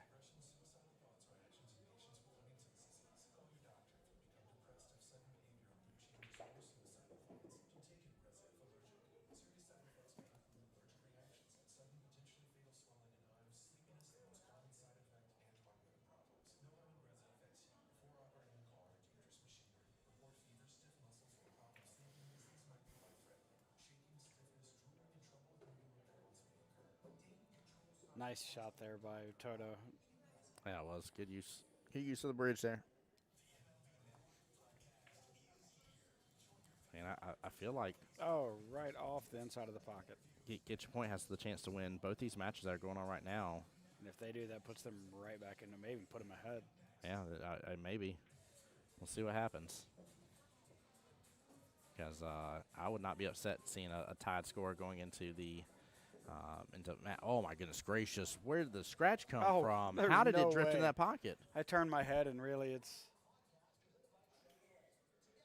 I showed the stream. I said it's getting so hot in here, but I'm cooling down. I cannot believe that scratch just went like that.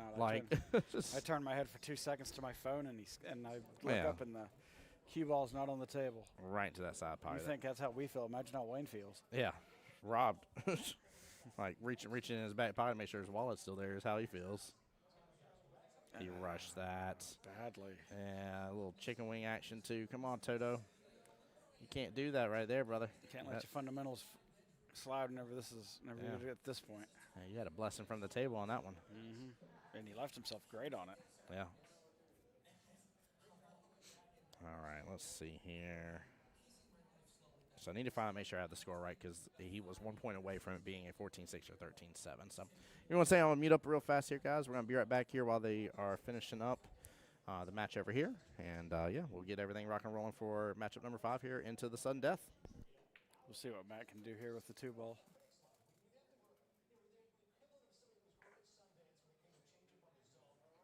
All right.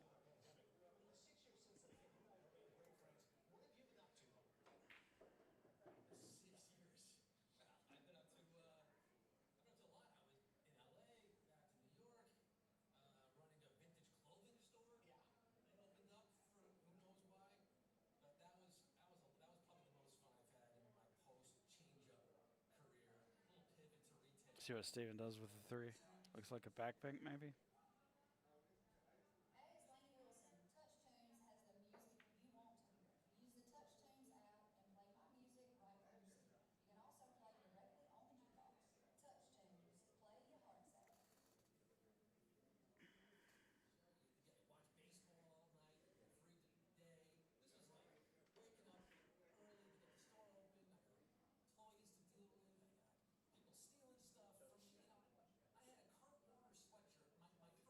It's like maybe a little frustration's creeping in here, but it's okay. I think Matt may have left him a little awkward.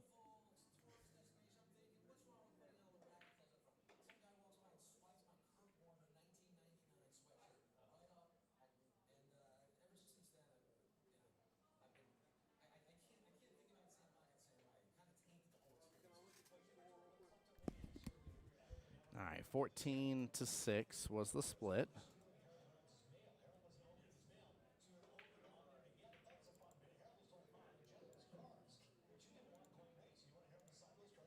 Go ball. I believe Steven needs one more ball if he makes this 3-ball. There we go. And you are right. Apparently I was wrong. He needed that was it. The 3-ball was it. Okay, I thought you meant 3-ball was the last one. All right, we'll find out what the split is on that one too, guys. Give us a second here. We're going to go back to this screen here real fast, find out who they're putting up, but we'll be right back. The final score on that game was 25-20. 25-20. Yep. So Matt was a 4. He had 25. Thank you, sir. Let's do it right now. 13-7.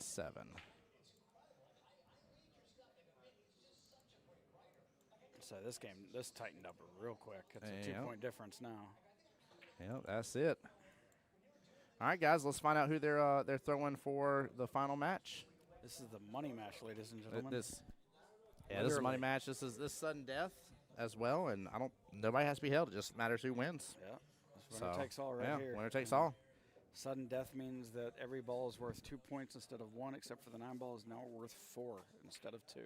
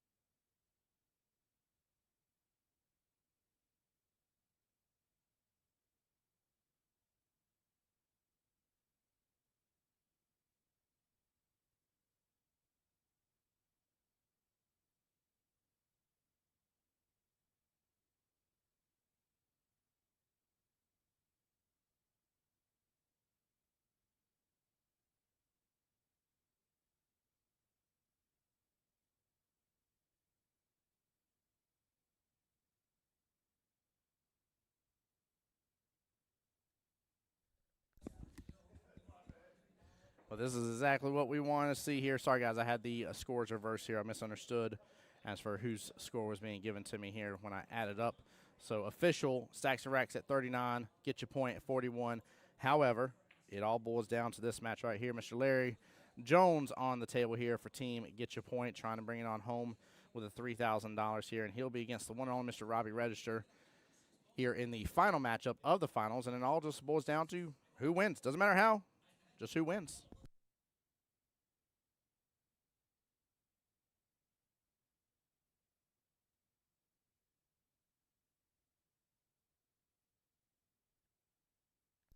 All right, guys. I think there was a quick restroom break or something happening here, so I'm going to get this up to date. But I believe they're both 5s. Larry 5, Robbie 5. They're both 5s.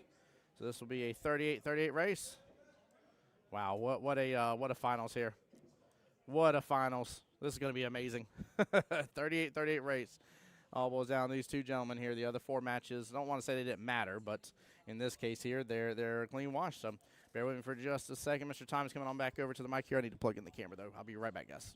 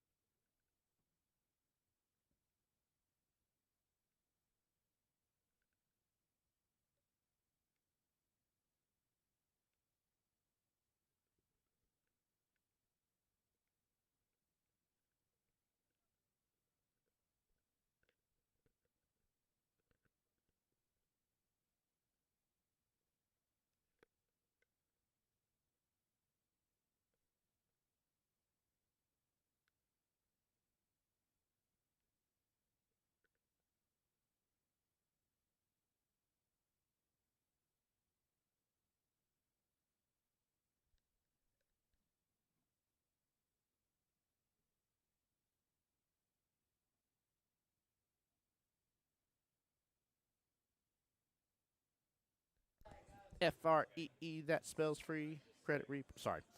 Hey, what's up, everybody? Welcome back. What's free? I got a stupid creditreport.com baby song stuck in my head because it showed up on TikTok like 2 weeks ago. It's been playing like a nasty reel in my head. Oh. Miss Marianne, she said this is the finals. This is the finals. Not only is this the finals, it's the final matchup of the finals, in which not only is it the final matchup of the finals for the $3,000, but it's also the it's also sudden death, and it is also the last matchup. And it's for $3,000. And you left out an and. And Am I loud enough? Okay. And somebody has to actually woo. sorry. I was like, I don't know if that Hot was yours. mic. My bad. Somebody actually has to win. Yeah. Like, you don't so have to hold this is nobody. like the whole package in one. This is why I wanted to get on the mic. I was like, ooh, this is a fun one. This is good. This comes down to the wire. This is what we want to see in the finals. Yes. Plus, many of you have probably received texts from me today, and I'm tired of texting. Yeah, I looked quickly at our chat system. I said, nope, close it. I'm like, I'm not touching that not right now. I warned you before I started. You I did. said, You weren't ignore kidding. what's about to happen. You were not kidding. You were not kidding. I was like, goodness gracious. Oh, man. Mr. Tommy coming on back to the mic here with us as well. You guys let me know if you can't hear me, because to me, I'm muffled. Or I'm flat. That's what I am. I'm flat. A little flat. Yeah. Oh, here. I got you. Try again. Am I still flat? I don't want to sing out of key, Tim. Ooh, that's better. Me. But I can hear you perfectly fine now. All right, talk again for me, Tommy. Hello. Hello. Yeah, I took there was a little too much bass in yours there, Kelly. I had you. Oh, try again. Talk again. It's all about the beat. I don't know that song. No. It sounded like you were doing pretty good to me. Well, as soon as I got to the fourth word, I realized I didn't know what I was doing. So, hey, guys. Oh, I should not yell into the mic. I'm just wondering if we're going to play. Yeah, I don't know what they're waiting for. They're sitting there. Yeah. Are we arm wrestling? Are we doing our 50 card pickup? What's happening? Let me not yell in the mic. Hang on. Oh, now they're leaving us in suspense over here. Hey, guys. Hey. Stacks and Rocks. Are we going to play?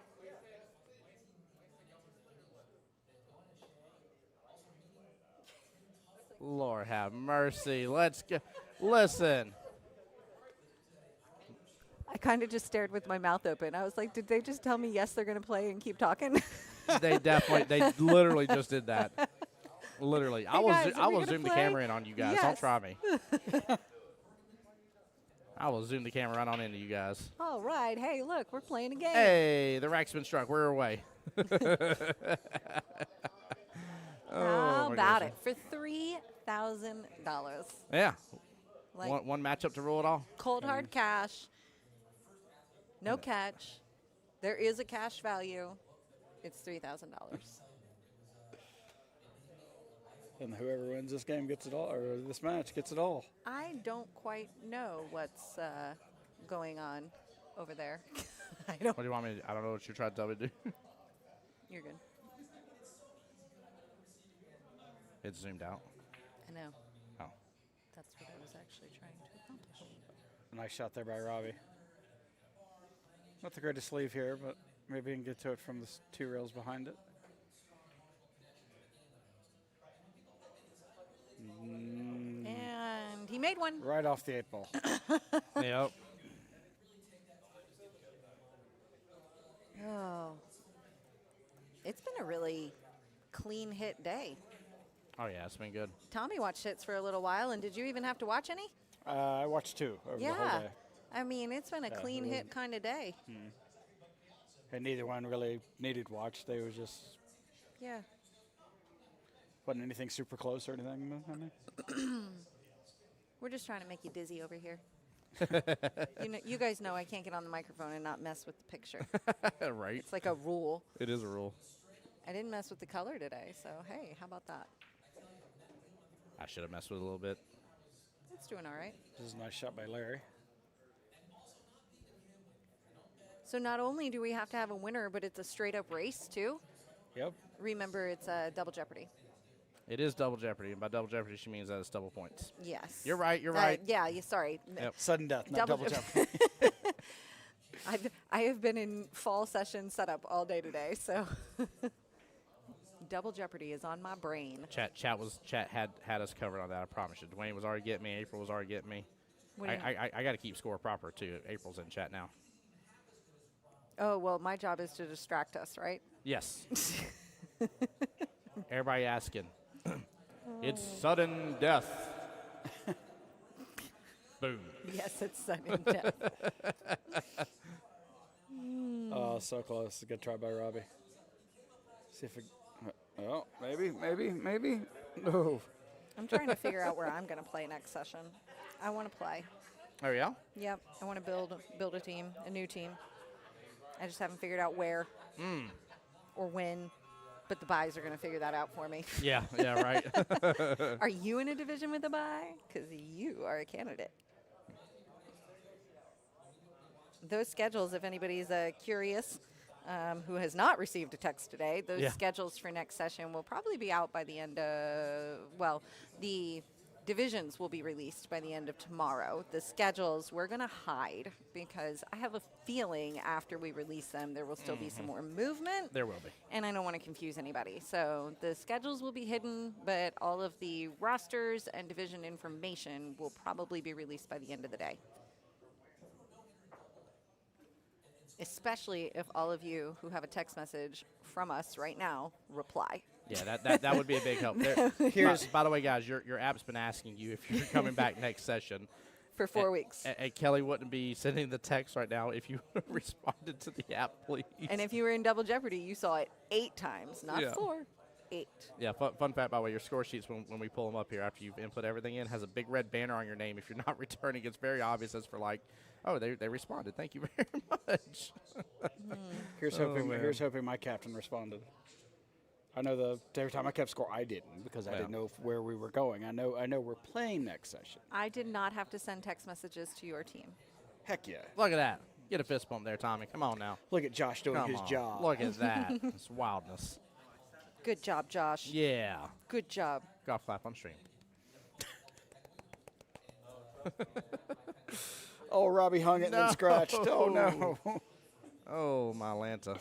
At least this time we didn't come in by. There hasn't been any scratches, and then Well, here we are. happens. Lord have mercy. Hey, Katrina. She says, hi, Tim and Kelly. Don't forget to say hi, Tom. She says, is this sudden death? Sudden death. I literally, as soon as you said that, I literally got 2 messages from 2 different people who were watching on stream, apparently. Is Yeah. this Is sudden this death? sudden death? They're trolling now. They're so trolling. You That's exactly know, why they're doing it. Maybe we need a little bit of a thing on the Like a little banner up scenes. here that says yeah, sudden like death? we just add sudden death, like, and then you know what? The first comment would be, "Is this sudden death?" Yeah, it still would be. It would be from Tim though, and I would screenshot it and circle it and point to Oh sudden no! Stay death. out of the side. Stay out of the side. I would make sure and tell people not to practice on tables here, so don't you worry about it. We're both taking digs at each other right now. It's okay. We're still friends. Oh man, That's funny. I definitely Right. did that. Don't mind me for just saying, guys. Y'all just be like, why is Tim being this excessive? I promise you I'm not. It just makes it clear if I enlarge it and then shrink it. I Oh, you're promise you. doing it. Cool. Oh, there you I- go. I know this isn't the most You professional know we're way still of doing it. we're but still going to get questions, right? We're gonna make it a lot smaller too, please.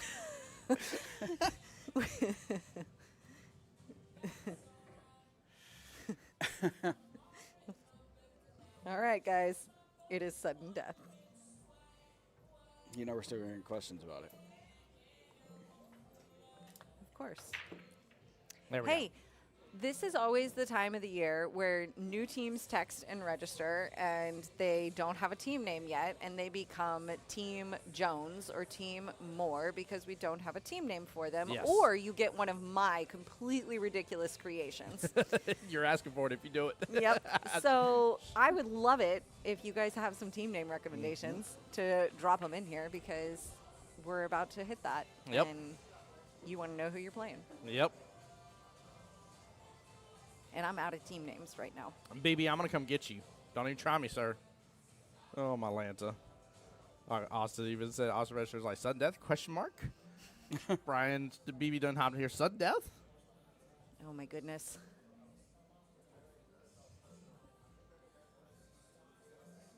It's a very quiet and serious vibe in here for all this cash. Yes, it is. 2 North Side teams battling it out.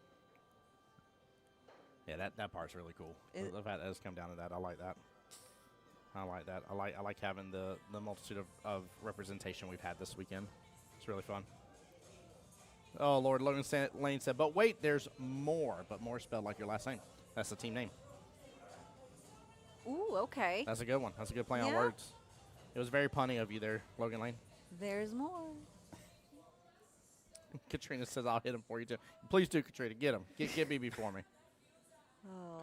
No, what you really do is you go to tell him, ask him if he wants cheese or not cheese sticks, but There's a nice shot by Robbie to accept for the leave.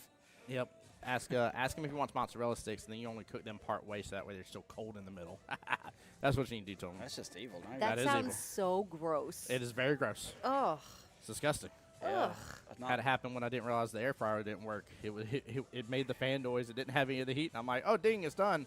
And like I went and grabbed it. I'm like, this ain't hot at all. I was like, Look at it's- this it's- shot by Robbie. Look at this shot by Robbie. Oh, Oh, Whoa. come that was on. a great try. So, Chris Nee said that's gonna leave a mark. Mom's got no. We can't do that, Mom one.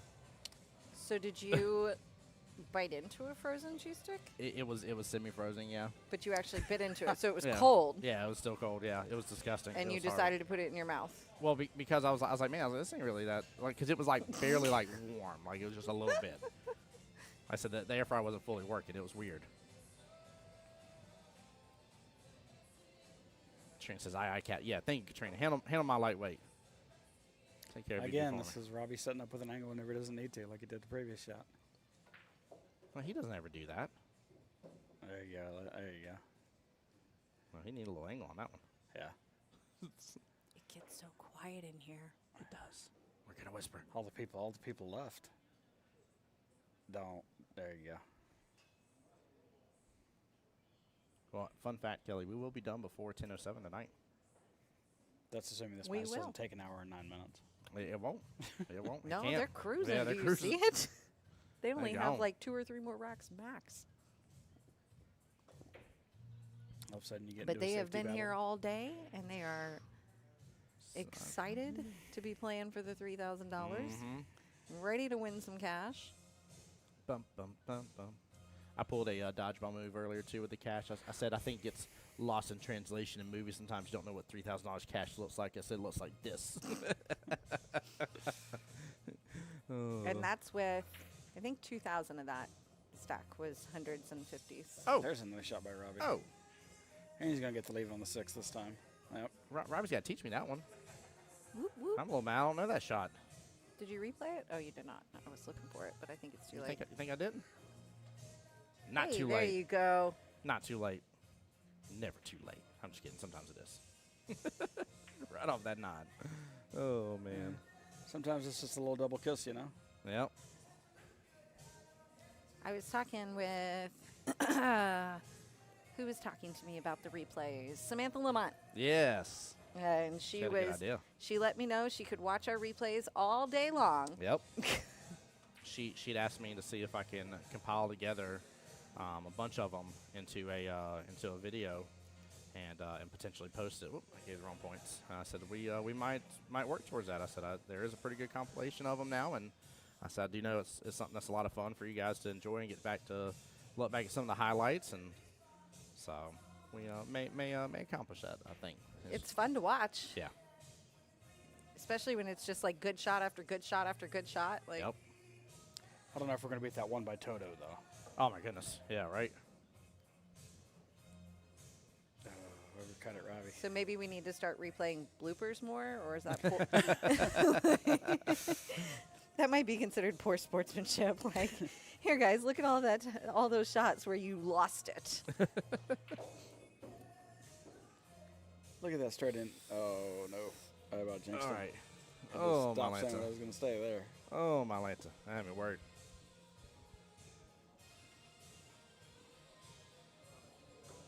I'm gonna lie, it's funny. I keep thinking something's going on with the tablet here. I keep looking at it because the TVs behind me are flashing off the screen. I'm like, what's happening with the camera? I keep looking down at my tablet real fast. I'm like, oh, Lord.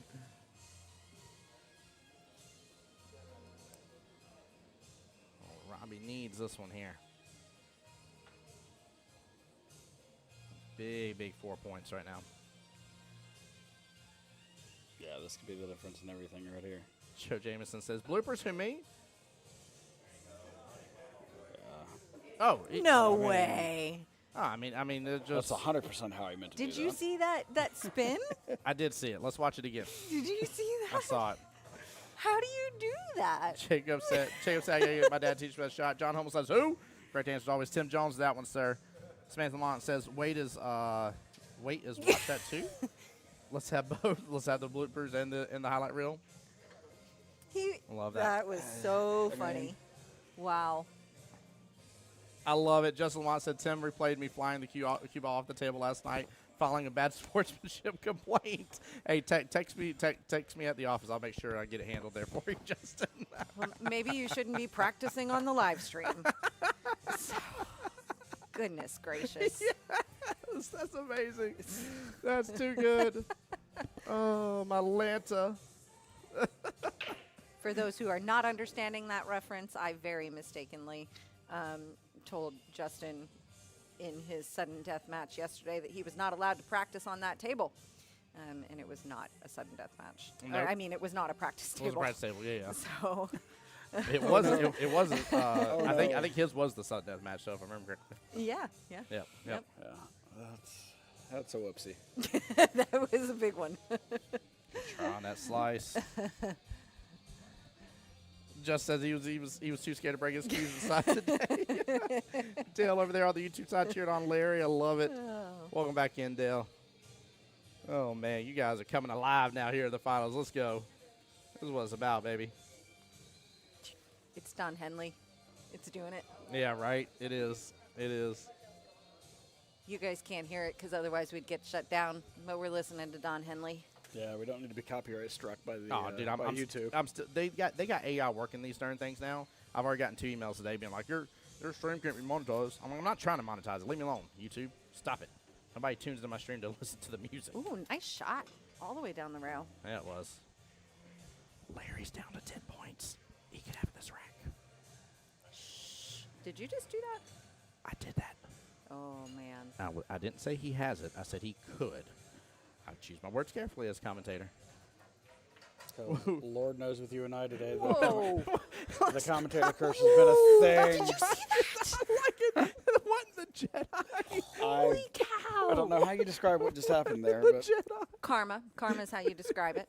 Robbie did that thing earlier with the 9-ball, and Larry got that out of the 4. It's like a karma fairness. He does the cue, and he's not Are even you walking in the speaking side words? pocket. I'm not. I'm dying over here. You know your job requires words, right? That was amazing. He literally like had his cue up. He's looking at the other end of the table. That 4 just go do do do do do. Then he looks over at it, drops. Oh, is this one gonna do it too? Oh my goodness! If it did, I was done. I was falling out my chair. Oh my gosh. Falling out my chair. some paranormal activity happening around here. Right? Oh my goodness. Mary called it. She Yeah. said Larry got some crazy game. He does. This is true. This is true. Making it in the normal pocket is not the game. That's not what either of these gentlemen want to do for this. Mary must have taught him.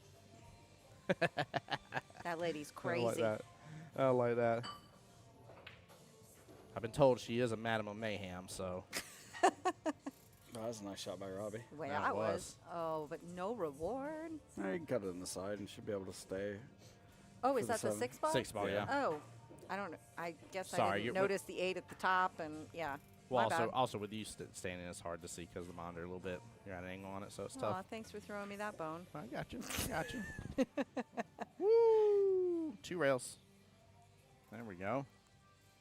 Set's going to phone because Pop's over there going to shoot too hard. Oh, Austin, better tell him to calm it down. Oh, he shot that Ooh, one. He nice shot that shot. one good Very pace. nice. Back He- around it, back around it, back around it. He Yep. needed that. He needed it. Gotta Oh. go. It's gotta go. Oh, that boy. bank's Oh, there. boy. Nah, don't bank it to the side pocket. You said bank it? Yeah, That's he- what he- I said. he I I said would bank bank it. it. I would bank it 100%. Nah, Yeah. side pocket. I think If you go for the side pocket, do a little bottom here, you have the chance that if you hit below the side pocket, the 9's going to sit up on there on the top rail. The But I Qball's think going the to come down scratch here. is much bigger if you go to the side pocket. Bottom. You use a little bottom. I understand that. Yeah, no, you're I put- think you don't- should just bank it in the side. No.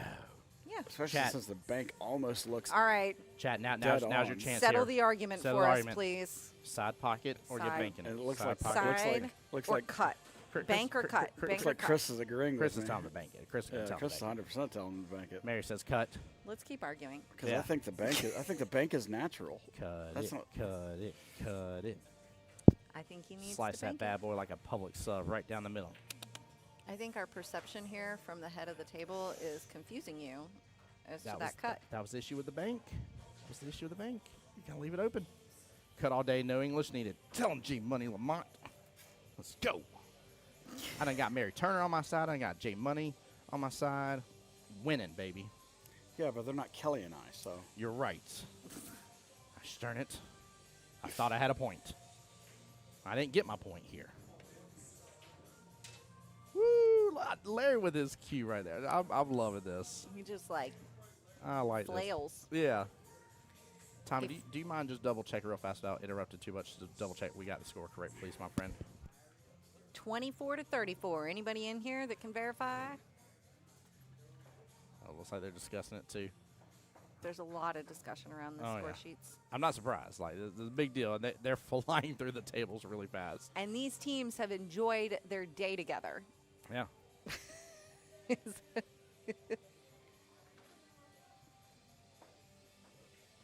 Oh man.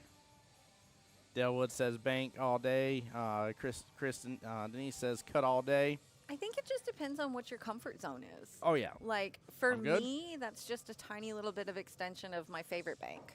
Yes. Yeah. I mean the bank's definitely set. You just had to pop into it though a little bit because it definitely opened a little on him. So That's where you look at your coach and say, nah, I'm going to do it this way. yeah. Well, that's the thing a lot of people don't remember is just because the coach tells you should shoot the shot this way. If you're not comfortable doing it, don't do it. Yeah. Confidence Shoot is what key. you're most comfortable Yep. with and most confident with. And there's a lesson to be learned on both sides of that as, Correct. like, the coach and the coachee as to how do you communicate that well, you know? Because it can be hard to say, like, I don't want to do what you're telling me to do right now because I don't think I can. Yeah. So,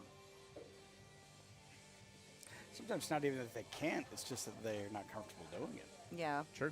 I'm more comfortable shooting like that. Take that shot. I'm more comfortable shooting the bank, or I'm more comfortable cutting it. Look at that. They're cut up with each other right now. Just because I can't see it or not comfortable with it, or like I said, hey, that scratch is a lot bigger if you cut it. So I am needed, so give me just a moment. Julie Potter says, I got you, Tim. There we go. well, apparently Kelly and I were outnumbered.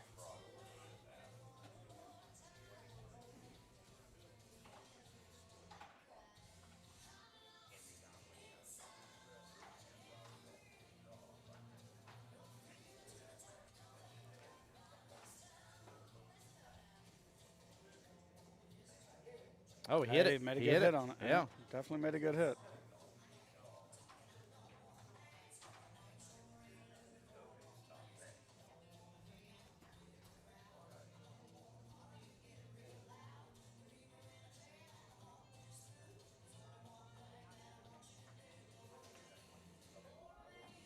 All right, 14-4. The wild thing is that changes in a blink of an eye. You know, three balls later, it could be 30-34. I was about to say, this is by far not even. Yeah, not over. We just needed to decide how to spend $3,000. Oh yeah. I'm Team down. meeting. I'm down for that team meeting. I already said we well, first I said Outback, but then I was like, nah, we got to go over to Texas Roadhouse, you know, and go get us some of them delicious honey butter rolls. So I want You're the steak going to win with the honey butter. $3,000 and go get the free rolls. Yeah, well, with my steak, of course. I'm buying a giant tomahawk steak. All right. That's what you call. That's what you call. But I want my budgeting. free rolls. And I want my rewards too. I'm a rewards program member. I'm getting my reward points too, okay? I don't even Gosh know darn it. how to respond to that. I want to win the money and go have the free rolls. Yeah. I'm trying not to spend it all in one place, Kelly. Come on now. And I'm going to get seconds. We talked about going to the Dollar Tree after this too, man. You can take out your whole kitchen in Dollar Tree with that money. Oh. Mary Turner wants. All right, guys. Oh, okay. So she's up in the stakes by $13. Yes, she is. Oh man. What would you do with $3,000, Tommy? Do you want free rolls or a $13 bloomin' onion? I got to go with the rolls on that one. Yeah, There we me go. too. There we go. Like, Although I'm I all like about the onion, but I like the bloomin' onion sauce. So, chat, are y'all team Outback or are you team Texas Roadhouse? Which one are you? Well, Yeah, because you can get free rolls at both. And you can get blue onions at both. They call them different things, but you can. They both Outback have has it. that brown bread. Mm-hmm. Yeah, that's good bread. Yep. I feel like somebody needs to play a little Phil Collins out of nowhere. So I can feel it coming in the air tonight. At your beck and call. Wait, you want to listen to that with 16 men in the room right now? hey, don't judge. Bill over there says Roadhouse. He's like, I'm just feeling it right now. What is that new TikTok trend? We listen but don't judge. Yeah. We listen but don't judge. When I went to my client's house, there's some of those funny ones. Yeah, I've heard some of those where you just can't repeat them on stream. No, you can't, but they're hilarious. Like That is a very true statement. there was a funny one where there was an electrical company, and they were like, when I went to my customer's house, I may have cut a cord to make the job more expensive. We listen, but we don't judge. And like they're having to put big letters. This is a joke, guys. We promise. I'm like, you gotta laugh about it because you know you've been accused of it at some point in time. You're like, that cord was cut there, ma'am. It's a 35-year-old AC system. That cord's probably been chewed through so many rats. It's crazy. Oh. Anywho, Tell you, I've Robbie's had some- doing his best to bring this back into a game. he is. I've had some run-ins with 10 to some 4. moles this summer. Yeah. 3 of them in Yeah, one the summer. The moles have been wild. 2 of them have been drowned in the pool. Oh no. One of them I hit with the lawnmower. Oh no. It was so. It gets worse. It was so gross. Yeah. What you don't want to hit with a lawnmower, anything living. It was so gross. Like, And then I had to clean it up because of the dogs and. Oh no. yeah, you're not making the story any We're not. better. We're not. Oh, just get in the corner. For the win, he almost backbanked into the bottom left-hand corner pocket. Larry's would've my been- hero. That would have been a heck of my a way to Lanta. lose right Whoa. there. Larry's my hero. We share the same last name. Larry's my full hero. Done. Oh no. Oh, okay. No, that's As perfect. Yeah. I was worried. My brain just started seeing the straight follow. It's like, oh no. Oh man. Wow, it is going to come down to it. Yes, it Look at is. these two.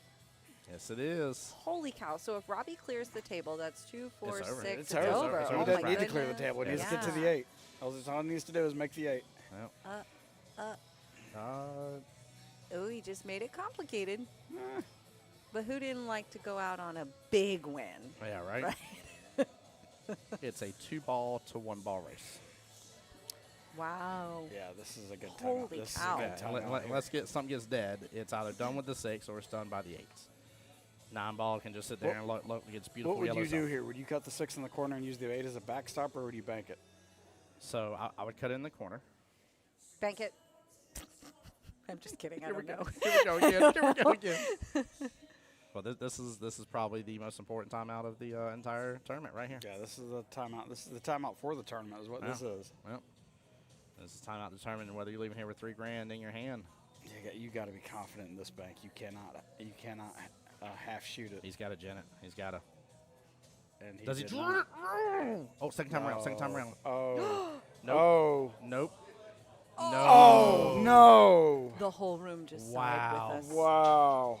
Wow. For $3,000. Here it is. Get your point. Get your gets the point. money. Got it. Get the point, Congratulations. gets the money. All right. Congrats, That's it. guys. That's all she wrote. Big congrats, guys. Wow. Way to go, teams. What a day. What a day. Wow, that was amazing. That was amazing for sure. Goodness gracious, great balls of fire. Congratulations to Get Your Point, man. Well fought. Great job. Wayne's like, no autographs. I'm not going to ask for one, Wayne. I will. I'll ask for autograph. Wayne, I want your autograph. That's gracious. On my forehead. Well, congratulations. Get your point. I love it, man. You see him over there celebrating a little bit here. Tim, Big- thanks for having me. Yeah, Tommy, thank you, brother. I appreciate you so much. Guys, Tim Jones here on behalf of Jacksonville APA, the home to the Voice of Jacksonville Pool, guys. I hope you all enjoyed the Elite Cup.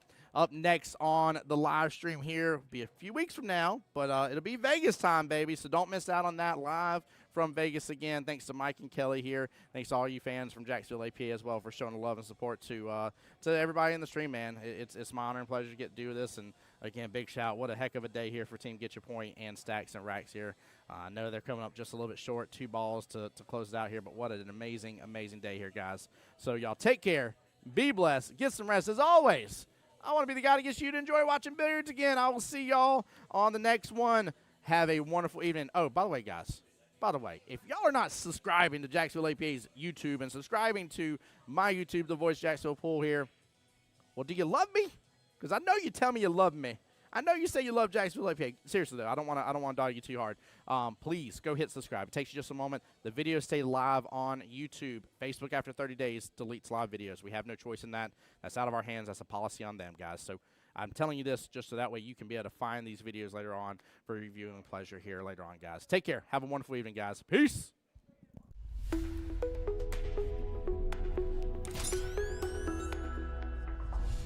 The voice of Jacksonville Pool.